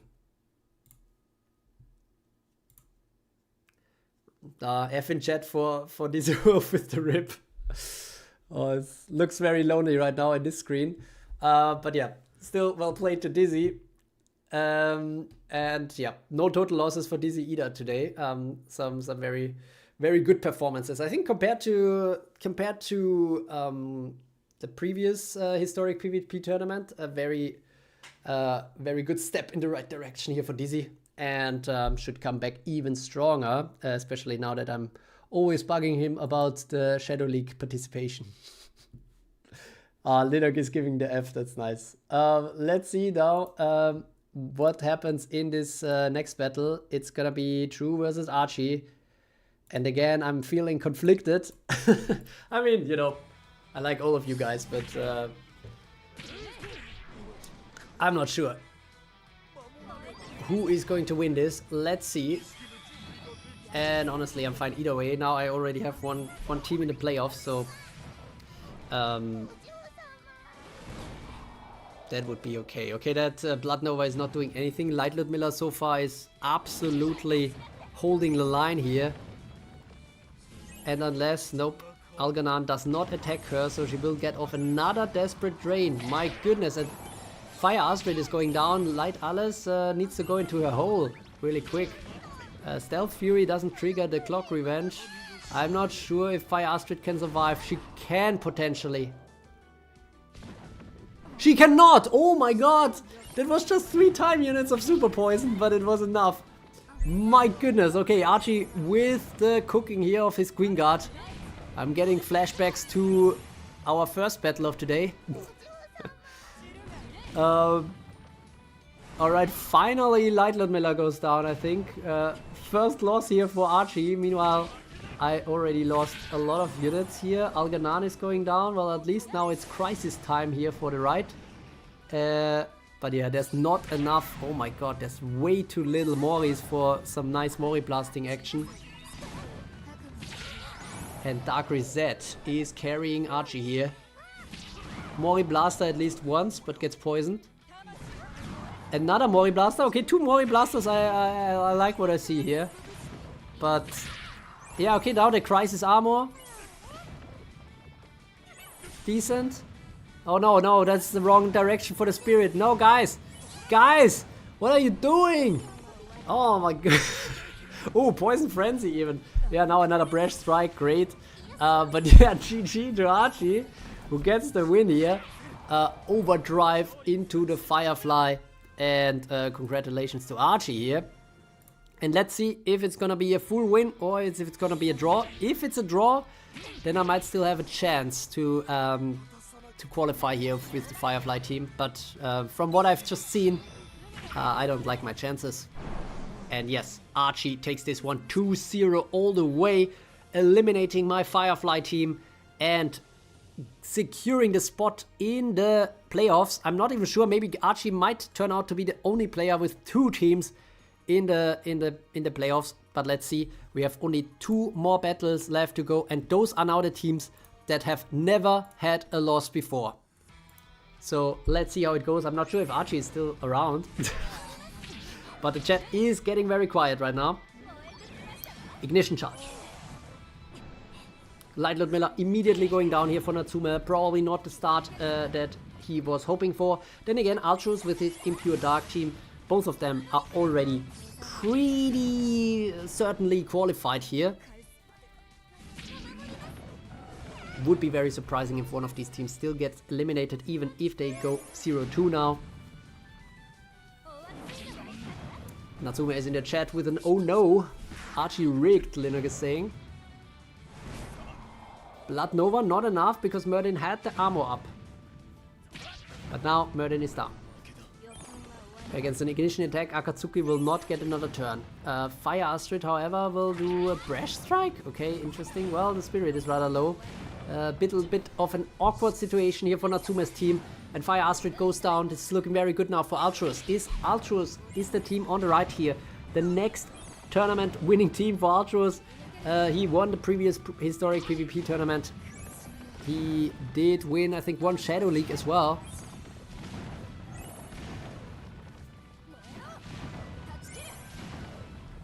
Exo saying I got 2 teams too, I think. Okay, well, I need to.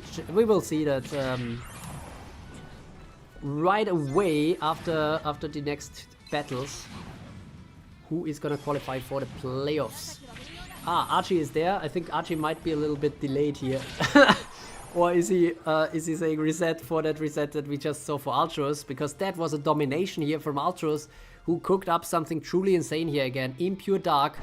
And that is a double victory for him. So undefeated, Ultros, Impure Dark. Only one other team can still do that, potentially. And that is either Nagi the Rizzler or Cetrius Peribus. Let's go into it, guys.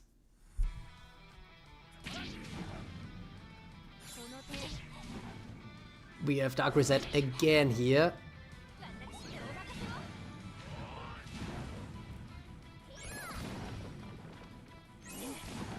Dairu taking out Light Ludmilla. That's a good start for Nagi, I would say. Not sure if Cetrius Peribus is still awake. Actually, not sure if either of them are still awake. That is getting rather late here in Asia. Not here in Asia, I'm not in Asia, but you know what I mean. 4 tournament wins incoming. Yeah, that's the big question, right? Still needs to make it to the KO phase, but it seems like Altruis came back to form just in time. As I said, the last two times in the Shadow League actually experimented. He experimented quite a bit and failed quite a bit. So unusually, we didn't see him very high up in these rankings for the Shadow League. But now we see it. Archie saying, if I get 2 teams, as long as I don't fight myself round 16, it will be a win since I'm aiming for round 8. Round 8. Well then, if you fight yourself, that's the only way to secure round 8, like round of 8, right? The quarterfinals. Ooh, okay, this is going very interesting. So Cetrius Peribus Burn team is a bit of an impure fire team, like Altruis actually made in the last tournament, in the last historic PvP tournament, and won that with. So it looks very good. Yeah, now it's over. My goodness, Cetrius Peribus here with the Burn team. That would be interesting. If that, I mean, right now, those are the top seeds, I guess. Cetrius Peribus and Altruis with their respective teams. And basically, Cetrius Peribus' team is seemingly heavily inspired by Altruis' last tournament winning team. So let's see if they face each other. But if Cetrius Peribus takes another win, then it will be secured that they can only meet each other in the finals. So let's see if Cetrius Peribus can take it all the way, or if Nagi the Rizzler can still make a draw happen here. He can make a draw happen, alright. So that will be very interesting, I guess. Let's see what that means now. Are you guys ready to see who moves on to the final 16? Like, we are going to go pretty quickly now in terms of who is going to win. And we will switch right over. Let's see who is actually gonna qualify. I think one team with 2 points will be eliminated. I'm not sure which it's gonna be. It's we have all these tie-breaking rules. So the system basically will tell us, and one player might have some bad luck and still get eliminated despite having a good run in this group phase. Could be anyone here with 2 points or more. Let's switch over, guys. Are you guys ready to see the big reveal? Very quiet in the chat. I don't know if I should take that as a yes. But yeah, then I will switch over. Let's see who unfortunately didn't make it and who did make it with which seed.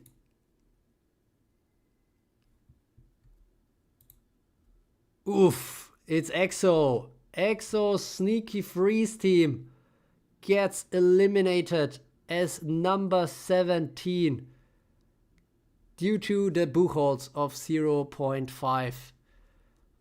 My goodness.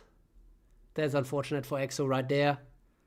But in the end, it's only 16 teams that can move on. And in this case, it is the 16 teams you see right here. It is Archie with 2 teams. And everybody else, I think, only has 1 team. No, Destroyer also with 2 teams. My goodness. Destroyer and Archie here on the destroying path. Altruis, of course, the only team that got 6 wins in the group phase. So is seeded number 1. Nagi the Rizzler is seeded number 2. Trukrio Endless Arc is seeded number 3. And oh my god, we got a great donation here by Dizzy Wolf in the chat. $20. Much appreciated, man. This is basically already, you know, quadruple, I think, or maybe 10 times as much as the ads bring in on these streams. So massive W's in the chat for Dizzy Wolf here for that huge support. Much appreciated, Dizzy Wolf. Glad you could stop by again. And yeah, looking forward to our future tournaments, and you know, we will we will make sure that the historic performances are gonna continue in that upwards way. So yeah, thanks a lot to DC Wolf for that huge support. And yes, so let's see. Oh, actually the chat looks a little, maybe let's do it like this. So, all right, Archie is saying nerfs. EXO is like, EXO is really faulted by the system here, but yeah, one guy unfortunately has to take the L here, and it seems like it's gonna be EXO this time. Let's see, what else do we have in the chat here? I feel like I missed something. Player 3 for 5 thing, nice, I made it. This time going deeper again. Natsume saying, sorry EXO, it's either you or me. And oh, how did Natsume know that? Or was that after the reveal, I guess? Yeah. So yeah, Natsume barely made it ahead of EXO here. With the seed number 16, that means though that Natsume will have to face Ultra's Impure Dark. Actually, Natsume also has 2 teams. Oh my goodness, guys, what are you cooking? Wow. We have 3 players with 2 teams here in the top 16. That's insane. Archie saying, all right, may the RNG gods be in my favor and only mine. Well, I'm surprised I even make it that far. Ming is actually very high here, seed number 2. I already caused 5 last night. I'm not allowed to anymore. Wait, caused draws or what? Yeah. Ain't no way both of my 15-minute teams are here. Yeah, that's some crazy cooking that that Archie delivered here. But yeah, we have quite a few more teams that didn't quite make it barely. So it's my Firefly team here. We have Abdo's Burn team with 1.5 points. Not Leo Second's Poison team. Debuxy 2, Dizzy Wolf 3, Focalors, Poison, Edsonix 2, EXO, Norza MC. So EXO with 2 teams. Very close to the cutoff here. And player 3 for 5 with the firepower. Any other teams are rather more clearly not qualified. But yeah, those were the teams that came pretty close here. Yeah, quite unfortunate for those who have to leave us. But let's try to quickly make it here. Oh, I need to finish the group stage, I guess. And yeah, now we can move to the single elimination. There will be no more draws because we just have 1 battle and that will be decisive. Let's see, start the final stage.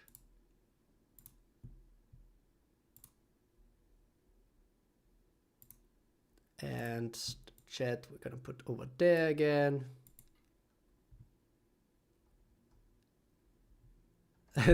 Dizzy Wolf caused an earthquake. Oh, that's why.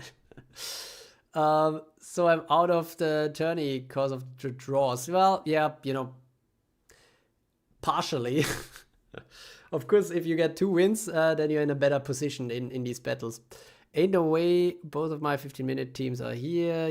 Wait, that's still the old chat. I feel like this is a little delayed here right now. You'll arrive again in the rankings, Dizzy Wolf. I'll pick you up on the orphanage. First battle in and I'm fighting the final boss. Yes. Well, you have 2 teams, so chances are you're gonna fight him. And Ultros actually only has 1 team this time. Archie is saying me and 3 for 5 going toe-to-toe recently. I want to stay till the end, but I also want to continue watching the OG Pokemon Indigo League. I don't know what that is, but I understand the struggle to decide between the 2. All right. I think this is ready, basically.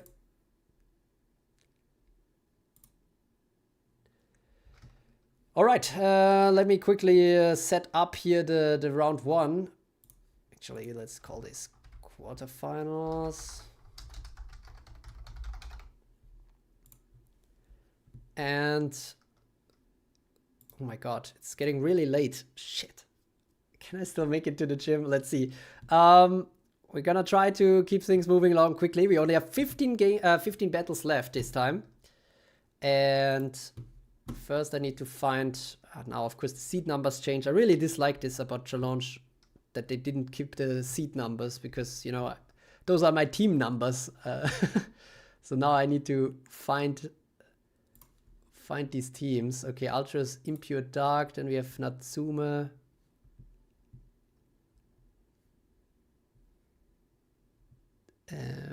Natsume Team 1, where is it?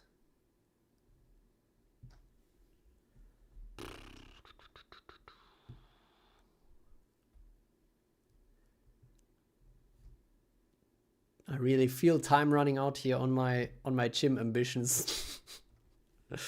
Where's Natsume hiding? Oh, here. No. That's Natsume Team 2. Ah, here, Natsume Team 1. Okay. Then we have Ribombi 4. Where do we have you? Man, this is really difficult to find. We have so many teams today. Maybe I should just delete the ones that are out. Nah. Oh, yes, actually I'm gonna do that. Wait a second, guys, sorry.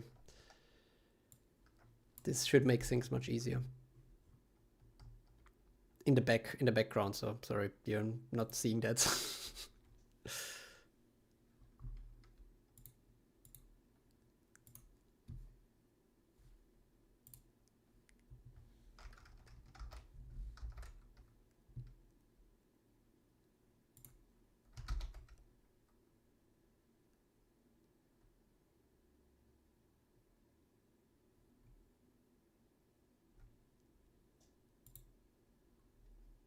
All right, let's see. So we still have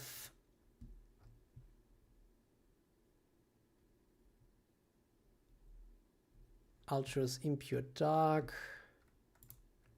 We have Natsume Team 1 and Natsume Team 2. We have both of the Archie builds. Let me see. Archie and Archie. And then we have both of the Destroyer builds. Where do we have the Destroyer builds? Destroyer Burn.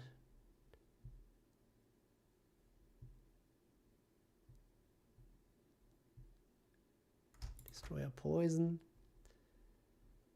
And then we have the Nelson checked Haunt Room. We have Kuhaku Poison Stun. We have Druke Endless Arc. Player 3, 4, 5, 2 Stealthy. Cetrius Peribus Burn. Anime Tuber Poison. And Sombrix Assassin.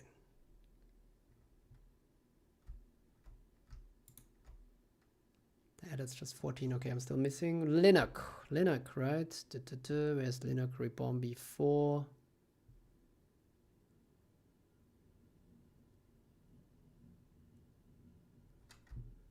Here it is, and Nagi the Rizzler. Once.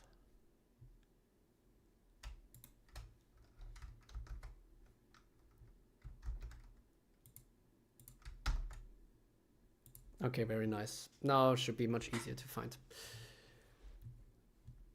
Actually, I'm gonna quickly change the seeds here as well, so it's even easier. 1 for Ultras, 16 for Natsume Team 1, 13 for Natsume Team 2.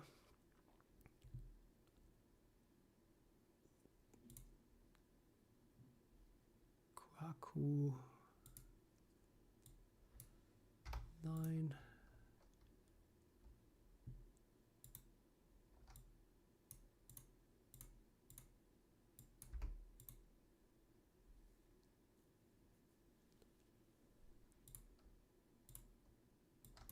I hope you guys are still there.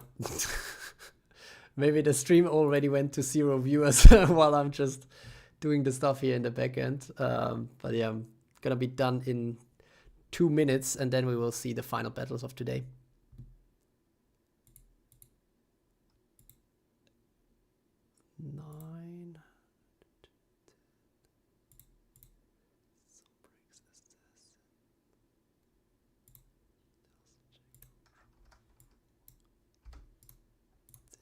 Peribus, burn.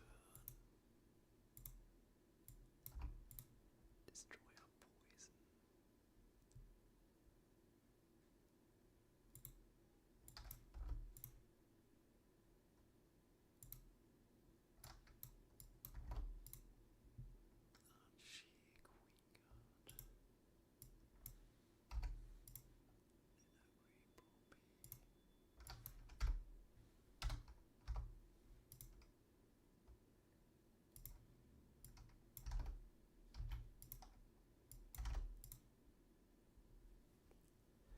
All right, good.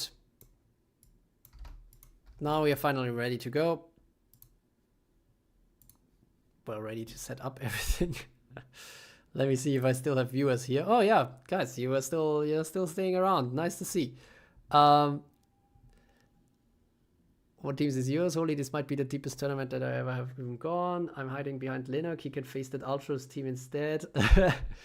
Wait, what the fuck? How did Rebombi get in there? I just noticed. Worry most Natsume, for I won't even have the Discord of fighting Ultras, dying to Kuhaku. So many poison teams. Oh, true, actually. The one team is mine. DC Wolf, I don't know if I can leave now. Linux needs my support.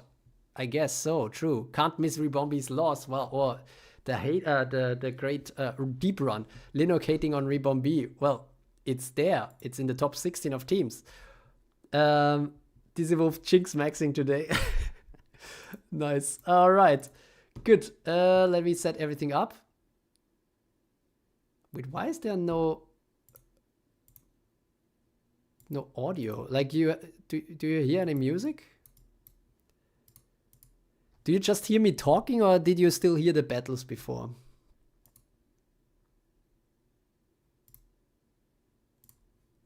Huh. It's a strange.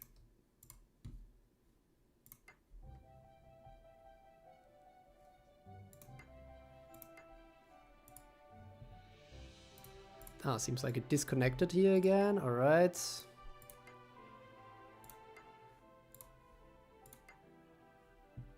Let's see. Okay, so it will be Ultras versus Natsume first. Then we will see Linux versus Kohaku. Then we will see Nelson checked versus Natsume. So 2 Natsumes in the upper brackets here. There's not going to be a chance for Natsume versus Natsume in the finals. There is a chance, however, for Archie versus Archie in the finals. Also no chance for Destroyer, because Destroyer would meet each other in the quarterfinals even already.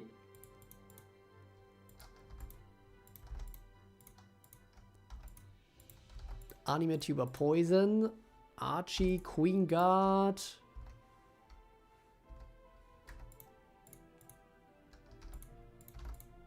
Oh my god, I'm getting flashbacks right now. I feel like I had already the seed 3 in the first tournament of the historic PvP, the first one I participated in.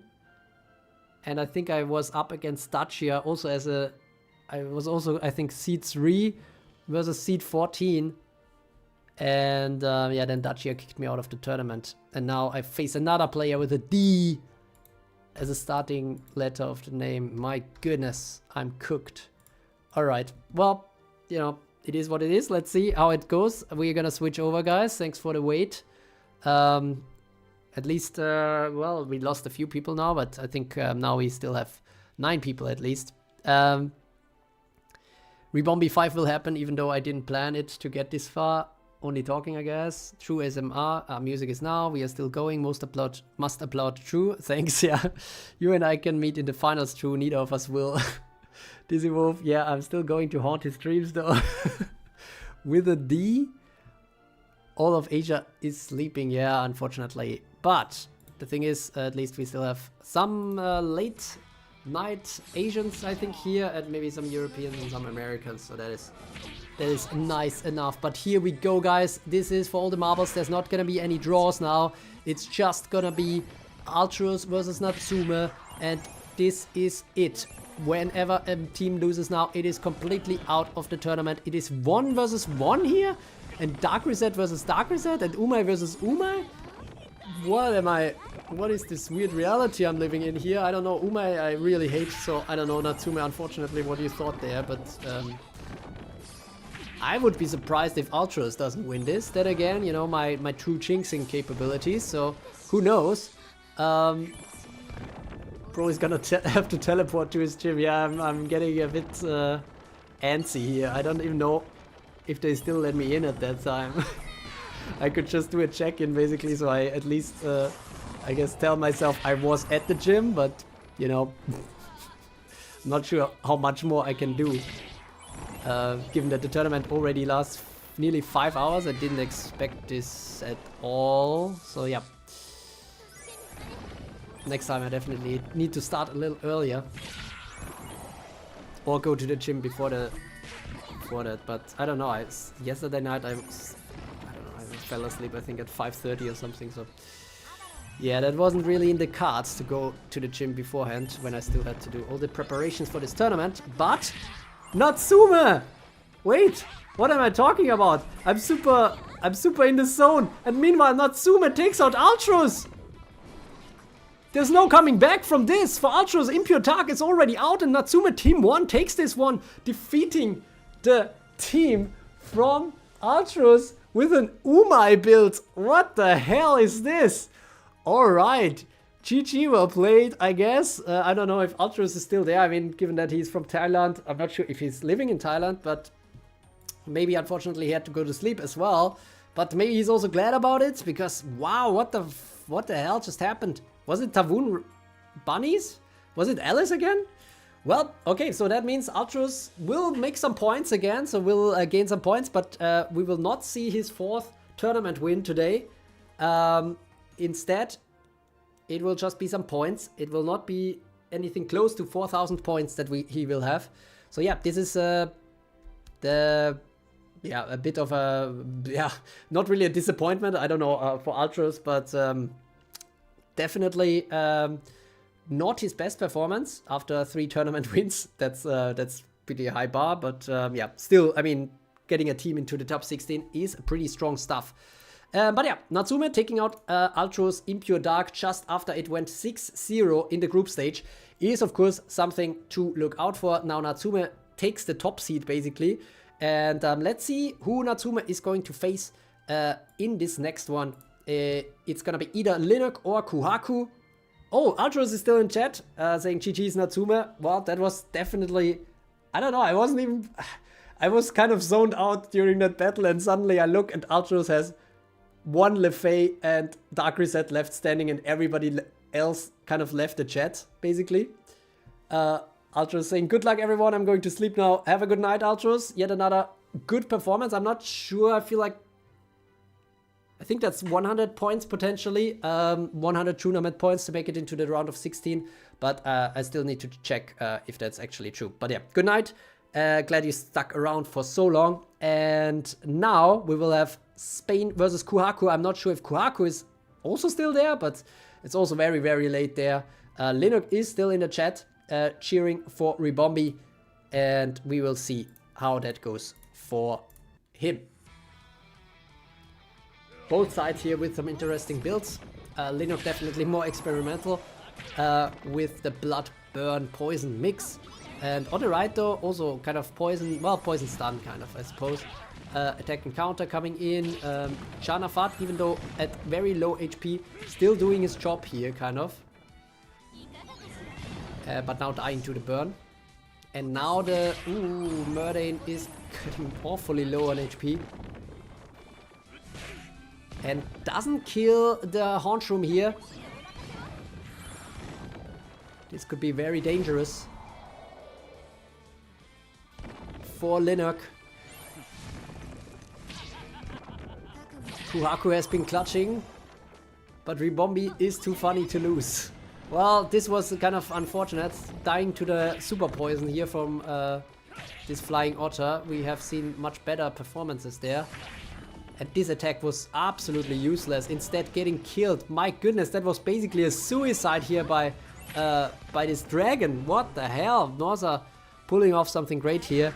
But now finally dying. The hate level just a little too high. Hola, Salome. Welcome, welcome. Kohaku has been clutching indeed, and it looks like he will clutch again. Unless the Fornaxos can turn something around, but even my dragon here is just too high spirit, and there's not enough Moris here. Would be nice to have Alganan now in the team of Linux. Well, okay, now, never mind, I take it back. We have some Moris now, and so we will have a Mori Blaster coming in at least, but we have 2 guards for Kohaku here. At least Light Ludmilla dies to the burn, so that is nice. But Fire Astrid even gets stunned, which is super unfortunate, because if she was burning, she wouldn't get stunned. And now there's not much left to do. Yeah, I don't see any way back here, unfortunately, for Linux. Kohaku is somebody to watch out for, we already know. And now is the chance, I guess, for Kohaku to make up some points to Ultruus. Kohaku with the 2nd place in the last tournament in his very first one, and aiming to go high again. So yeah, unfortunately, GG to Linux. And even though DC Wolf tried reverse jinxing it, but it did not work. I think we need to do the reverse jinx potentially to have that work. It's like an on and off performance today. But yeah, congrats anyways, Linux, to making it even into the top 16. That is not something most teams can say. It's 42 teams today and only 16 made it even this far. So that is quite a performance, and now we will see Natsume Kohaku later. But first, we will have Nelson check versus Natsume. Will Natsume go with 2 teams into the quarterfinals? That is that is the big question right now. And here we go. Kohaku takes this. Archie, I think if you hear this, I think you might be 1 minute behind in the live or something. Potentially. Kohaku might actually be the real final boss. Ooh, Natsume facing a lot of real final bosses today. And DC Wolf saying a jinx within another jinx. Jinxception. Yeah, exactly. That's what I'm talking about. You just need to find the right jinx moment, you know. Otherwise, you go insane in the jinxception world. Linux saying, but hey, more points than the tournaments. 7 tournaments ago, so I will climb ranks. Oh my goodness, Natsume meanwhile loses 2 units against this weird poison blood team that Nelson checked cooked up here for us.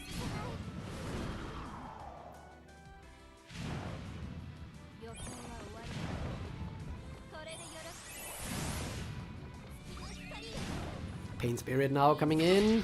Nice. Akatsuki gets taken out by Dark Rizette. This is also something that is much more open today. Which team type will ultimately win? I think all kinds of team types are still represented.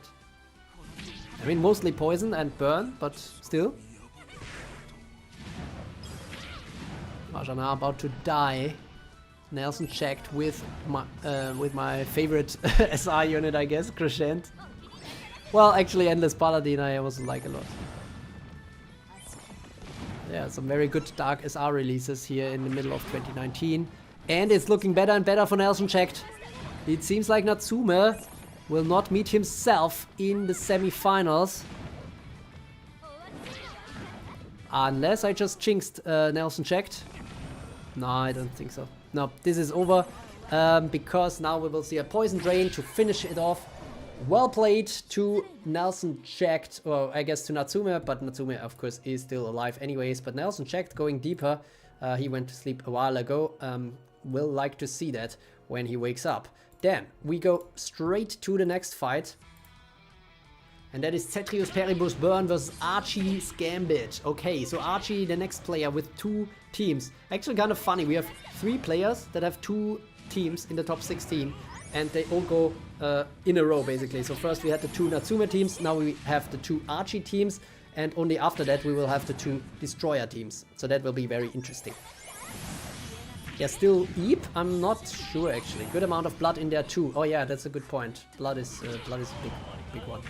I'm not sure if there's sleep. I feel like there's some stealth. I mean, you can see the Gambit right now on the field by Archie, which is a little bit, which is of course a wild Gambit in general because it's very unclear what it is. Okay, Norza is going down here. Cetrius Paribus Burn is having a good performance so far. High seed for a reason here in this round of 16.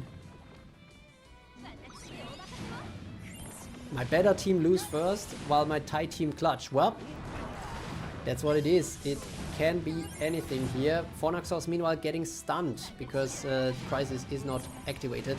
And it's actually far from activated here, so it's maybe actually a good thing for him to be stunned.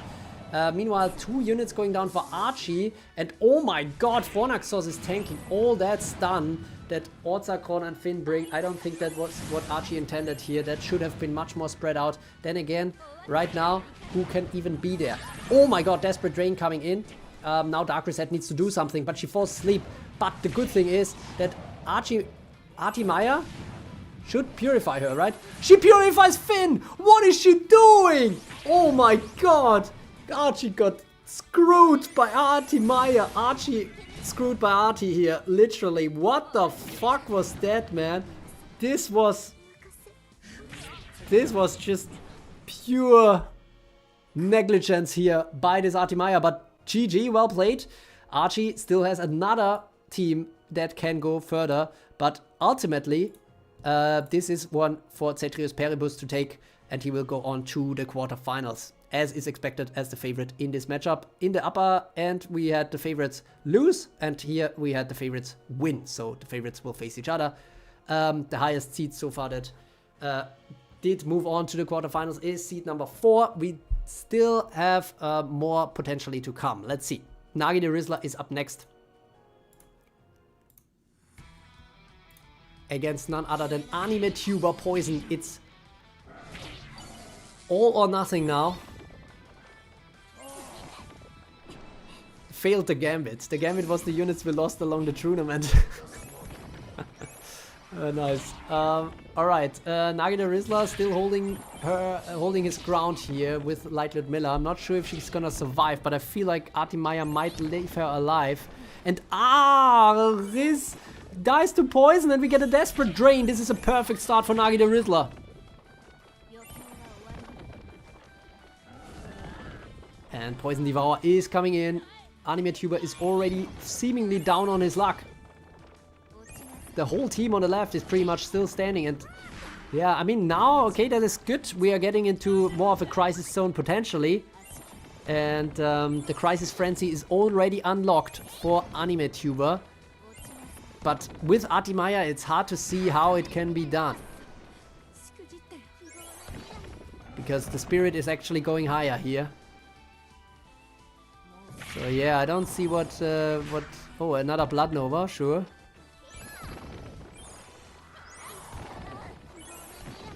But yeah, the spirit is rising too much. Salome is saying Eternal Reset, Endless Reset is anybody else. It's better than anybody else, I assume. Ooh, and the Stealth Fury hits.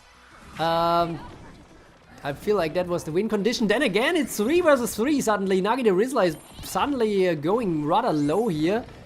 Okay, guarding comes on. The Stealth Fury gets blocked by the Mori. This might be the decisive factor here, but then again, I don't think the Dr. Octopus aka Dagarosa can come back here. And Nagi the Rizzler ultimately takes it anyways, but that was closer than expected, I have to say. But yeah, GG to Anime Tuber, but Nagi the Rizzler is the one who is going to move on. Yeah, Abdo, better just watch what you missed without spoilers. And then that means we have seed number 2 also moving on as our new top seed, since Ultrus was defeated in an upset by Natsume. And now Archie will have his second chance to go into the quarterfinals. Only 3 spots left there, and it is up against none other than player 345, an absolute top player in these tournament series. But yeah, Archie will have to face him now. Let's see how it goes for both of them. Here we go. They are both running stealth. So both of them have Water Ludmilla. Both of them have Kamek here. Archie with a little bit of a shake-up with Dark Rizette. Light Ludmilla is there on the left as well. Full embrace here from player 345 for stealth. I do like to see Adena here in reinforcements. Meanwhile, Water Ludmilla goes down. Kamek gets stunned. We have another Stealth Fury against the Storm unit. It's very effective. But now, Light Ludmilla gets banished. But she will be back. She will be back at the end to potentially save the day, I guess. But right now, of course, it's not looking like it's saving the day. Archie losing a lot of units here. Merdain without getting a single turn. Then again, Water Astrid is going down. And Dark Rizette is still alive. A poison attack by Kamek is nice because this means Esma is dead now. Will die to the poison drain of Dark Rizette. Oh my god, she's just barely survived, but the poison is low, and Dark Rizette is now on super low HP, but somehow still there, still standing, but now she's dead. Oh my goodness, this is a very close fight now. Archie, you made really good name for your team, Natsume is saying. Archie saying, I had my other chance to reach my victory condition. Yep, very, very good stuff. Well, victory condition is very high, round of 8. Is of course something very exclusive when there's 42 teams, much more than last time.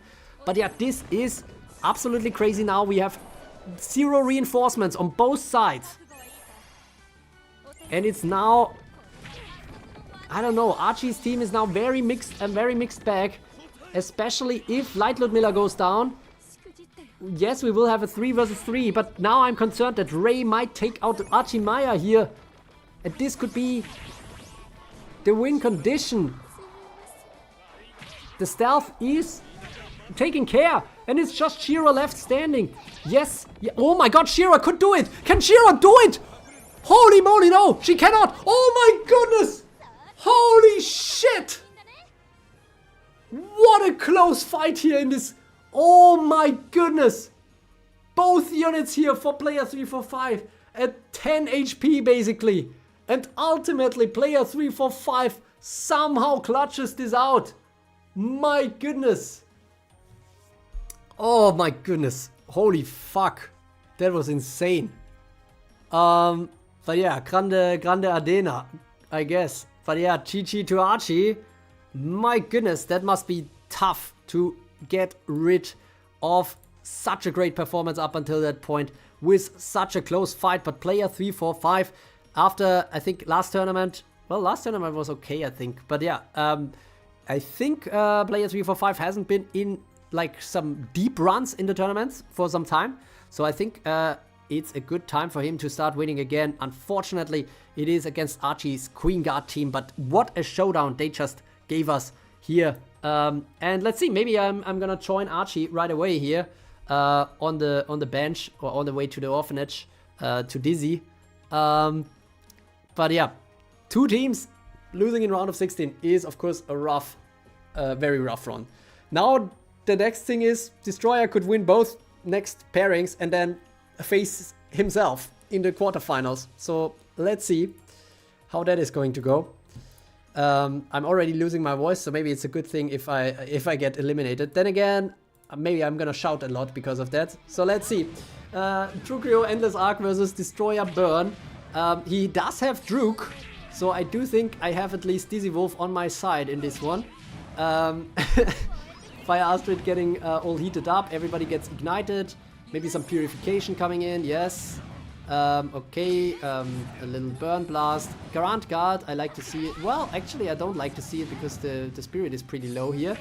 Guard Destroyer is unfortunately not enough to take out Maxima in this case because of that super high Crisis Armor. And now a Crisis Avenger. Somehow my Rizette stays alive, but not long enough.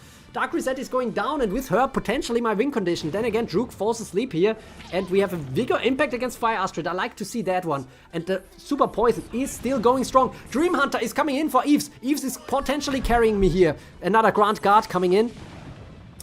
When is Maxima going to die? Or Antares? They should die to the Super Poison. Even though Dark Rizette is gone, they should... Oh my god, she does the Crisis Avenger before she dies! My goodness, taking out my chances here. And now it's kind of over, I think. What the fuck is this? There's so many reinforcements now, so many Moris to get rid of. And yes, at least I still have 2 water units. I do have Finn, who isn't that great against this poison thing. But also the Crisis thing is still there. And Akatsuki gets another turn, unfortunately, before dying. Another Grand Guard is coming in. Adena now. Adena could do it. She can. Oh my god. She ignores the guard. And that is potentially my win condition here. No chance for Fire Antares now. Holy moly. What the fuck? I already gave up on this fight.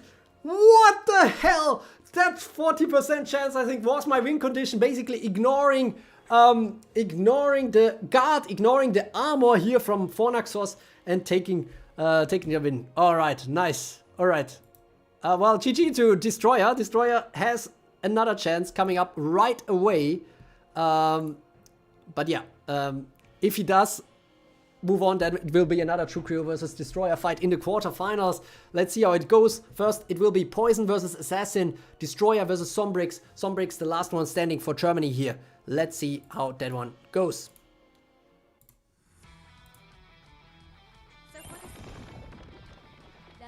Everything went according to script. True Jinx maxing. Low rarities just have brutal stats. Yep, they have quite good stats. That's the idea of boosting them here. But even then, you know, you see that the teams that are winning are the ones that have the majority of SSRs, let's put it like that. Because at this point, the stats and the skills are already getting very strong and the synergies are already improving. Alright, Destroyer Poison here, losing the Dark Reset, probably not as planned. Sombrix's Assassin team has Dark Reset himself, but interestingly not attacking Dario here. And the Poison Frenzy comes slick here for Destroyer Poison. Okay, this is a good start here now for him. Now, right now, DPS wise, looking not that great. Water Astrid, the only one to dish out potentially huge damage. But the problem is, can Dario at least be defeated? Yes, Dario is defeated by Artimaya. That was important. But now Water Astrid is kind of stunned. And so she will not be able to do that. But then again, we have 2 Storm. Yeah, okay, now everybody's stealthed at least. So that was kind of nice. That was a faux pas here. Attacking the Shadow Clone here, Destroyer. And Esma is pretty low on HP. Stealth rate is coming in, very important. But now again, Water Astrid gets stunned. I'm not sure if she's gonna see the light of day. Especially now that Finn gets... Oh my god, the gift turn is sick, but she still did. She still dies. So yeah, 0 reinforcement now for Sombrix, holding on by a thread. Overheal coming in. Why is Artimaya just ignoring Esma? Well, okay, Esma goes down anyways. Maybe she knew. And yeah, now Dark Elmina cannot do anything anymore because she cannot go to reinforcements. It's just Adena and Arti, and Adena will lose the stealth. She will not be able to regain the stealth. She can do a final time strike, but that's it. She doesn't have anything else in the tank, and even the overheal is coming in. Destroyer will take this, and Sombrix unfortunately has to bow out in the round of 16, because that was quite something. Alright, but well played anyways. So Destroyer is going to move on, so I have to face another Destroyer build right away in the quarterfinals. Oh my god, okay, it's 8:26. I feel like I'm not gonna make it to the gym. Fuck. Okay, let's see. There's still a chance, right? If we go very quickly. Oh, and if we set up everything very quickly. Okay, guys, this needs to be a speed run. Like, I kind of promised myself that I would go to the gym, you know? And so, even if I can no longer exercise there, work out there, I can still go there, you know? But I should be able to go in there to make it count, you know? I don't know if I'm making sense. But yeah, 16-9, that's a nice kind of resolution framework here for Natsume versus Kuhaku. Then we will have 4 versus 5, we will have 2 versus 10, and we will have 3 versus 6. So most of the top seeds still in the running. Natsume now, after taking out Ultra's Impure Dark. Can Kuhaku capitalize on that? Or is Natsume gonna do a deep run against the previous top 2 of the Dupli Cup? We will see. I'm gonna switch right over, and we're going straight into it to quarterfinals. After saying, what the fuck, I lost everything. Yep, that happened to quite a few people actually. Why am I fighting bosses? Why am I hearing boss music? Nice. Let's see. Maybe I need to make the music a little bit slower for you. Natsume, perhaps you are the boss. Oh, nice, nice change of perspective here.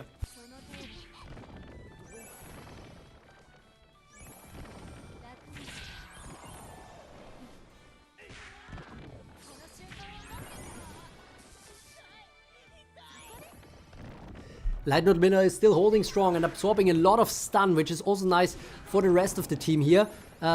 Shira with a rare Poison Devour here, not enough. Actually weird that she did it, because I think Ludmilla wasn't even poisoned, right? But now she goes down, Left Faye gets stunned. Watsakron is down, Yume is on low spirit, Druke gets stunned, probably something that Kuhaku is okay with. Kuhaku right now in the front. And everybody is still poisoned. The Moris are going down. And the Poison Devour is just not strong enough here. And now Shira gets stunned. All hopes are on Finn now. And the hopes are not there. Kuhaku takes it. Kuhaku can capitalize here. Natsume takes out Ultros. And Kuhaku takes out Natsume. GG to both. But yeah, Kuhaku potentially with yet another deep run in that one. Do one push-up outside the gym. Nice idea there as well. But yeah, congratulations to Kuhaku, the first semi-finalist yet again after going to the finals in the Dupli Cup. Going deep in this tournament again.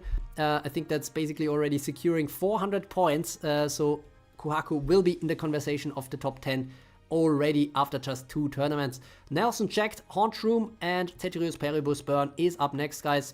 We're gonna jump straight into it. Yeah, no time to waste.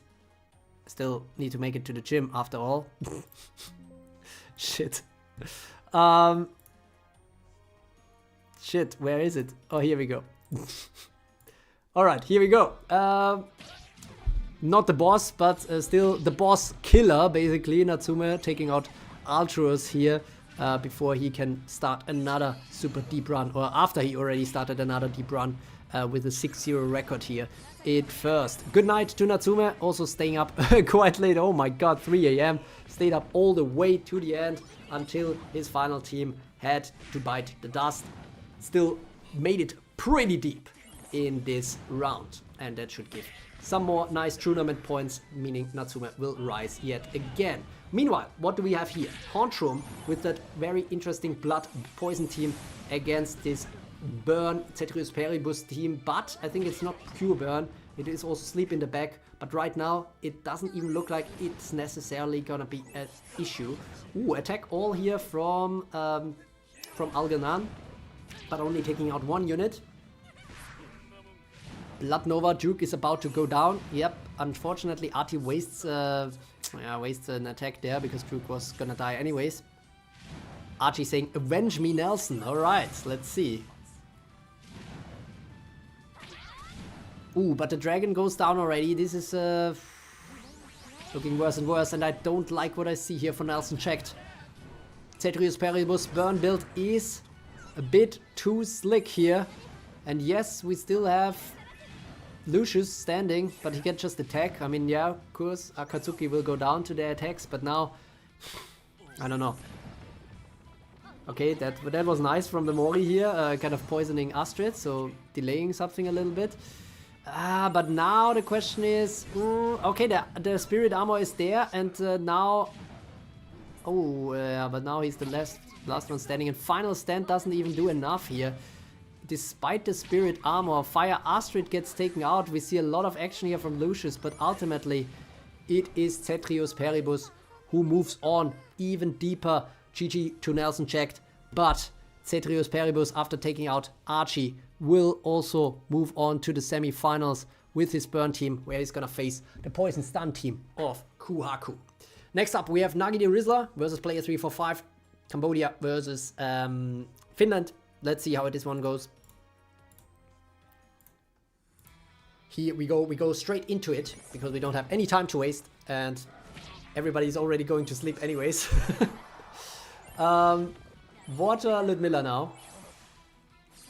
Ceterius, I think, is not new, it's not his first tournament, but he didn't participate in many so far, so definitely his best performance so far.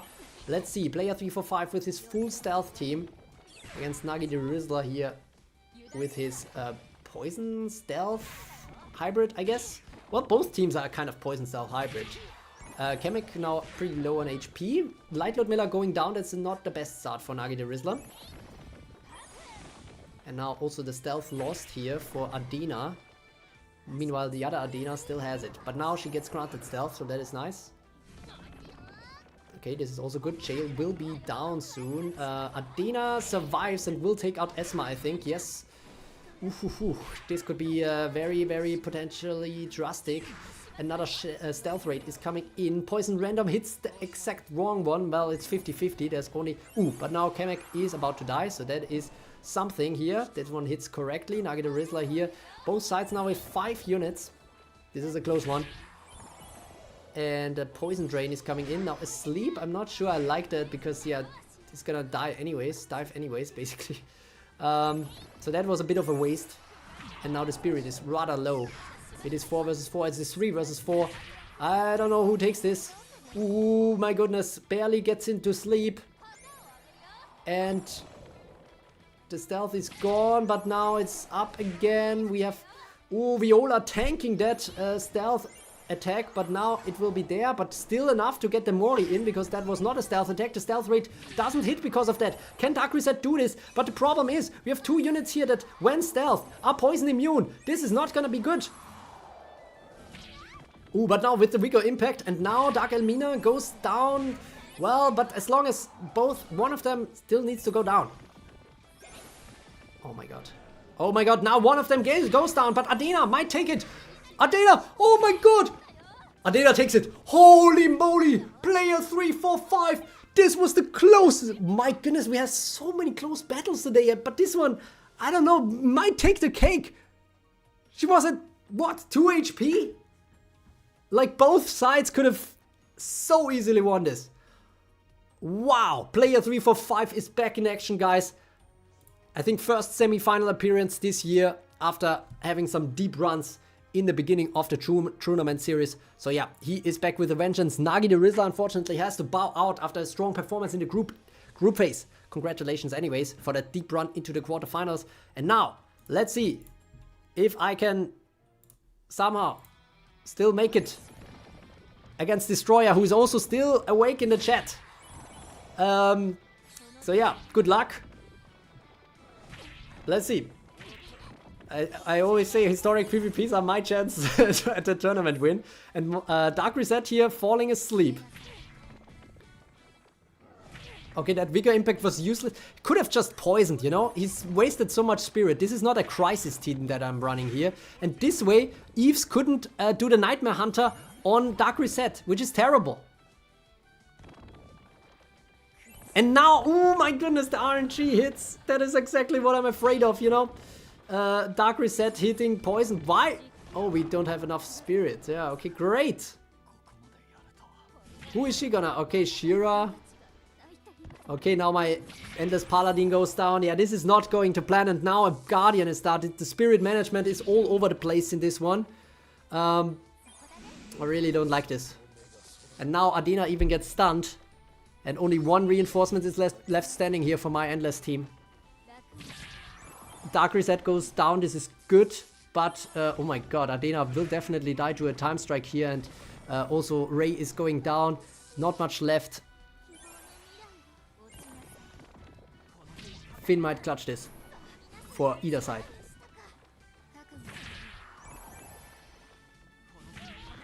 Okay. Wasted Artimaya, but anyways, whatever. Okay, this is looking better and better now. This could be it. I could make it to the semi-finals. Whoa, yes, yes. Oh, what the fuck? Oh my god. This tournament is all over the place. I felt like I lost it so many times already. Oh my god, I need to blow my nose as well. Yeah, GG Destroyer, but yeah, I feel like now maybe Destroyer will have some beef with me because I basically took out both his teams in this tournament. But yeah, there can only be one, and ultimately it will be a Europe versus Europe battle. I think it's nice because I think last time there wasn't even a European team in any of the later stages of the tournament. So it's good to see at least one European team making it to the finals this time. And on the other side, we have Vietnam and India, Kuhaku and Cetrios Peribus, who are going to duke it out now. We only have 3 battles left. Shit, but 3 battles might still be too much for me to make it to the gym. But let's see. Kuhaku versus Cetrios Peribus. And then we have player 345 versus True Creo. 2 Stealthy versus Endless Arc und Poison Stun versus Burn are up next, guys. Only 3 more battles, and we know after all these battles today, actually we had a lot of battles, right? 63, 126, and 15. Yeah. Wow, we had like we had over 140 battles today. So yeah, this will be the final 3 of them. We Evertale maxing. Needed to be Kuhaku, Archie says. He still wants Cetrios Peribus to be out after he took out his Gambit team. I'm not sure if he feels the same about player 345 taking him out, then he should root for me in the semifinals. But yeah, let's see how it goes. We're going to get ready. We're going to get right into it. And Kuhaku Poison Stun versus Cetrios Peribus is live now. Who is gonna win this? We have 2 poison teams still in the race, I guess, in this tournament. We have 1 burn team and 1 stealth team. So that is what I mean. It's super even this time. Last time we had, I think, 4 burn teams in the semifinals. So only burn teams. And this time, this is the only one left standing. Cetrios Peribus with a burn team. And technically it's burn sleep. Because, yes, the first 6 units are burned, but then he pushed in some sleep units, just like Altruis did in the Impure Fire of the game of the tournament winning historic PvP 2. Guard Destroyer is coming in here for Kuhaku.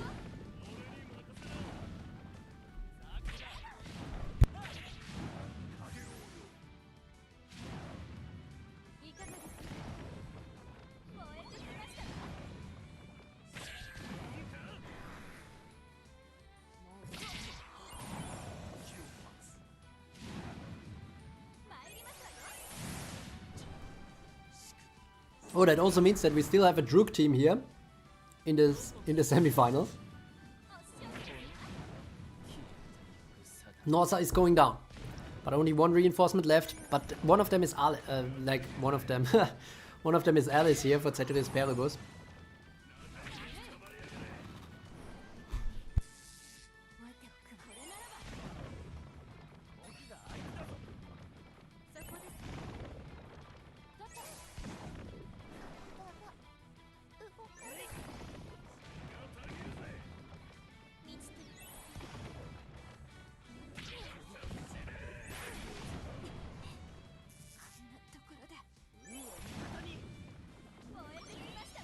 Zero reinforcements for both sides. Poison is still coming in. Attack. Finn is not doing it that much. Baltrog is still guarding. I would like to see Baltrog in the finals if I'm honest. But also, of course, Cetrios Peribus with an insane burn build here. Druke now with a Burn Frenzy. Ooh, he already unlocked Burn Frenzy. Doesn't take on out. But the Burn Blast does it from Fire Astrid. And this is a Charge Flare. And this is the end now for Kuhaku's chances to make it into the finals for a 2nd time in a row, which is honestly a super hard thing to achieve. But ultimately, it's the Indian player Cetrios Peribus who makes it all the way. And I'm actually not sure. Might be the first time an Indian player reaches the finals of a tournament. So GG, well played to Kuhaku, and Cetrios Peribus moves on his march. Why did Shira poison when there were 2 poisoned units and 10 spirits? Shaking my head. Yeah, exactly. Shira is super unreliable in that regard. She always wants to be super careful. Usually, sometimes it's a reason that there is a time striker on the enemy team. You know, it's like her poison devoured kind of takes 200 time units. So she's like, I don't want to get time striked. But yeah, you know, that's oftentimes what it is. Yeah, but ultimately, this means Cetrios Peribus, yet another one on his victim list here. Actually, I'm curious. Now, we have Cetrios Peribus, of course, in the in the finals. Now I'm just wondering, who did Cetrius Peribus lose to? I think, oh, yeah, he only had a draw against Nagi the Rizzler, and so it was basically a 5-1 record. And now it's basically a 6-7-8 8-1 record. So yeah, well played to Cetrius Peribus. And we will see up next player 345 versus Druke, European Showdown, Finland versus Austria. Both, I think, countries of similar size, at least in terms of population, not in terms of not in terms of area. So yeah, let's see how that one goes. And afterwards, I'm just gonna go to this gym if I get eliminated, we just do the finals another time, right, guys? We can just wait for that showdown. I'm just gonna set up another stream, no? Player 345 saying good luck, true. Kuaku saying GG in the chat, time to sleep. Good night, everyone. 3 AM now. Kuaku also made it all the way to the end.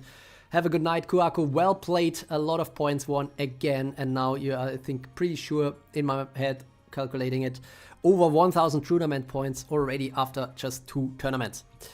Archie saying, true, you can't let them do me like this. Night Linux. Do whom like this? You mean Shira doing you? Okay, good. So now let's see how it goes, guys. Player 345, 2 stealthy versus Druke, endless arc. Water Ludmilla already going down. I like to see it, but now everybody is stealthed here. The entire enemy team. Well, the poison random hits right, and Adena loses the stealth again. So we'll need to charge up again. And stealth banish comes in against endless paladin. That is okay-ish, I guess. A nice Dream Hunter though. Okay, this one I like. This is off to a good start.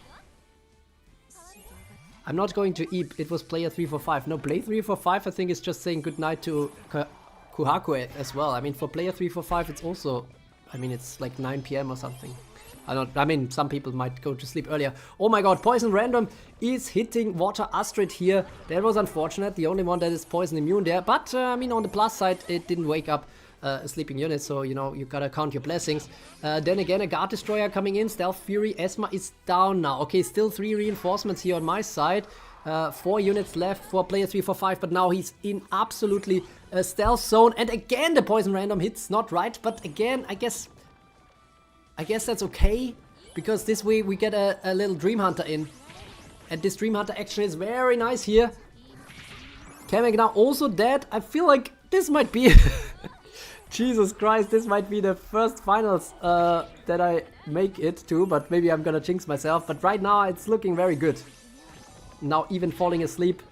The combination might be gold here, but is it gold or is it silver? That is gonna be the next question. Archie saying, if True wins, then I win. Then, congratulations, you just won a little bit. But yeah, GG to player 345. Very well played with the 2 stealthy team. Also, player 345, one of these players that didn't participate in the Shadow League. So going this deep is actually kind of crazy without the preparation. But yeah, hoping to see more of him in the Shadow League as well, given that performance. But GG to player 345. And thanks to Destroyer in the chat, rooting for True. Even though I took him out of the tournament, so I much appreciate that. Also, that's interesting actually. So Destroyer is rooting for me because I took out his best teams, and Archie is rooting against the ones who took out his best teams. Linux saying, you see guys, the script says that True will make it to the end, but lose the finals in order not to make it too obvious. Great. Oh, yeah, well, you know, the script actually said I make it to the gym today, but yeah, now that I made it to the finals, I still have to show the finals, right? So I feel like that train has left the station, unfortunately. But yeah, this is that. Wait.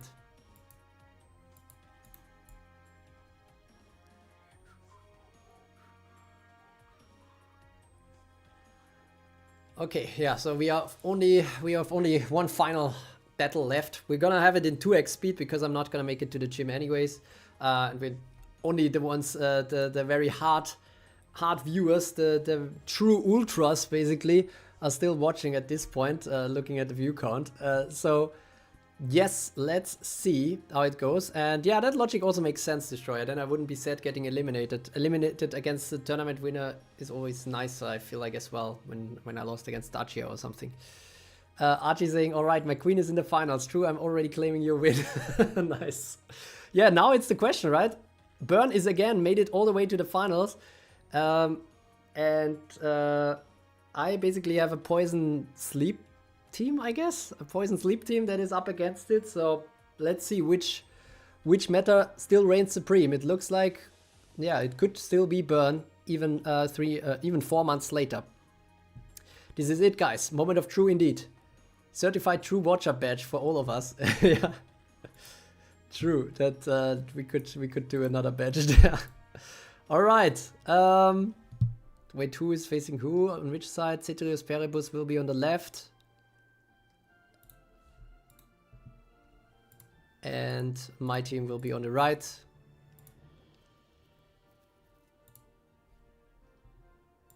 All right, guys, this is it. With 2x speed, so we are not missing anything.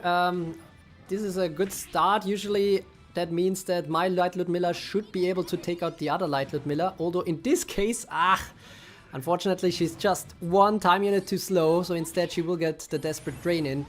And the attack does nothing. So that was a bit of a unfortunate development here right at the start. We will have another Guard Destroyer and probably now a Vigor Impact. Now, why do I dislike this Vigor Impact so much? Because he could do poison for the same time unit cost. And meanwhile, a Burn Drive against, oh my god, Dark Rizette is already taken out. Cetrius Peribus is taking the clear lead here with the defending advantage, as Linux says in the chat. And Druke now even doing some good stuff, I guess. But yeah, the poison is only left for the Endless Paladin basically at this point. And hopefully, at least we get a Dream Hunter against Fire Astrid. What? What is she doing? What the fuck? Ray! Oh, okay, good. Here. Whew. Eves is doing the Dream Hunting. Why the hell did she just step back? I don't like... she should have used the Dream Hunter, right? But I mean, I'm okay. Eves is now down, but that's also okay. We have the kind of crisis status here on the left, which is... I wish Adena would have attacked Fornaxos here. Could have ignored that crisis armor and taken out the opponent nicely. Now another Dream Hunter. Okay, but we still have 2 sleep units on both sides. It's basically Burn Sleep versus Poison Sleep here. And a little bit of stun mixed in as well on my side. Now the big problem would be if Finn enters and the stun immunity strikes. That would be really shit. But it looks good. It looks good. What the fuck? Okay, we are close to the final. Oh, I didn't want to put 4x. I want to put x1 because this might be a moment that only comes once in my life, you know. We have a Stealth Fury coming in. Spirit is still a little high here. And Light Alice is asleep. And Fornaxos goes down! Oh my god! I thought I was stunned for when Light Ludmilla and Dark Rizette both went down. But ultimately the Endless Arc team somehow takes it. Whoa! Nice! Alright, so, I mean, I did miss the gym, but I did win my first ever tournament. Oh my god, yeah, and the rigged accusations are already coming in. Oh my god. And that, JK, congrats, True, thanks a lot. True coming true. Oh my god, first time winning a tournament, that is so nice. I wasn't sure I would ever win a tournament because, you know, it's such a tough competition. But yeah, I thought historic PvP is my best chance by far. And I mean, to be fair, you know, I do have some advantages looking in the back. Obviously, I submit the teams beforehand and everything, but still, you know, with all the Shadow League going on, I probably have some better insights into what works and what doesn't work. So I do have to caveat that a little bit. But then again, I still spent, as I mentioned before, like 150 minutes probably at least on each team. So quite happy that that this paid off, because I already felt like, oh my god, I spent way too much time trying to cook something up that counters hopefully most teams that anybody could send in. But yeah, the queen has won indeed. A moment in history. Dark Rizette gets released and immediately gets the win. Even though, to be fair, I mean, yes, she did a little bit of card destroying here in the beginning, but I wish she could have done a little more. Then again, you know, maybe this was what actually caused the win. Maybe she thought, no, poison is not gonna cut it here. I'm gonna bow out early and let the sleep crew with Ray take over. Not even Alice on my team, interestingly, because I was thinking about Alice, but I needed Ray because I want Adena to have water allies. So yeah, now rerun the battle. No, I'm not gonna do that. could very well be a draw, honestly. But yeah, I think, yeah, maybe not. Actually, I feel like it could happen again, but yeah, maybe I'm gonna redo it later and do 10 battles or best of 28. But yeah, this is I think we spent long enough already. This is the longest historic PvP tournament by far, with 5.5 hours. I'm not sure if anybody's gonna watch that, because historic PvP is already less popular. But some of you have been here for a long time today, so much appreciate that, and sticking around for so long, for the massive support as well. Of course, we did have some top fans action. Let me quickly shout out those as well. Of course, Dizzy Wolf with the huge donation, our #1 fan of the stream again. Much appreciate Dizzy Wolf's support, because yeah, I'm not making really more than 1 or 2 euros from such a 5-hour tournament stream from ads. So it's really all coming in from donations.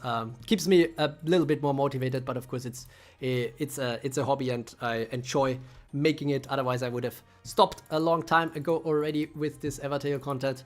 All right, so Dizzy Wolf, our #1 fan of today. #2 is actually Linux here with 550 experience points in the chat from what I see. Archie at #3, Abdo #4, Natsume #5, Destroyer #6, Player 345 #7, Exo 8, Kuhaku 9, Ultrus 10. So basically also the top 10 fans are basically also very similar, I guess, to the top people in the true SSR in the true tournament rankings. So maybe there's a connection here, some activity, some insights during tournaments that are won by being active in the community there. Many of those did go very deep here in this tournament. But yeah, ultimately, this is that XP maxing here. Linux with the XP maxing, nice. Let's see, we're gonna end the tournament now after this long time.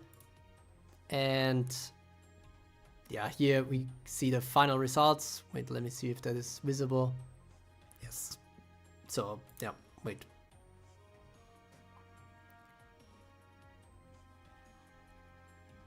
Okay, there's so many 9th place that made it into the round of 16 here. But yeah, congratulations to everyone who made it into the tournament even. I mean, basically every team had, or every player had, I think, a pretty good run. Everybody should get some true tournament points.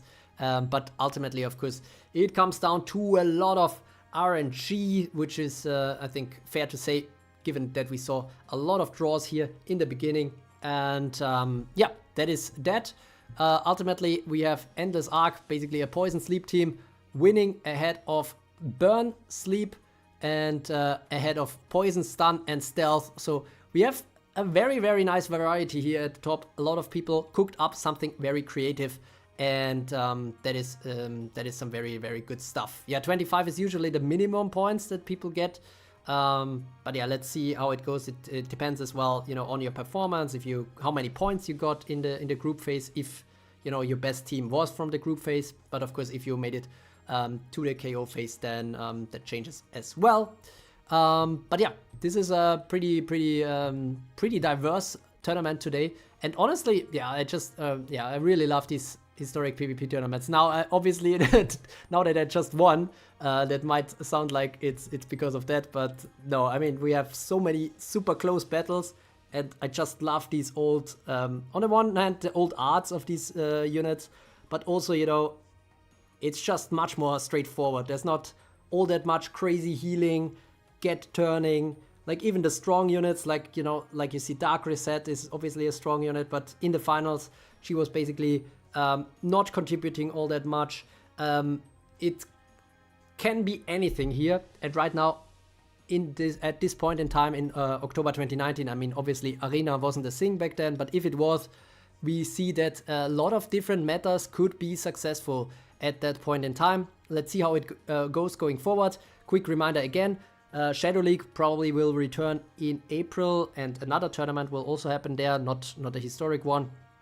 And yeah, I would encourage anyone to sign up for the Shadow League as well. You can experiment with more teams there, with even more teams. You can just do 1, 2, 3, 4 teams, whatever you want.